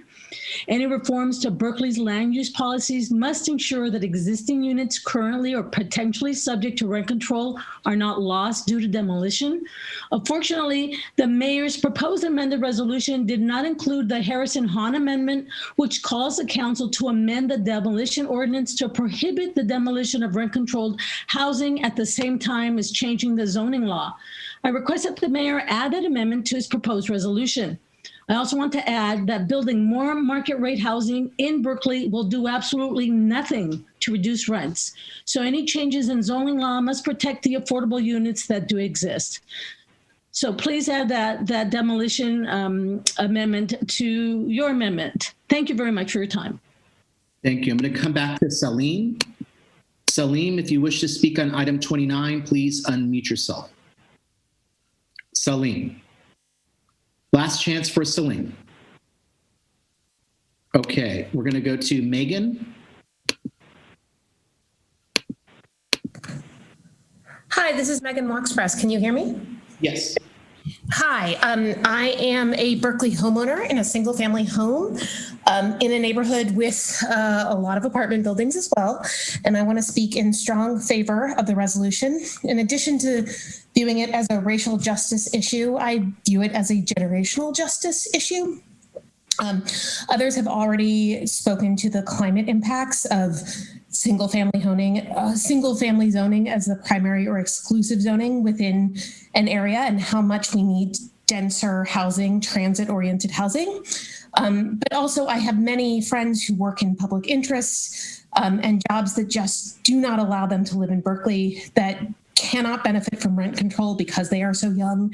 And I just think that this is a way of opening up our community to people in their 20s and 30s, as well as undoing some of the racial injustices of our past. Thank you for your time. Thank you. The next speaker is Tim Frank. Oh, good evening. Thank you very much. I'm the executive director of the Center for Sustainable Neighborhoods, and we work on finding sustainable solutions across the entire spectrum from urban to rural and in every kind of urban context. And it has been our belief that when dealing with the challenges, both of the housing crisis and the climate crisis, that every neighborhood has to do its part. And while it is true that the majority of the capacity for new additions in Berkeley is going to continue to be along the major corridors, it's really important that every neighborhood contribute something, including the single family neighborhoods. And what's being asked of them in this case is actually quite modest. And in many ways, it can actually improve the quality of life in these communities by making them more stable and making them able to accommodate a more diverse populace, which I think a lot of people would appreciate. So we encourage your work. Thanks. Thank you. The next speaker is Kerman. Hello. Yes, I just wanted to say that there is no silver bullet when it comes to solving segregation, equity, and housing affordability problems, but this resolution is absolutely essential step to moving forward toward making good change, and any efforts to hem and haw and slow it down and get it exactly perfect does so at the expense of real people who have real and critical needs, who would be immeasurably helped by continuing to move this forward. I'm in a discussion group with a number of people at my church, which is also in Berkeley, and we're constantly talking about people that we've lost to other parts of the country, struggles with housing inequity. We're so excited about this resolution. And I just want to say fear of change and fear of people who are different is what led us to restrictive zoning and the scenario. So please don't let fear of change dissuade you from supporting this resolution, and give us a chance to get more diversity and more neighbors and more opportunities. Thanks. Thank you. The next speaker is Anarivan Chatterjee. Hey there, I'm Anirvan Chatterjee, a District 5 resident and a historian of the city's South Asian community. Last week, we honored Kala Bagai, a survivor of Berkeley's race-based housing exclusion, by renaming Shattuck Avenue East after her, and I'm so excited. And the strong support from council shows that we're really ready for those hard conversations that we need about housing and race and history. So Kala Bagai was actually kept out of the city by overt one-on-one housing discrimination, but that same kind of neighborhood-based racism transmuted into the structures of single-family zoning, which accomplished exactly the same aim, but at a much bigger scale. So I love the fact that we're renaming streets. It's a huge issue for Asian American representation, but that's a symbolic first step. Voting for this historic resolution is where the real work that we need to do, where it begins. Thank you.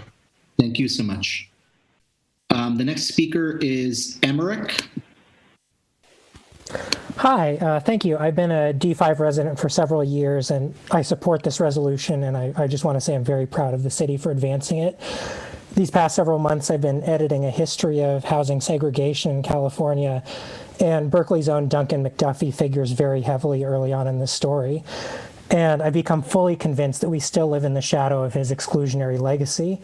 But today we can decide that it's important to bring that legacy to a close. And so I really appreciate the council for deciding to bring this up and to have a real discussion about it. And I support this resolution. Thank you. Thank you. The next speaker is Theo.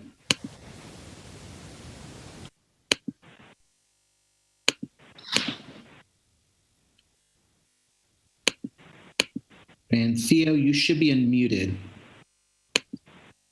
but we can't hear you.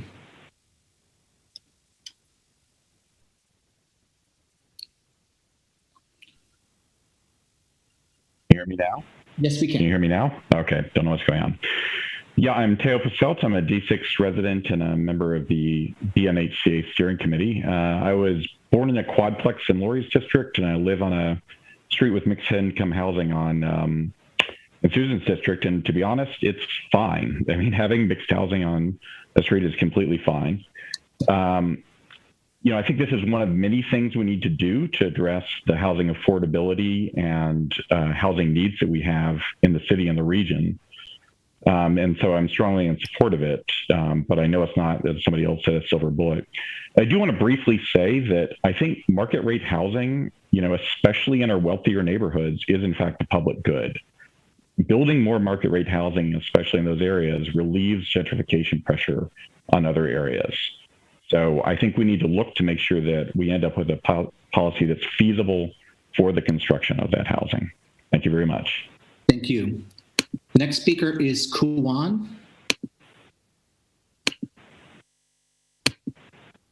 I'm having difficulty activating Kuwan's line.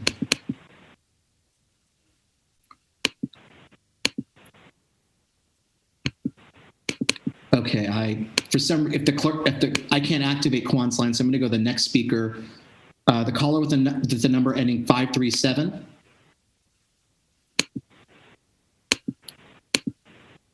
Caller with the number ending 537, you should be able to speak. Good evening, Mr. Mayor and council members. My name is Luis Morante. I'm a renter calling in to support this measure as a truly historic step in the right direction towards a more inclusive, more equitable Berkeley. Just really excited that a place of such historic proportions of exclusion is one of the first in our state to take this really, really important step towards inclusion. A necessary, if not sufficient, measure, but a super important and noteworthy one nonetheless. Thank you. Thank you very much. I'm going to go back to Kwan. I'm not able to activate Kwan's line. I apologize.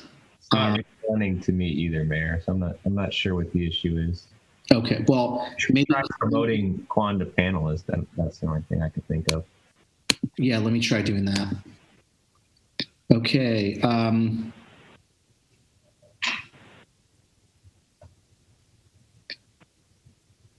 I did move Kwan over, but I don't see that individual on the panel side. No. Let's go to the next speaker. Andrew Talbot. Hello. I'm a homeowner here in Berkeley, single family home. And I just wanted to say that I appreciate the council for bringing forward this measure. The status quo is what brought us to this point, and we're only going to get out of this housing crisis by changing the status quo. So I appreciate that this is a change, I think, in a better direction. It's one small step. There's a lot more along the way, but I appreciate a chance to take that tonight, and thank you for your work. Thank you very much. The next speaker is Leah Simon Weisberg. Thank you. I just would like to say that I support Commissioner Harrison and Han's amendments and appreciate the mayor, drafting something that, hopefully the entire council can support. But I think it's really important that in terms of this concept of this format being a marking of what the kind of historically where we at, I think it's really important to also include in terms of why we're here is the Costa-Hawkins Act and how that has limited our ability to do many things that could have helped with affordability, as well as the Ellis Act, two things that I think often are binding the city from really protecting tenants and achieving affordability. Also, the role of speculation. I really want to raise that up and make sure that we include protections against speculation. And thank you very much. Thank you. The next speaker is Igor Treged.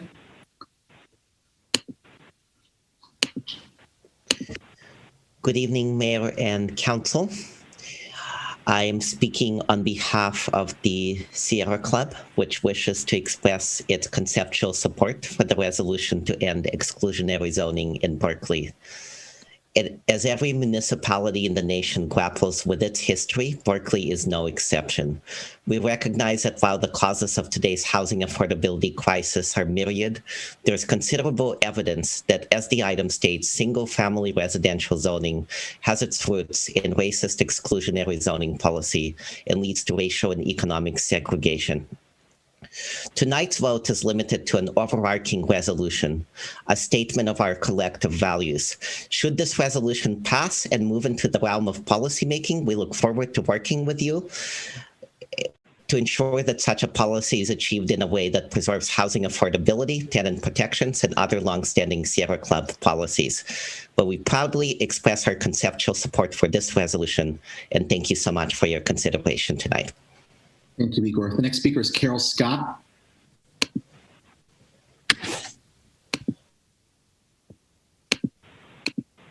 Hello. Hi, Carol Scott. You support the effort to end exclusionary zoning. Your council members are real leaders, proactively working to end racist and classist mistakes of the past. We today have the opportunity to set an example for racial justice and a more environmentally sustainable future. Plus, Paris-style housing is lovely. So, way to go. Thank you. Thank you. Next speaker is John Minot. Hi, good evening. Thank you, council members. I'm a former Berkeley resident, might still be if it were more affordable. And I'm calling in strong support of this measure. The housing crisis has many causes, and a lot of them are very difficult because they deal with how we've allocated resources, with our wealth gap, with the power of corporations. And these are very slow things to change. It takes a lot of organization, but it's exciting that, but single-family zoning, the single-family mandate, as I call it, is something that is not about resources. It is a law that is a very blunt instrument and works very well. Its primary and foremost effect is to make housing more expensive by requiring more land for it. So it's exciting that charting a path that does not include that mandate is something we are moving toward that will make more resources and housing available for everyone. Thank you. Thank you, John. Next speaker is Linda Franklin.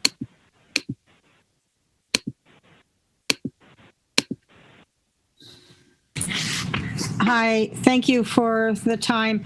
I really want to underscore the points that have been brought forth by Kate Harrison, and I appreciate Susan Waingraff's recommendation to look at predatory real estate practices. I'm very concerned that without careful planning, that this upzoning will actually force more low-income people out of Berkeley. The recommendations from the tenants union to protect existing tenants and to make sure that units aren't demolished is very important. And I hope that you will look at those issues as you send this forth to the Planning Commission. Thank you.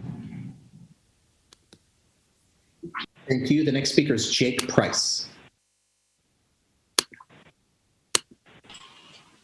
Hi, can you hear me? Yes, we can. Okay, so Jake Price calling in support of the resolution. Exclusionary zoning is a stain on our city's history, and I'm so excited at the prospect of eradicating it. Rezoning for quadplexes is an effective form of gentle density that does not drastically change the aesthetics of neighborhoods while simultaneously addressing our critical housing shortage. Because of exclusionary zoning, there are many homes in Berkeley that could not be built if they were proposed today. These buildings are currently standing. These are the types of homes that many of my classmates from Cragmont, King, and Berkeley High grew up in. And many of these classmates I grew up with no longer live here because of our soaring housing costs. This resolution commits to reversing a century of racism and is the first step to effectively address our ongoing affordability and displacement crisis. Thank you. The next speaker is Emily.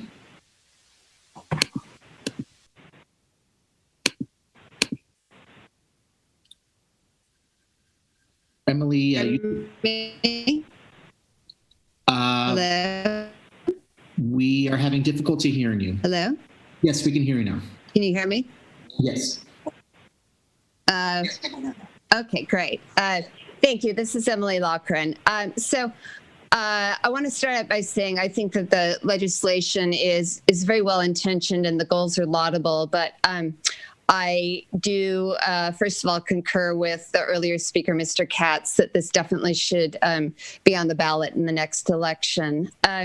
My concerns are really very much about the unique architecture of Berkeley and the fact that this overly broad zoning, of R1 everywhere will greatly incentivize the tear down of really unique housing stock that once it's gone, it's gone. And these neighborhoods, Berkeley will look very different. I do appreciate very much some of the amendments that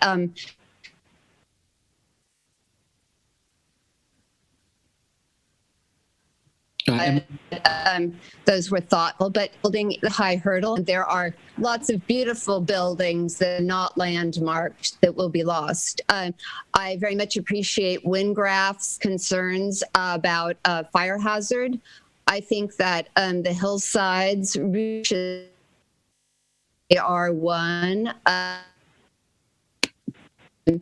The streets are narrow. Certainly we will have more fires, and those neighborhoods will really be lethal fire traps if you add more density. I think that the argument about environmentalism, can you hear me? Hello? Yes, but your time is elapsed. Oh, okay. Thank you for your comments. Next speaker is Bryce Nesbitt. Hello, recently, this is Bryce Nesbitt. I have been taking on consulting jobs when people are interested in converting an existing bedroom into an independent living unit. Most of these people are empty nesters who now live in a home that's bigger than they need. This is one of two potentially alternative solutions that I think council should consider to this direct up zoning. Take advantage of the state ADU law that already makes every one of these single family homes a triplex and encourage the creation of junior ADUs. I can tell you from my experience, the very biggest barrier to doing this is Berkeley's own planning department. It is extremely hard to get a permit for this kind of stuff. The second big picture approach is to work on income. If people of all races have similar incomes, there is no longer a discrimination in terms of zoning. Get those JADUs. They're your fastest way to make carbon neutral housing fast. Thank you, Bryce. Next speaker is Nathan Mizell.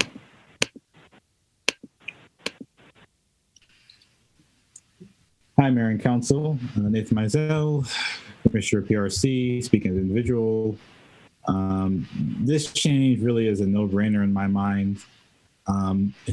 Far better that we as a city make this important change to redress the very negative racial legacy of this zoning and to help with the future in terms of our housing stock than wait for the state to just tell us how the zoning is going to work, which seems to be lost on some public speakers today. Change is coming now or later, now in a year, now or in 2 years, but I'd rather us be the ones to make the important statement that this zoning was wrong, how it came about in Berkeley was wrong, and that we can make this important change that could help many more people in and around Berkeley live in this city, hopefully stay in this city. And this is an important first step in that process, and I fully support this resolution. Thank you. The next speaker is Tyler Lemon. Hello, City Council and Mayor Reagan. Thank you very much. So I am a graduate student at UC Berkeley. I'm a resident in City Council District 4.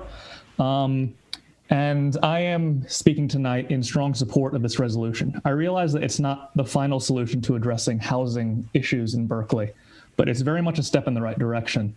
As a member of the Graduate Council at UC Berkeley, I constantly hear stories from students about housing stresses, like 4 or more people sleeping together in a studio, or students who are one health emergency or other big expense away from not being able to pay rent. And I think that providing one more option for a way to build more higher density housing is something that we need to do. And the final point that I'll make is the COVID crisis has shown us that when housing demand decreases because more housing is available, rent prices go down. So I think even more market rate housing will do something to alleviate the housing crisis that students are facing. Yes, done.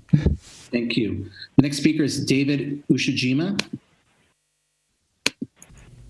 Thank you, Mr. Mayor and council members. I would like to speak in support of Councilmember Harrison's proposed revisions.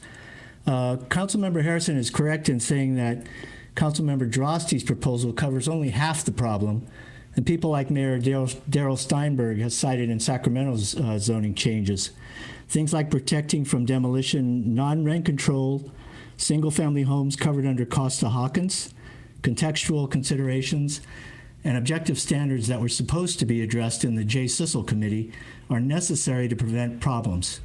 For that reason, it's hugely important that the revisions proposed by Councilmember Harrison be adopted. And it sounds to me like a lot of her revisions are incorporated in your, Mr. Mayor's, revisions as well. So hopefully those will be accepted and the council will come to some decision. Thank you. Thank you, David. The next speaker is Isabella Chu. So first of all, I was born in Berkeley and I went to UC Berkeley for graduate school. So I have a deep love and appreciation for Berkeley. But now I live in Silicon Valley. And this ordinance isn't just about Berkeley. You're part of a region. And I think it's widely acknowledged now, the racist, classist, unfortunate history of exclusionary zoning. But somebody has to go first. And so when you accept this ordinance, you're not just doing it for Berkeley. It's something that sends a signal to the whole region that we can change.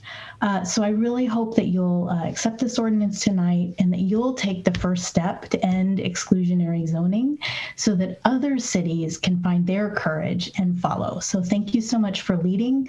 I think you're really living up to Berkeley's reputation as a revolutionary and amazing place. Thank you. The next speaker is Tony. Good evening. As you know, I'm a historian of Berkeley zoning, and I do think there's some wrong history. As far as the resolution goes, I support the Hahn-Harrison amendments, and I also appreciate the mayor's changes. The only historical thing that I want to correct is the NPO. The NPO did not initiate any downzoning. If you mean by downzoning, reclassification of zones, what the NPO did is that it required a new master plan. So you got a master plan in 1977 that consolidated the downzonings, that is the reclassifications that happened in the 1960s. You had from the 1949 zoning ordinance, a massive downzoning in 1963, a reclassification of 8,000 parcels another in 1967, the R1A, and the last downzoning was in 1972 that I know of. That was the R1A West Bray, which was downzoned from R4 and R2 to R1A. And so all the NPO did, besides the anti-demolition stuff, et cetera, was to have a master plan that consolidated these earlier downzonings. And I really think that if you don't get the history of the NPO there, it will be repeated. And it's anachronistic history. I will write this up and send it to you. Thank you. The next speaker is Bobby Lopez. Hi, good evening, everybody. This is Bobby Lopez with Todco BAFCA, affordable housing provider. We support this resolution, but kindly ask you to incorporate the language put forward by Mayor Arreguín and deeply appreciate the comments and amendments from Council Members Harrison and Weingraf to reflect the intent to protect low-income tenants from displacement and to maximize affordability for low and middle-income people. I am aware that this is a non-binding resolution, but given the public interest in the matter, I think putting forward these values, that there is a commitment to explore options to mitigate the impact of potential displacement, especially in sensitive communities, will help. On another note, since we're talking about exclusionary and racist zoning practices, in terms of truly redressing that history, I recommend looking at Boston, which just became the first major city in the nation to include affirmatively furthering fair housing requirements in its zoning code. So projects now have to provide a narrative description of how the project will further the goals of overcoming segregation and fostering inclusive communities, and assessment of historical exclusion, and also analysis around displacement risk, and then have to choose from a menu of mitigating measures. And that's my time. Thank you. Thank you. Sounds like a really interesting suggestion I'd love to learn more about. Okay, the next speaker is Primus Lamb. Hi, my name is Primus. I'm calling today to support the resolution proposed by the council, and I really appreciate Mayor Arreguín's revisions to it. I urge all of the council members to support that. My experience with quadplexes, I've lived in 2 of them since I graduated in 2016, has been wonderful. I've lived alongside young professional couples. I've lived with students. I've lived with like an old Korean grandma and like a young family with a 7-year-old boy, single father with his daughter, all sorts of people, all sorts of different building types. I think this is wonderful. I think it's something that should be legal, at least across the city. Yeah, that's all. Thank you so much. The next speaker is Sam Taplin. Hi, Mayor and Council. I'm here on behalf of the ACC. Happy to be with you at 11:30 p.m. I'd just like to express our support and the support of Derek, the elected representative of students, for this measure. It's true, this isn't, a total morality play. Not all homeowners are rich. Not all tenants of single-family homes are rich. And it's not their fault that their neighborhoods are exclusive. But it is true generally that duplexes to quadplexes, even those that are recently built, have an average income of the tenants of around $50,000, whereas single-family homes, their residents have an average income of over $100,000. So I think the data is pretty clear, and this kind of housing is generally more affordable to people, and I think this is a great measure for many reasons. Thanks. Thank you. The next speaker is Kelly Hammergren.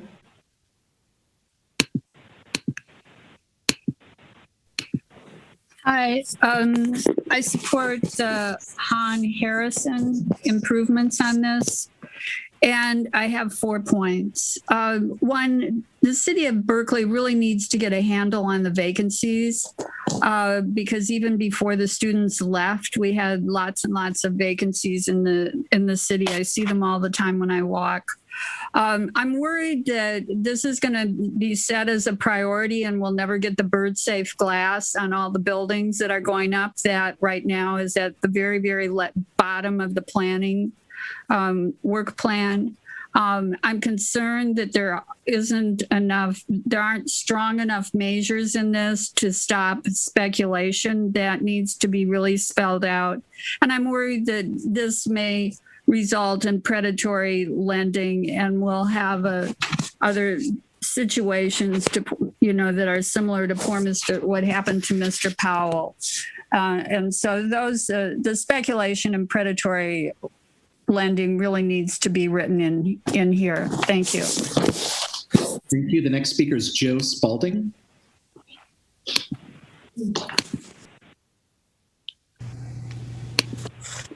Thank you.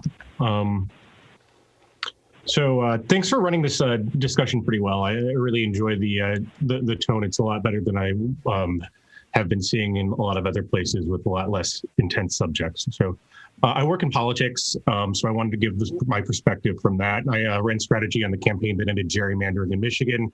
There's a documentary about it. It's called Slay the Dragon. You can watch it. It's on Hulu. I'm the guy that's getting my head shaved, the strategist. When I see R1 zoning on a map, I know for a fact that there's poverty being exported, and you can generally tell the general direction that poverty is getting exported.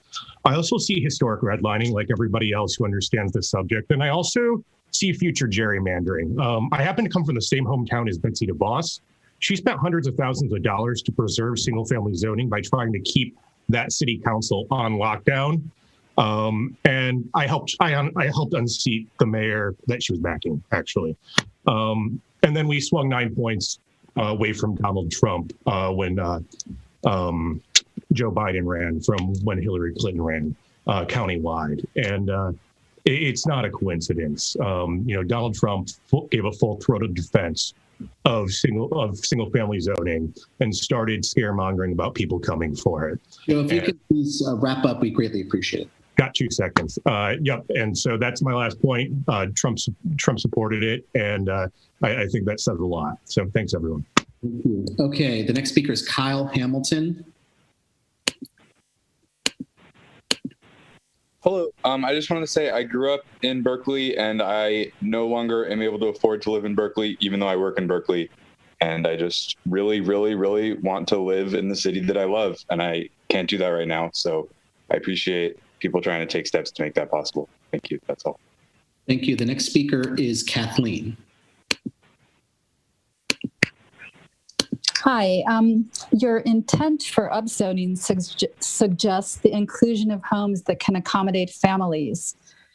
However, developers are building mini dorms for the 36% of the Berkeley population who are transient students who will pay $1,000 for a shared room, or else market rate condos.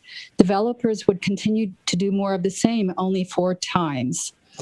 They aren't and won't build homes for families. Affordability of new quadruplex units cannot be addressed without factoring in the unique mini dorm effect on our housing market. UC needs to address its housing needs. The Quadplex proposal puts 100% of the power for this upzoning in the hands of developers whose interests are only for profit. Family housing is exactly what we will lose with this proposal. Thank you. Okay, thank you. Michael Ruckless. Please forgive my pronunciation. Hi, Ruckless. My name is Michael Ruckless. A lot of people have said this would be a first step towards ending exclusionary racist zoning, but I agree it's the first step, but I think it's too small a step. And I think there needs to be, I agree with a lot of the comments that Kate Harrison made. And it sounded like she was going to, she talked about how the fact that it can still be too expensive, especially in a wealthy neighborhood,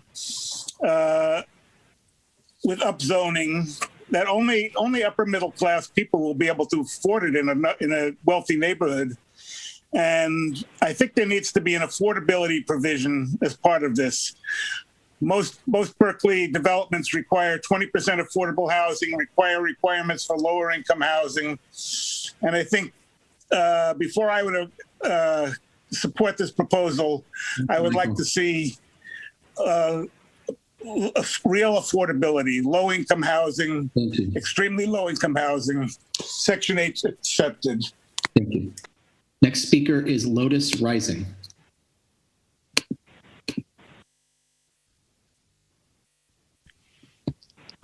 Yes, good afternoon, and I do support this measure as a first step And I really would like to see going forward the protections raised by Harrison and Winegrass, and also what was suggested by Paula Laverde. We can't go forward and then go back by creating new barriers to affordable housing. So I applaud this step forward. It's a beginning measure, but it's going to be more bumpy roads ahead that will require courage, commitment, and deep planning. Thank you. Thank you. Next speaker is Elliot Williams. Hi there. I'm a resident of D4 in an R2A zoning area where single-family homes like mine, quadplexes, and apartment buildings all coexist peacefully. I think this resolution is a step in the right direction. It's necessary but not sufficient to address some of the many needs people have talked about: climate equity, generational equity, racial equity. These are all things that are bundled up into this issue. I think it's super important that we look out for people and make sure that they can afford this town and stay here. I have peers who are leaving because they can no longer afford it as they start families. I'd love to see this as a welcoming place that's not exclusionary for anybody. I will yield the remainder of my time in hopes that somebody will call in and ask that this is in fact the USA. No?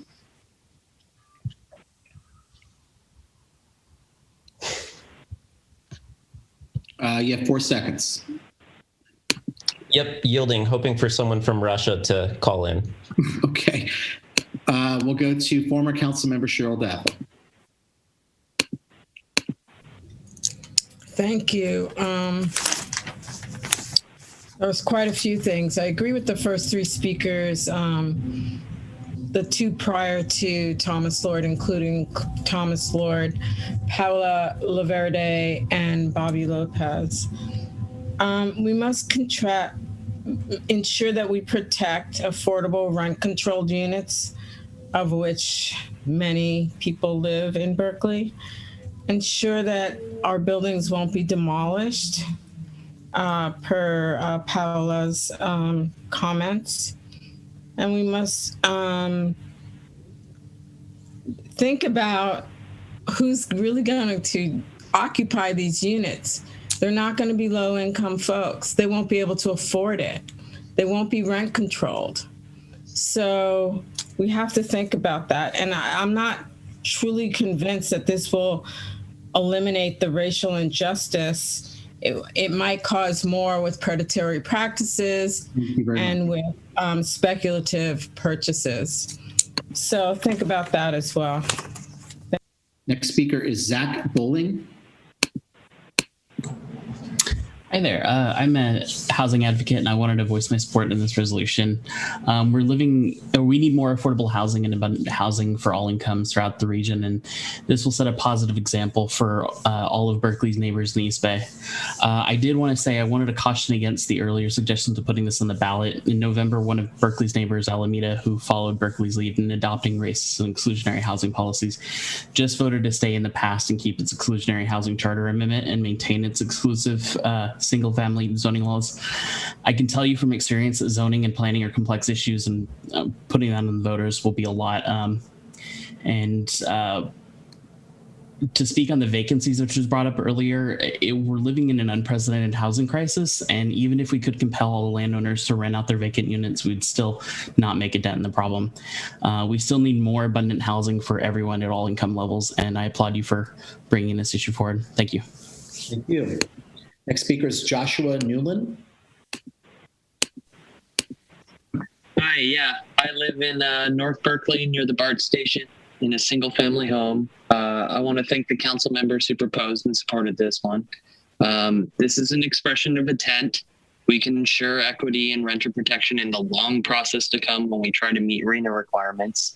But I'm happy to see so many people concerned about this. I'm very much in favor of the message this sends. Please support this item. Thank you. Yield the rest of my time. Next speaker is Andrea Egan. Hello, I'm a renter in District 1, just calling in to support the measure and to urge the council to accept the broadest version possible to allow for more folks to live in our nice city, and hopefully act on it as quickly as possible to let people live here as soon as possible. I'm looking forward to seeing what the city can come up with to increase the number of affordable units with this, either through a density bonus or reasonable fees to add to an affordable housing fund. I know that's part of what's already planned to be considered, and I'm looking forward to what comes out of that. Thank you. Thank you. The next speaker is James McFadden.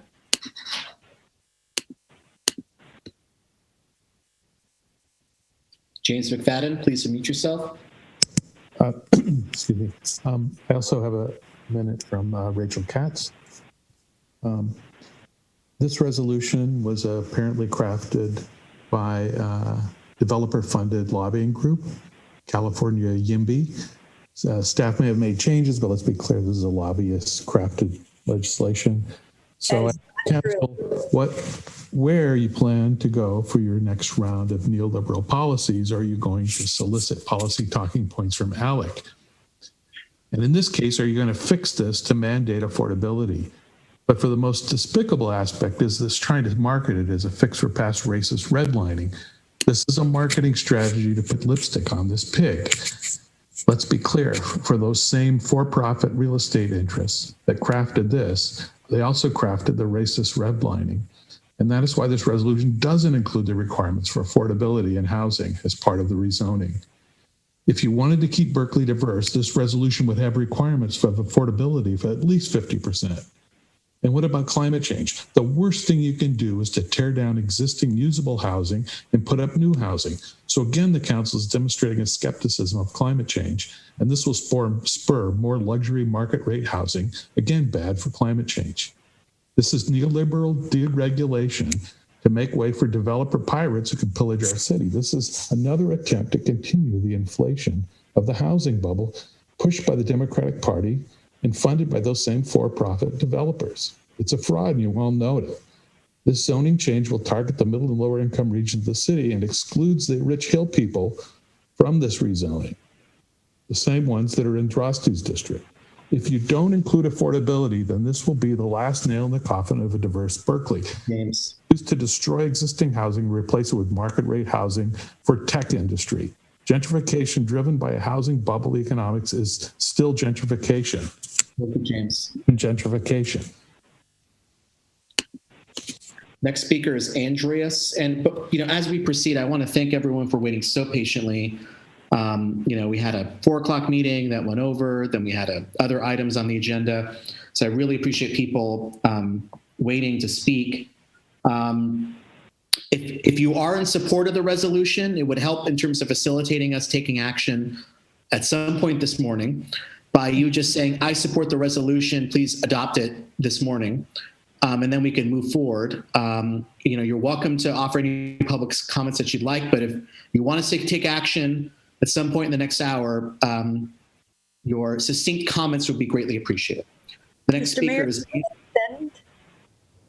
Vice Mayor Drosty. I apologize. Should we extend? Then yes, thank you. So I move to suspend the rules and extend to 12:30. Second. Call the roll.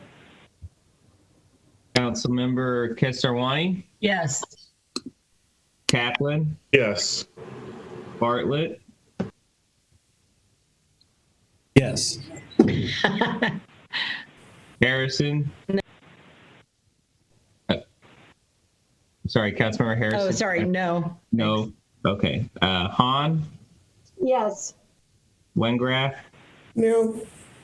Robinson? Yes. Drosty? Yes. And Mayor Arreguín. Yes. So let's all brew some coffee because we'll be up for at least another 30 minutes. And once again, if you're in support of the resolution, we encourage you to express your support as succinctly as possible. The next speaker is Andreas. Yeah, I support the resolution. I just want to yield the rest of my time. I had a whole spiel, but people want to go to sleep. So, good night, everyone. The next speaker is Jeffrey Wang. Hi, thanks for having me. I also wanted to quickly express my support. I'm also a recently graduated PhD student from UC Berkeley, and the pressure on students is real. And though we may be transient, we are also Berkeley residents for the 4 to maybe even more than 10 years that we're here. So thank you. Good night. Thank you. Jeff Lomax. Thanks, guys. Just slightly different take. Jeff Lomax, single-family home resident, extremely mixed-use block of D5. In recent years, fourplexes have been built directly behind and across the street from my residence, both developed by small-scale Berkeley-based design builders, the trade's equivalent of the local independent retailer. Once completed, the projects brought wonderful individuals who chose our community as their place to call home. Our new neighbors took leadership roles on our CERT teams. They became earnest participants in our potlucks. And in our case, they dined with us at our most cherished holiday dinners. The new neighbors became new friends, and the social fabric of our neighborhood became richer. Ultimately, this policy will build the social fabric of neighborhoods by enabling more good people to call Berkeley home.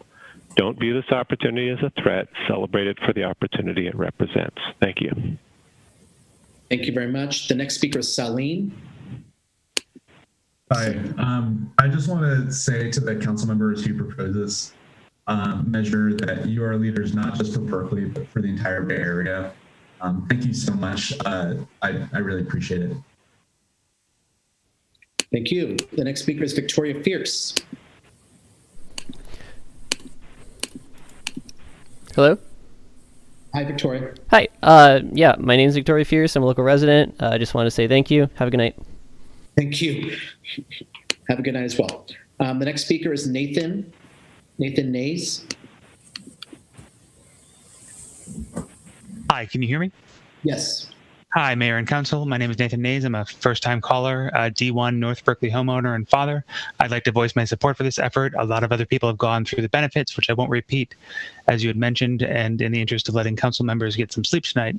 The points I wanted to make was this is an opportunity for Berkeley to serve as a model of inclusive zoning to other cities in the East Bay, the Bay Area, the state, and beyond. With regard to putting this on the ballot, we had an election, we discussed these issues in the campaigns, and we elected representatives to act on our behalf, and we ask that you do so. I yield my time. Thank you. Thank you. The next speaker is Andrew Jones. Hi, yeah, I'm a Berkeley resident, District 3. Just wanted to express my support for the resolution. And, to the caller who said that this was lobbyist written, that's not true. Like, don't come in here saying untrue things about this resolution. Maybe listen to the members of your community who are giving you really compelling reasons to support this thing. Thank you. Yield my time. Thank you. The next speaker is Todd Darling.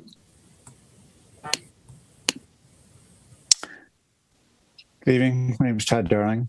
Tonight's resolution rightly condemns Berkeley's racist history of zoning, but also seeks to terminate single-family zoning in all of Berkeley. While the resolution identifies injustice, it does not identify a means to a remedy. The Berkeley flat single-family zoning was adopted to protect working-class Black and brown homeowners from gentrification. Banning the zoning, the resolution will create a vacuum. Will this vacuum be filled with solar-powered, owner-financed, affordable units with open space for gardens? Or will simple ministerial approval start a rush of developers threatening code enforcements against poor people, allowing a developer to demolish the house, replace it with 4 units that shade neighboring solar panels, each to sell for $1 million, and thereby bury affordable housing in Berkeley? Without amendments by Harris and Wingraf, there's nothing to stop the second scenario. In the absence of these amendments, will the people for whom this resolution purportedly seeks justice be hit with unfair deregulation in an economy beset by wealth inequality? Thank you. The next speaker is Todd Andrew.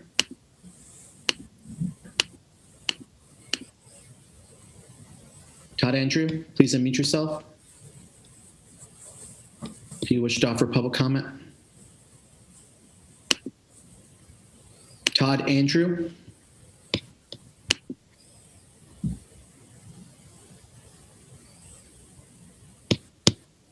Todd Andrew. Todd, we're going to go to Paul, come back to you. Paul Bickmore. Hi, I just like to echo the comments of a few speakers before, a couple speakers before me, who pointed out that these quadplexes tend to get built by small builders as opposed to, like a 6-story building by a big corporation. And so I echo, those comments. He said it a lot better than I did, and support the measure. Thank you. Thank you. Back to Todd Andrew. Hey, sorry about that. Can you hear me? Yes, we can. Oh, great. I'm a tenant here at Monterey and Hopkins in a 7-unit building, and I was a council candidate District 5 last year. I just want to thank Councilmember Drosty for bringing this forward, and Councilmembers Bartlett, Robinson, and Taplin for co-sponsoring it. Change is difficult, like you said, and while it's true that Berkeley has one of the lowest portions of single-family zoning in the Bay Area, it's also true that we have a major university, we have 3 BART stations, and we have a sordid history around zoning, which to me are 3 great reasons to the question, or 3 great answers to the question, why Berkeley? I'm not sure why people continually claim that new housing doesn't put downward pressure on costs when there's ample evidence that it does.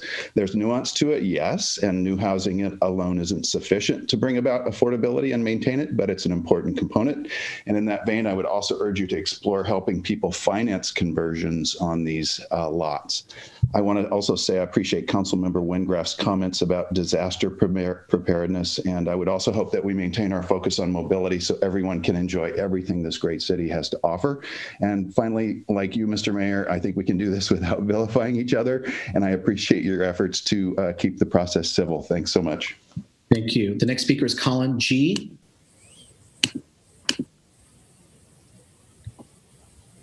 Colin G. Are you there? Colin G.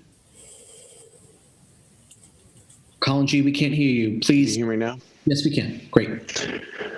I support this resolution, of course. This is a step in the right direction. I really appreciate all of your efforts.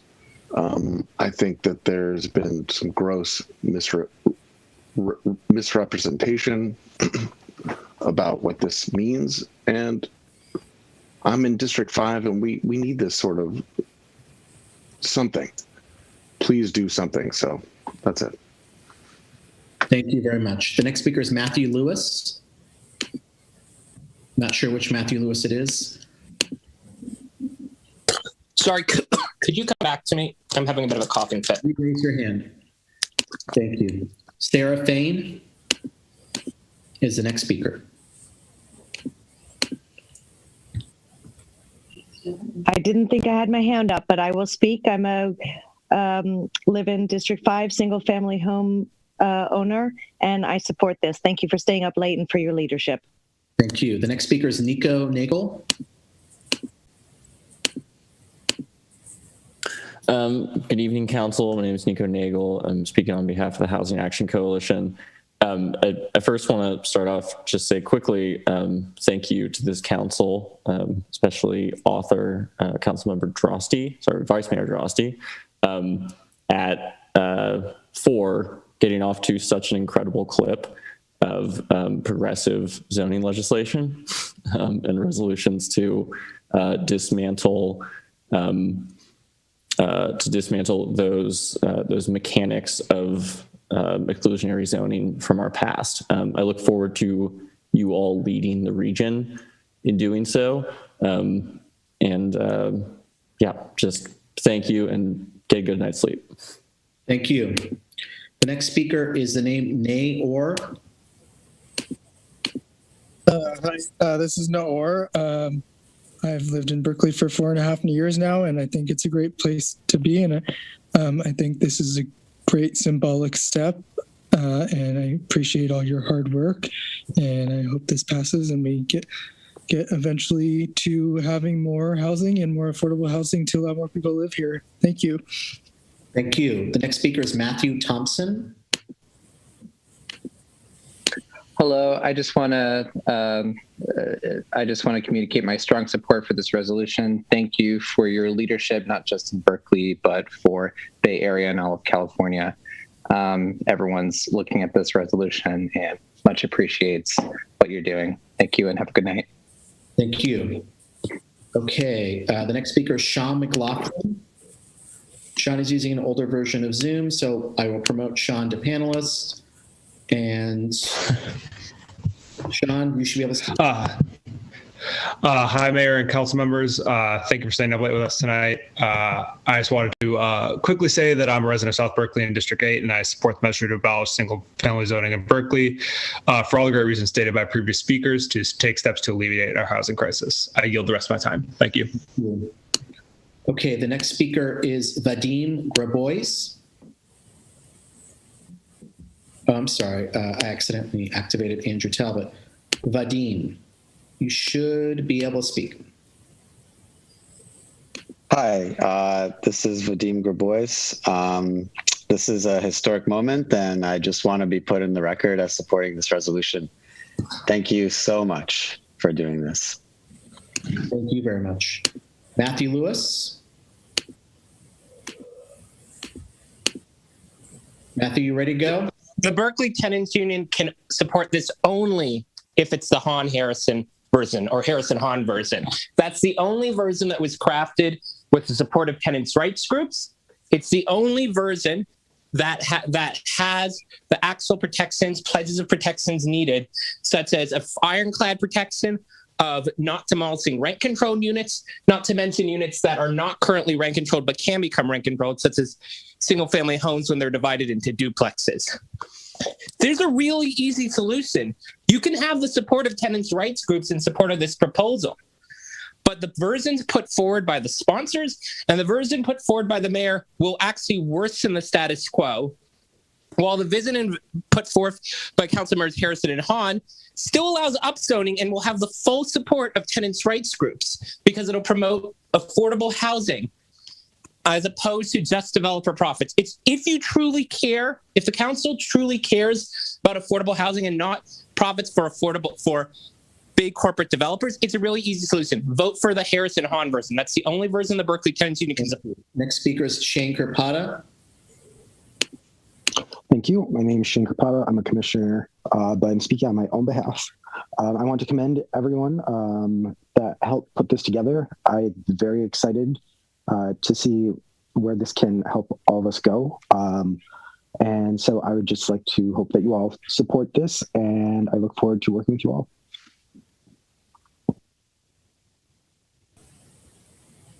Thank you. Sadiq is the next speaker.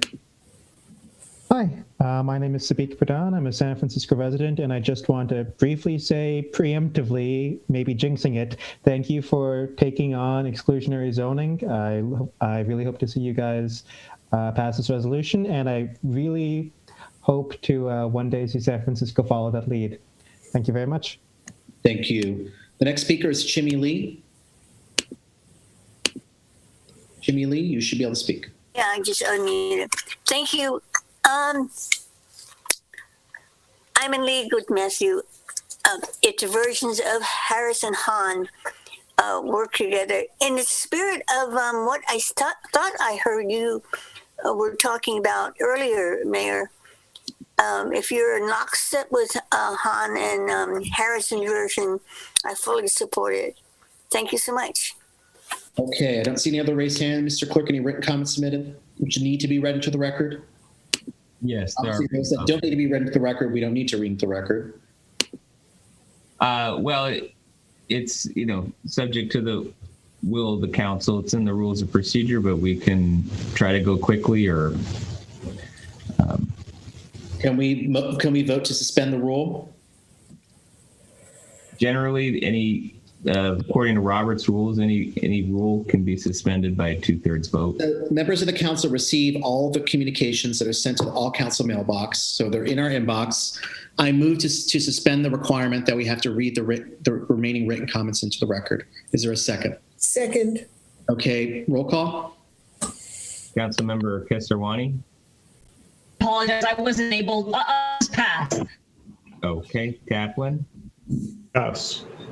Bartlett. Yes. Harrison. Yes. Hahn. Yes. Wengraff. Yes. Robinson. Yes. Droste, Yes to suspending reading written comments. Which we already received. Which we already- Mayor I vote Eric, yes, because we've already received the comments, are in our inbox. okay, Councilmember Kesarwani.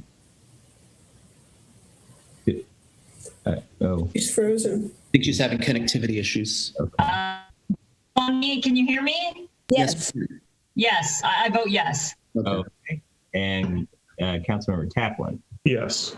Okay, so that motion carries. Okay, while we did that vote, there were two more raised hands. These are the last raised hands I'm going to call. The speaker, Anoel, I'm sorry if I mispronounced your name. No worries. My name is usually pronounced Ono, but it's a very difficult name to pronounce. I just want to say I support eliminating exclusionary single-family zoning in the city of Berkeley.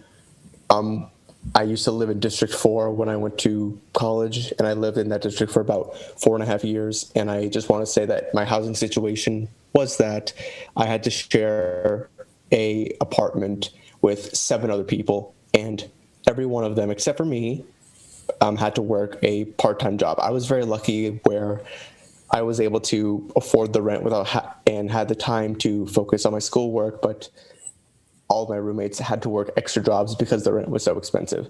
I know this zoning reform is not a silver bullet to our housing crisis, but I think it is absolutely essential to make sure that Berkeley is the welcoming place that and earns that reputation as such. So thank you for your time. Thank you very much. Francisco, you should be able to speak. Hi there. Yes. Hi, I'm calling in to support the measure. I'm a resident of San Francisco, but I have lost a few friends here to Berkeley, and people are going to move, and if there's no space for them, it's just going to displace more people. So let's build some housing. Thank you very much. Seeing no other raised hands, it completes public comment on item 29. Colleagues, Mr. Newmanville sent at 10:48 p.m. the red line version that I had read into the record. So I'd like to move to accept that for consideration this evening. It's also been posted on the webpage for the past hour and a half. So okay, moved by myself, seconded by Harrison to accept the material. Roll call. Councilmember Kesarwani. We'll come Frozen again. We'll come back. Taplin. Yes. Bartlett. Yes. Harrison. Yes. Hahn. Yes. Wengraf. Yes. Robinson. Yes. Droste. Vice Mayor Droste. Uh-oh. Is she still on? I think we lost Vice Mayor Droste. Okay, hopefully she'll rejoin. Councilmember Kesarwani to accept the mayor's supplemental. Yes. Okay. And Mayor Arreguín? Yes. Okay. Okay, thank you. So that's before us. Once again, this was posted on the agenda webpage under item 29 at around 10:30. So it has been available for public review for the past, hour and a half. Vice Mayor Droste is rejoined. Okay, great. Hi, my internet went out, so I'm on my phone. Hi. No worries. Okay, I'm going to go to Councilmember Robinson first. Good morning. Hi. We've come a long way and have a long way to go yet. I want to appreciate everyone's comments. It's late, and I have that beautiful feeling that I only get when we're about to take a unanimous vote on something big. So I'll be more concise than I would otherwise have been. But remind us, this is just an intent resolution, but it is a very significant first step. The city of Berkeley declaring its intent to end exclusionary zoning. It's about housing affordability. It's about race. It's about the climate. And I believe in a certain way, this is also about neighborhood preservation. This is about neighborhood character. And by that, principally, I mean the characters in the neighborhood, not just the buildings. We do this right, and we can plan a city where seniors can age in place, and Berkeley high grads can afford to live in the community that they love and the community that raised them, even if, dare I say, even if they choose to work in tech, God forbid. But this is all, it's also about our history. And I'll share personally, my pathological fixation with zoning reform isn't just because I read Richard Rothstein's Color of Law. I bring that up only because I want people to know that I read a book once, but it's because I grew up as a beneficiary of exclusionary zoning in one of the most segregated cities in America, St. Louis, Missouri, home of the McCloskeys, who managed to, in the worst way possible, bring the debate about single-family zoning to the national stage. I grew up in a single-family home in the suburbs. It was nice, with access to the best that public schools have to offer, and the environment I was surrounded by is why I am who I am today. And just a couple miles away, kids just as deserving of opportunity are growing up in an entirely different St. Louis, one deprived of resources. I was conscious of that every single day. And when I left St. Louis for Berkeley in fall of 2014, it was at a moment that the city had to confront its inequalities in a way that it never had before. But I never could have guessed that one of the tools, and there were many, but one of the tools that is used today by cities all over the country to reinforce residential segregation, de facto, if not de jure, was actually first forged here in Berkeley in 1916. And that brings me indescribable rage. Cities everywhere need to reconcile with their pasts. And obviously Berkeley is not St. Louis. I'm glad that it isn't, but there is national significance to Berkeley leading in this work that Minneapolis and Portland and Sacramento are already breaking new ground in. Zoning reform alone is not going to end any housing crisis anywhere, but it will be much more challenging ending our housing crisis without tackling zone reform first. We're going to prove what equitable growth and zoning reform looks like for the whole country. This is a simple resolution of intent. Do we like exclusionary zoning or not? So I want to thank everyone for the feedback and the comments and the edits that make more explicit the commitments that I know my co-authors and I know were the intent of the resolution. And I want to thank especially my stupendous co-authors and Councilmember Drosty, who, just to respond to a couple of the comments, you may not believe it when she tells you, but I'll tell you, she has worked night and day to craft this proposal and spark this important conversation. And the insinuation that the item is an ALEC-like lobbyist plant or something is as sexist as it is absurd. We're discussing this because it's the right future for this beautiful city. No other reason. So this time, I would like to move the item with the body of the report as submitted by the authors in Sub 2, and with the resolution as submitted by the mayor just now, incorporating the various amendments discussed. And I'd like to add one additional key little phrase, which can be 4 words, and anti-speculation measures, to one of the therefore be it resolved clauses. It'll be the clause that reads, be it further resolved that the elimination of exclusionary zoning by 2022 in order to meet state-mandated regional housing needs allocation requirements, that's RHNA or Rihanna if you're me, must coincide with strong anti-displacement and tenant protections, and so instead it would read at the end of that clause, anti-displacement, tenant protections, and anti-speculation measures, just to make sure that is spoken to in the resolution. Second. Terry, why don't you take the second? I will take the second. Okay, and I just made note of that, that change. I could share screen. This is the change that Councilmember Robinson just suggested also. Okay, moved by Robinson, seconded by Taplin. Thank you. Councilmember Hahn. Well, thank you very much. And I want to thank the authors for their sharp focus on one of the most important issues of our time, which is racial equity in housing. While this council has already voted unanimously to advance missing middle type housing, which means looking to allow up to fourplexes in all neighborhoods, I do understand the desire to make a clearer statement that links the action that we've already taken to racial equity and housing justice. I really do support taking this principled stand. As the authors have pointed out, Berkeley was the first city in the country to adopt single-family zoning, and it was coupled with laws excluding people of color. That is not a legacy that we can be proud of. The vestiges of that original coupling remain today, enforced not by explicit discriminatory laws, but through economic exclusion, which is strongly correlated with race, to much the same effect.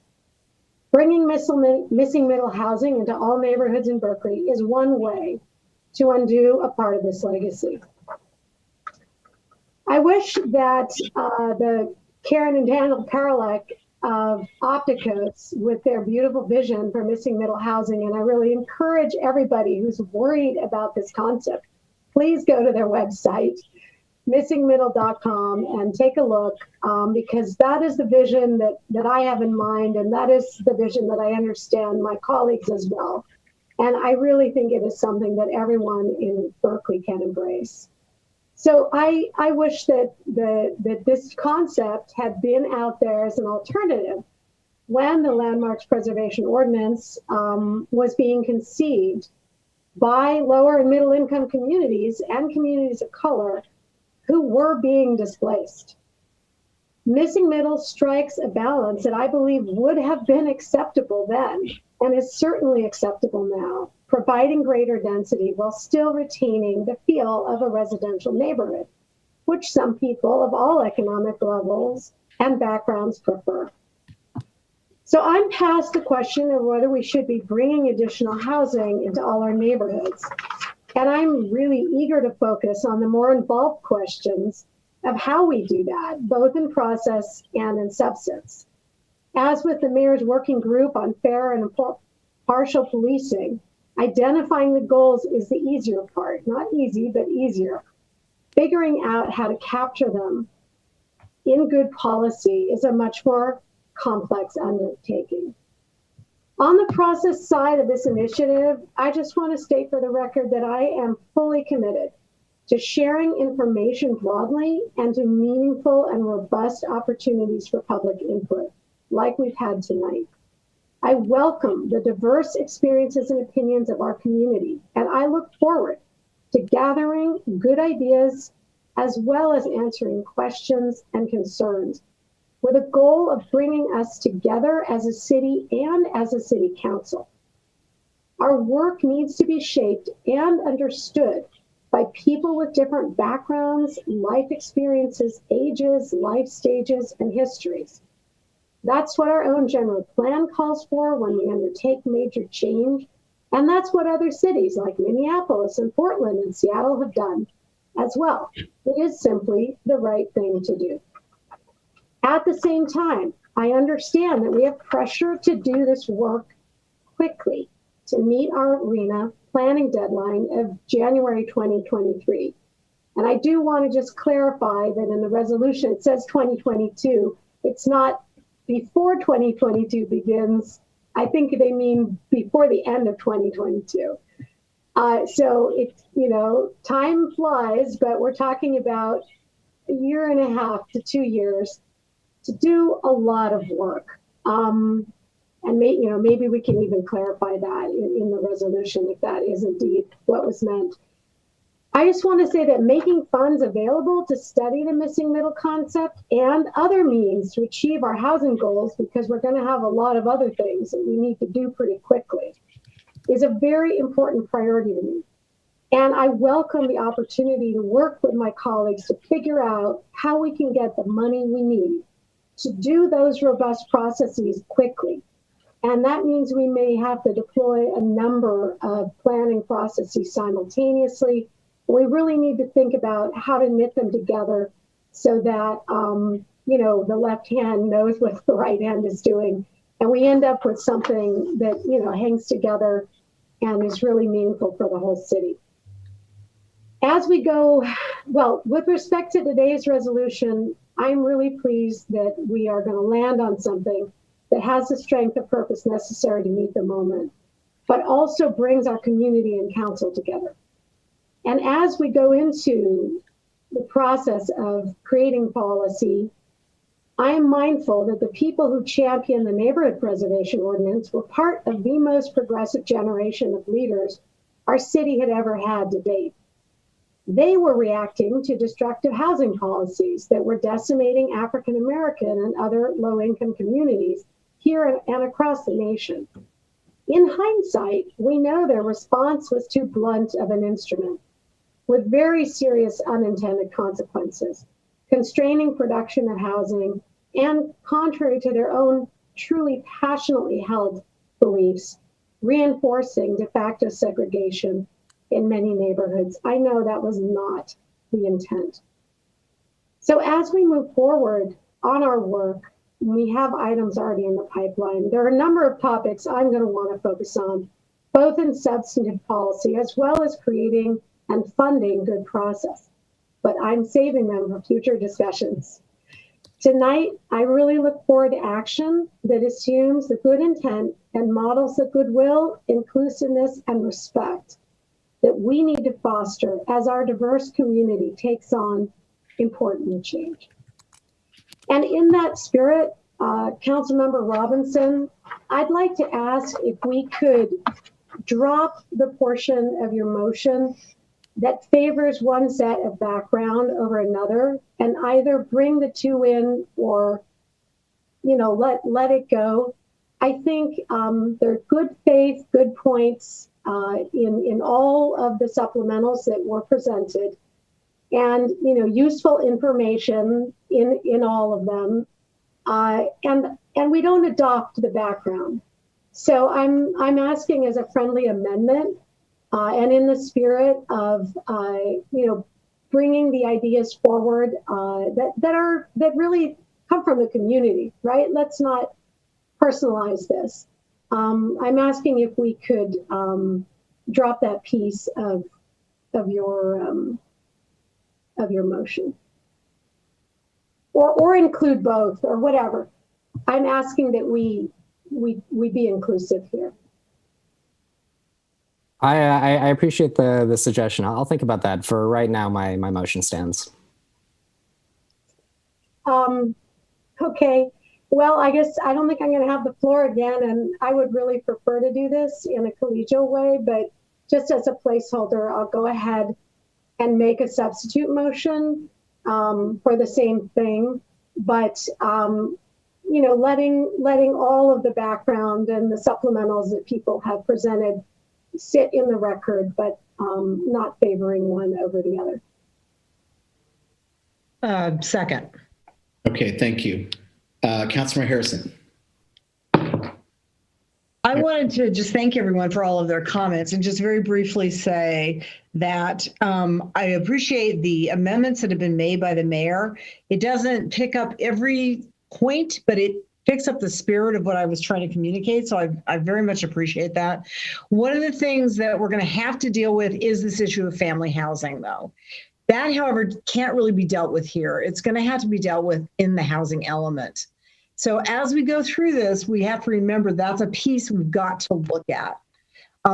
We also are going to have to deal with the per square foot affordable housing fee, which we put forward some time ago to replace the per unit fee, because it is my belief if someone builds an 8,000 square foot house on a property where it could have been 6 units, they should pay a fee. Allowing them to do that and to take up all that room for one family just doesn't seem right to me, and it doesn't seem environmentally right. But we have that in process. So some of the things that are not included here are in other paths. So the looking at affordability is in another path. We don't know how we're going to land on that.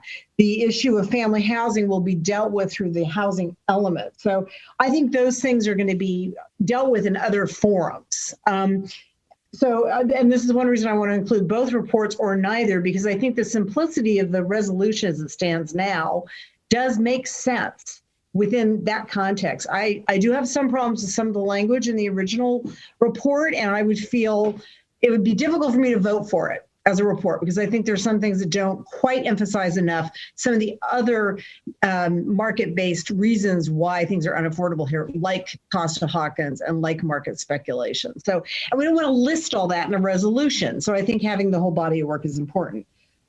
I also want to say to the person who said young people don't benefit from rent control, that is not true. When you move into a rent-controlled unit, you benefit, and you benefit from then on. And so I hope that our community is not saying rent control is just for older people or doesn't do anything for me. I would find that a very sad answer, as part of us making all of this work are those rental protections. So I wanted to comment on that. And then the final thing I want to say is, people have talked a lot about the missing middle. This item does not talk about the missing middle. This item talks about getting rid of single family zoning, which is fine, but it doesn't limit it to missing middle units. That's the other item that's at land use. And we just need to really be analytically clear. We're not necessarily saying we're only going to do small buildings, okay? We haven't decided that. So I just don't want anyone to think that when you walk away from this. So anyway, that's why I'm supporting the substitute motion in a spirit of us all being able to vote on this. And again, I appreciate everybody's work, and I really appreciate the community coming out and speaking to us about this tonight. And I really hope we end soon. Thank you. So before I recognize a motion to extend, I want to address, I guess, the question that's come up around which report are we approving. The city clerk has informed me that the report version doesn't matter. All versions are in the legislative record. And actually, the action that we're taking tonight is to adopt the resolution. That is the actual formal action that we're adopting. So here's what I suggest. We are adopting item 29 as submitted by Vice Mayor Droste in supplemental packet 2. The revisions to the resolution were to the SUP 2 version, and that we will receive and accept Councilmember Harrison's report for the record also. Is that acceptable? I offer that as a friendly amendment. Yeah, that works for me. So we're approving the Droste item with the revisions, but we're also accepting, receiving and accepting for the record Councilmember Harrison's version also. And so do I understand correctly that would be the effect of the motion anyway, since the reports are submitted, they're always part of the record, but the only thing that we're taking action on is the resolution. That Councilmember Harrison's report is also is received and accepted as part of the official record on the item. Sure. Yeah. Cool. I have one question. It's Harrison and Hahn. I just don't want to leave out Councilmember Hahn. Thank you. We're approving the Droste item with the revisions to the resolution, because Vice Mayor Droste is the author, but that we're also accepting and receiving the Harrison Hahn version for the record. It's a restatement of what is actually happening. So is that acceptable to Robinson? I have no problem with that. And who was the seconder? Taplin. Is that acceptable? Yes. Taplin? Okay. So would you withdraw your substitute, Councilmember Hahn? Yeah, and I assume that the extra, I didn't quite catch, but I think the extra point that Councilmember Wengraf had brought up was inserted. It was, yes. Okay, yeah. And anti-speculation measures. Yeah. On the issue of speculation. Thank you. Councilor Taplin. Thank you, Mr. Mayor. I would like to thank my colleagues, Vice Mayor Droste, Council Members Bartlett and Robinson, for your hours of hard work and careful consideration, as well as the mayor and full council for our mutual commitment to housing equity and anti-displacement. My neighborhood has a mix of single-family homes, apartments, duplexes, triplexes, and duplexes, including the one Kamala Harris grew up in a few blocks away. However, this inclusive mix of housing is no longer legal. I believe that Berkeley should be a place where kids like me and Kamala Harris should be able to grow up. Although this resolution is only a symbolic denouncement of single-family zoning as a vehicle for systemic racism and does not propose specific zoning changes or seek to set policy beyond the scope of this item, I will say that we no longer live in a city where market rate single-family homes are attainable to most people, or a world where single-family zoning is environmentally sustainable, nor do market rate single-family homes necessarily become affordable housing when they are sold. When I was growing up, San Pablo Park, as well as my neighborhood, were majority African American. This hasn't now been the case for quite some time. The reason exclusionary zoning has failed to prevent displacement is that it was intended to do the opposite. Racial covenants, single-family zoning, the neighborhood preservation ordinance, and the decline of the Black population didn't happen in a vacuum. Redressing these wrongs will require everything from reinvesting in public housing, building and financing subsidized affordable housing, enforcing the ban on Section 8 discrimination, protecting tenants and preserving rent-controlled units, to legalizing the missing middle and abolishing apartment bans. It's easy to look at other cities and decry racial injustice elsewhere, but it takes real courage, introspection, honesty, and vulnerability to confront the racism in our own backyards. Berkeley pioneered rent control and has some of the strongest tenant protections in the nation. We are also the home of the fair housing movement. It is the legacy of William Byron Rumford that we should preserve, not that of Duncan McDuffie. Thank you.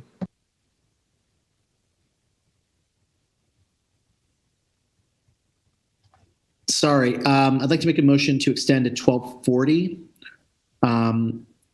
We have three races, unless everyone doesn't want to speak. Second. Okay. Roll call. Councilmember Kesarwani to extend Yes. to 40. Yes. Taplin. Yes. Bartlett. Yes. Harrison. No. Hahn. Yes. Yes. Wengraf. No. Robinson. Yes. Drosty. Yes. And Mayor Arreguín. Yes. Okay, motion carries. Councilmember Kessler. Did you call on me, Mr. Mayor? Yes. Oh, okay. I didn't hear you. I hope my internet will power through this. Okay. Well, thank you all very much. I will try to talk quickly here. I want to thank Vice Mayor Drosty for her leadership on this issue. And I also want to thank the mayor for threading the needle here and providing amendments that I hope will be amenable to all. I want to take my time to speak to the people who are skeptical about this effort. And I want to do that by telling you a story about a constituent of mine, Michelle. She is a third generation African-American Berkeleyan. And I had an opportunity to speak with her and her husband and meet one of her three children prior to the pandemic. At that time, she was living at her grandmother's home in the West Brain neighborhood. And she told me that she wanted to find a place of her own in Berkeley for her family. But she and her husband both hold middle income jobs.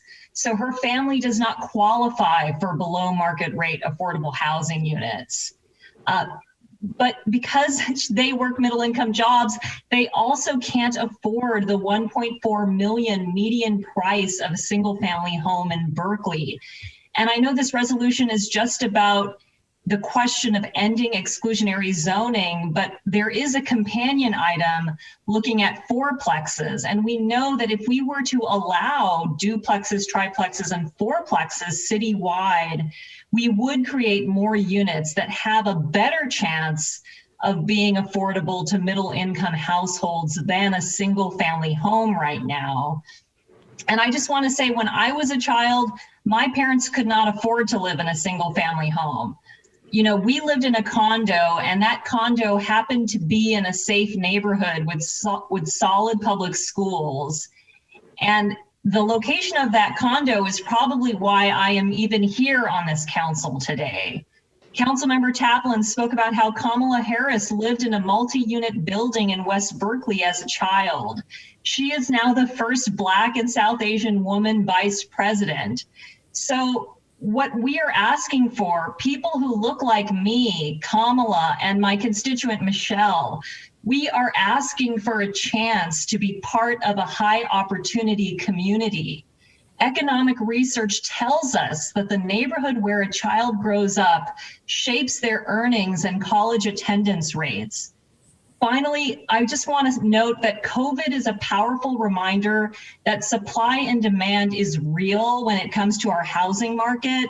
San Francisco rents have fallen by 30% from their 2019 peak because there is less demand to live in the city during the pandemic.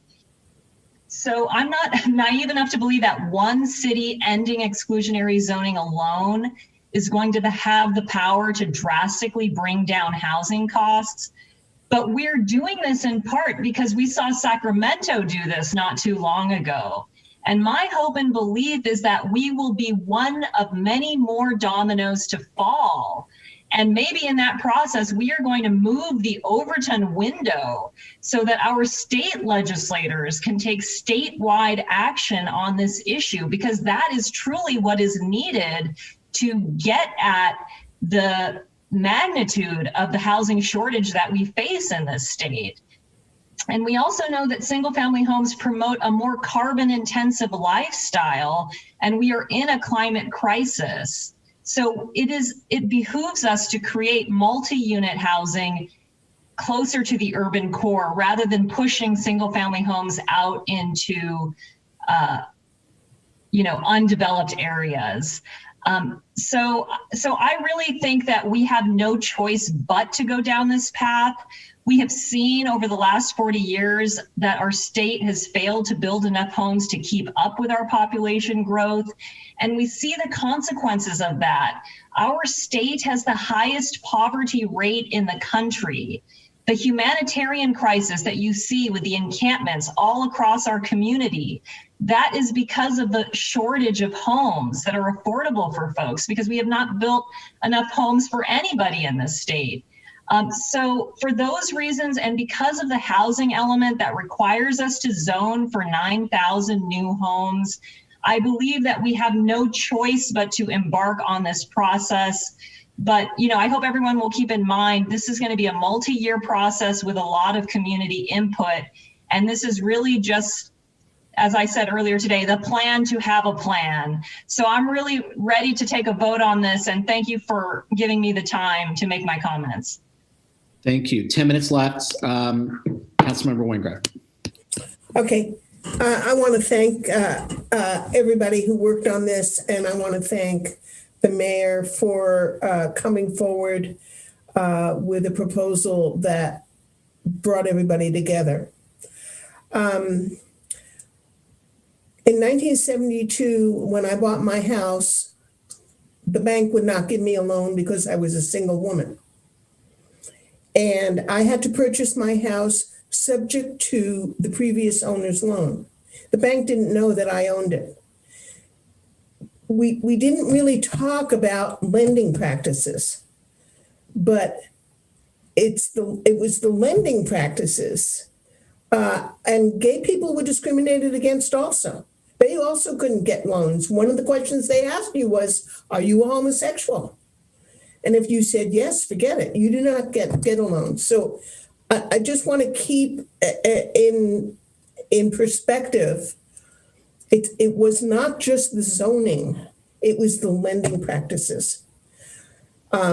So anyway, thank you very much for all your work. I think there are two more speakers, but I really would like to call the question so that I can vote on this. Otherwise, I may not make it. Thank you. Councilmember Bartlett. Well, let's let Bartlett and Droste speak briefly before we vote, but that will close further comments. So, Councilmember Bartlett.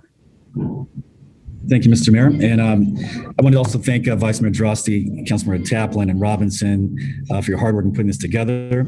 And thank you, Councilmember Harrison and Hahn and Wingrad for your additions, and you, Mr. Mayor, for unifying it all. I want to be honest here, with building and land costs being what they are, this legalizing housing inclusion may not lead to an explosion in housing, but its importance is greater than the material benefit. It's existential. Just like Trump's border wall was so important.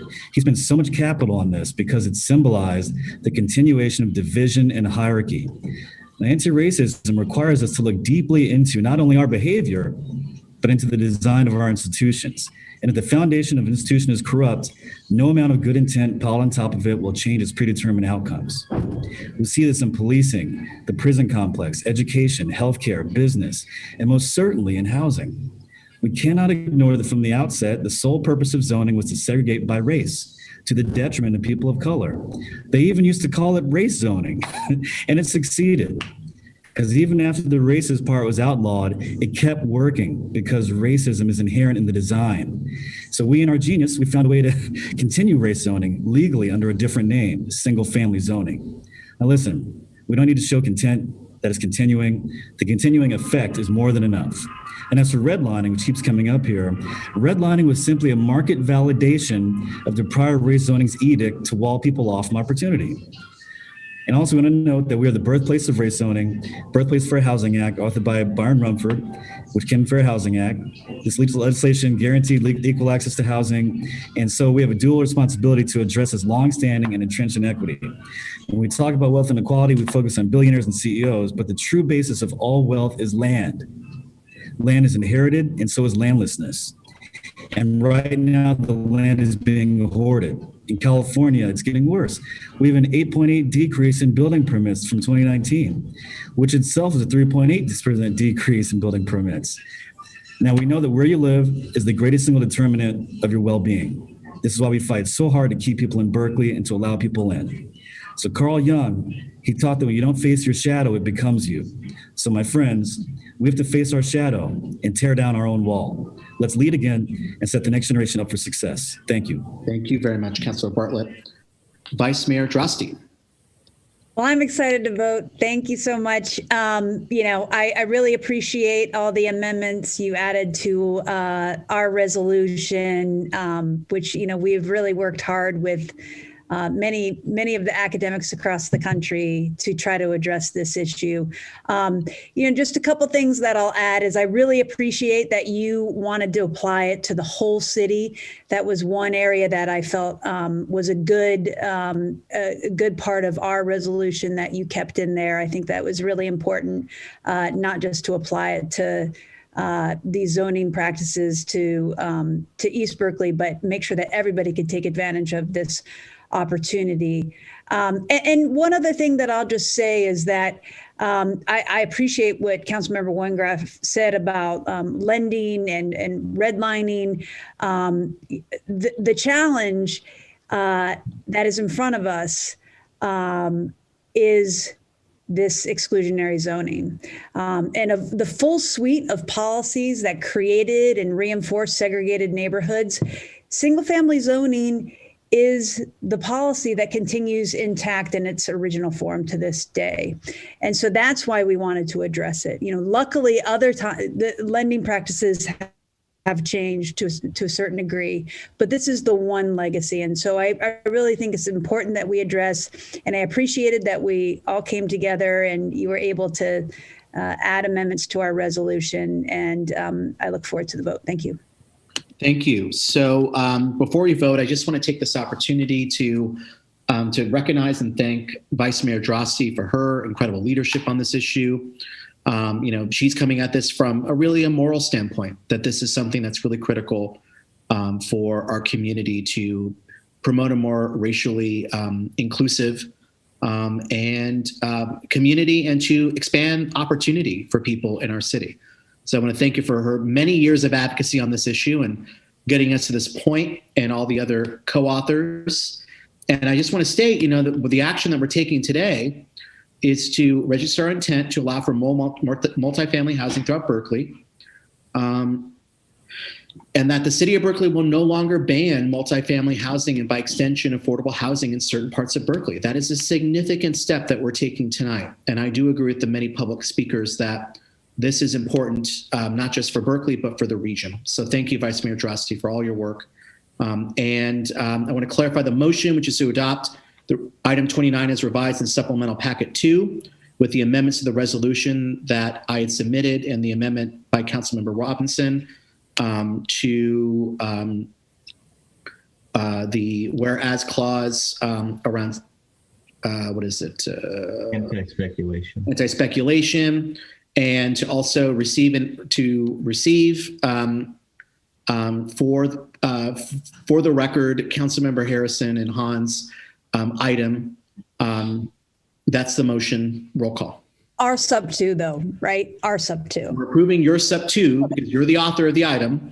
The amendments to the resolution were to your resolution, but ridiculous. But we are also receiving and accepting for the Hahn and Harrison item for the legislative record.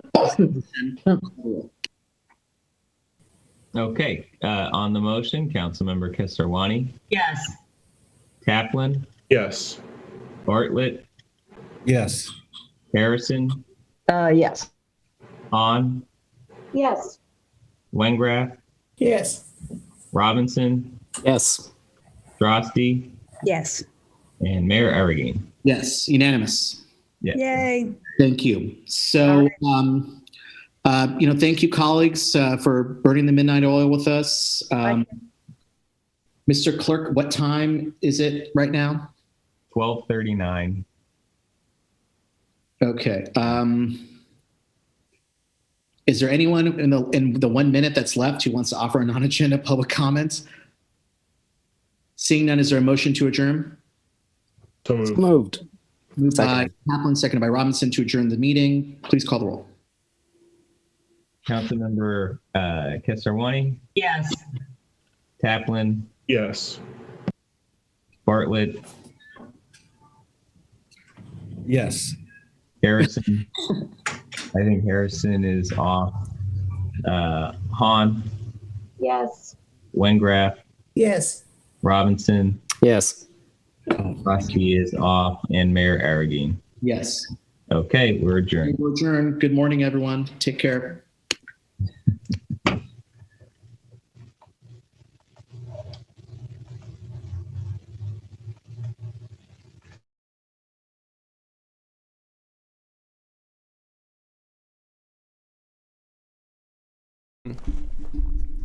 Well, that's that. We just abolished single-family zoning in Berkeley, so that was pretty cool. It is currently 12:40 a.m. Where I'm at right now, so I'm going to go to bed. Thanks for watching. Thanks for tuning in. Super great. We did it. Thanks.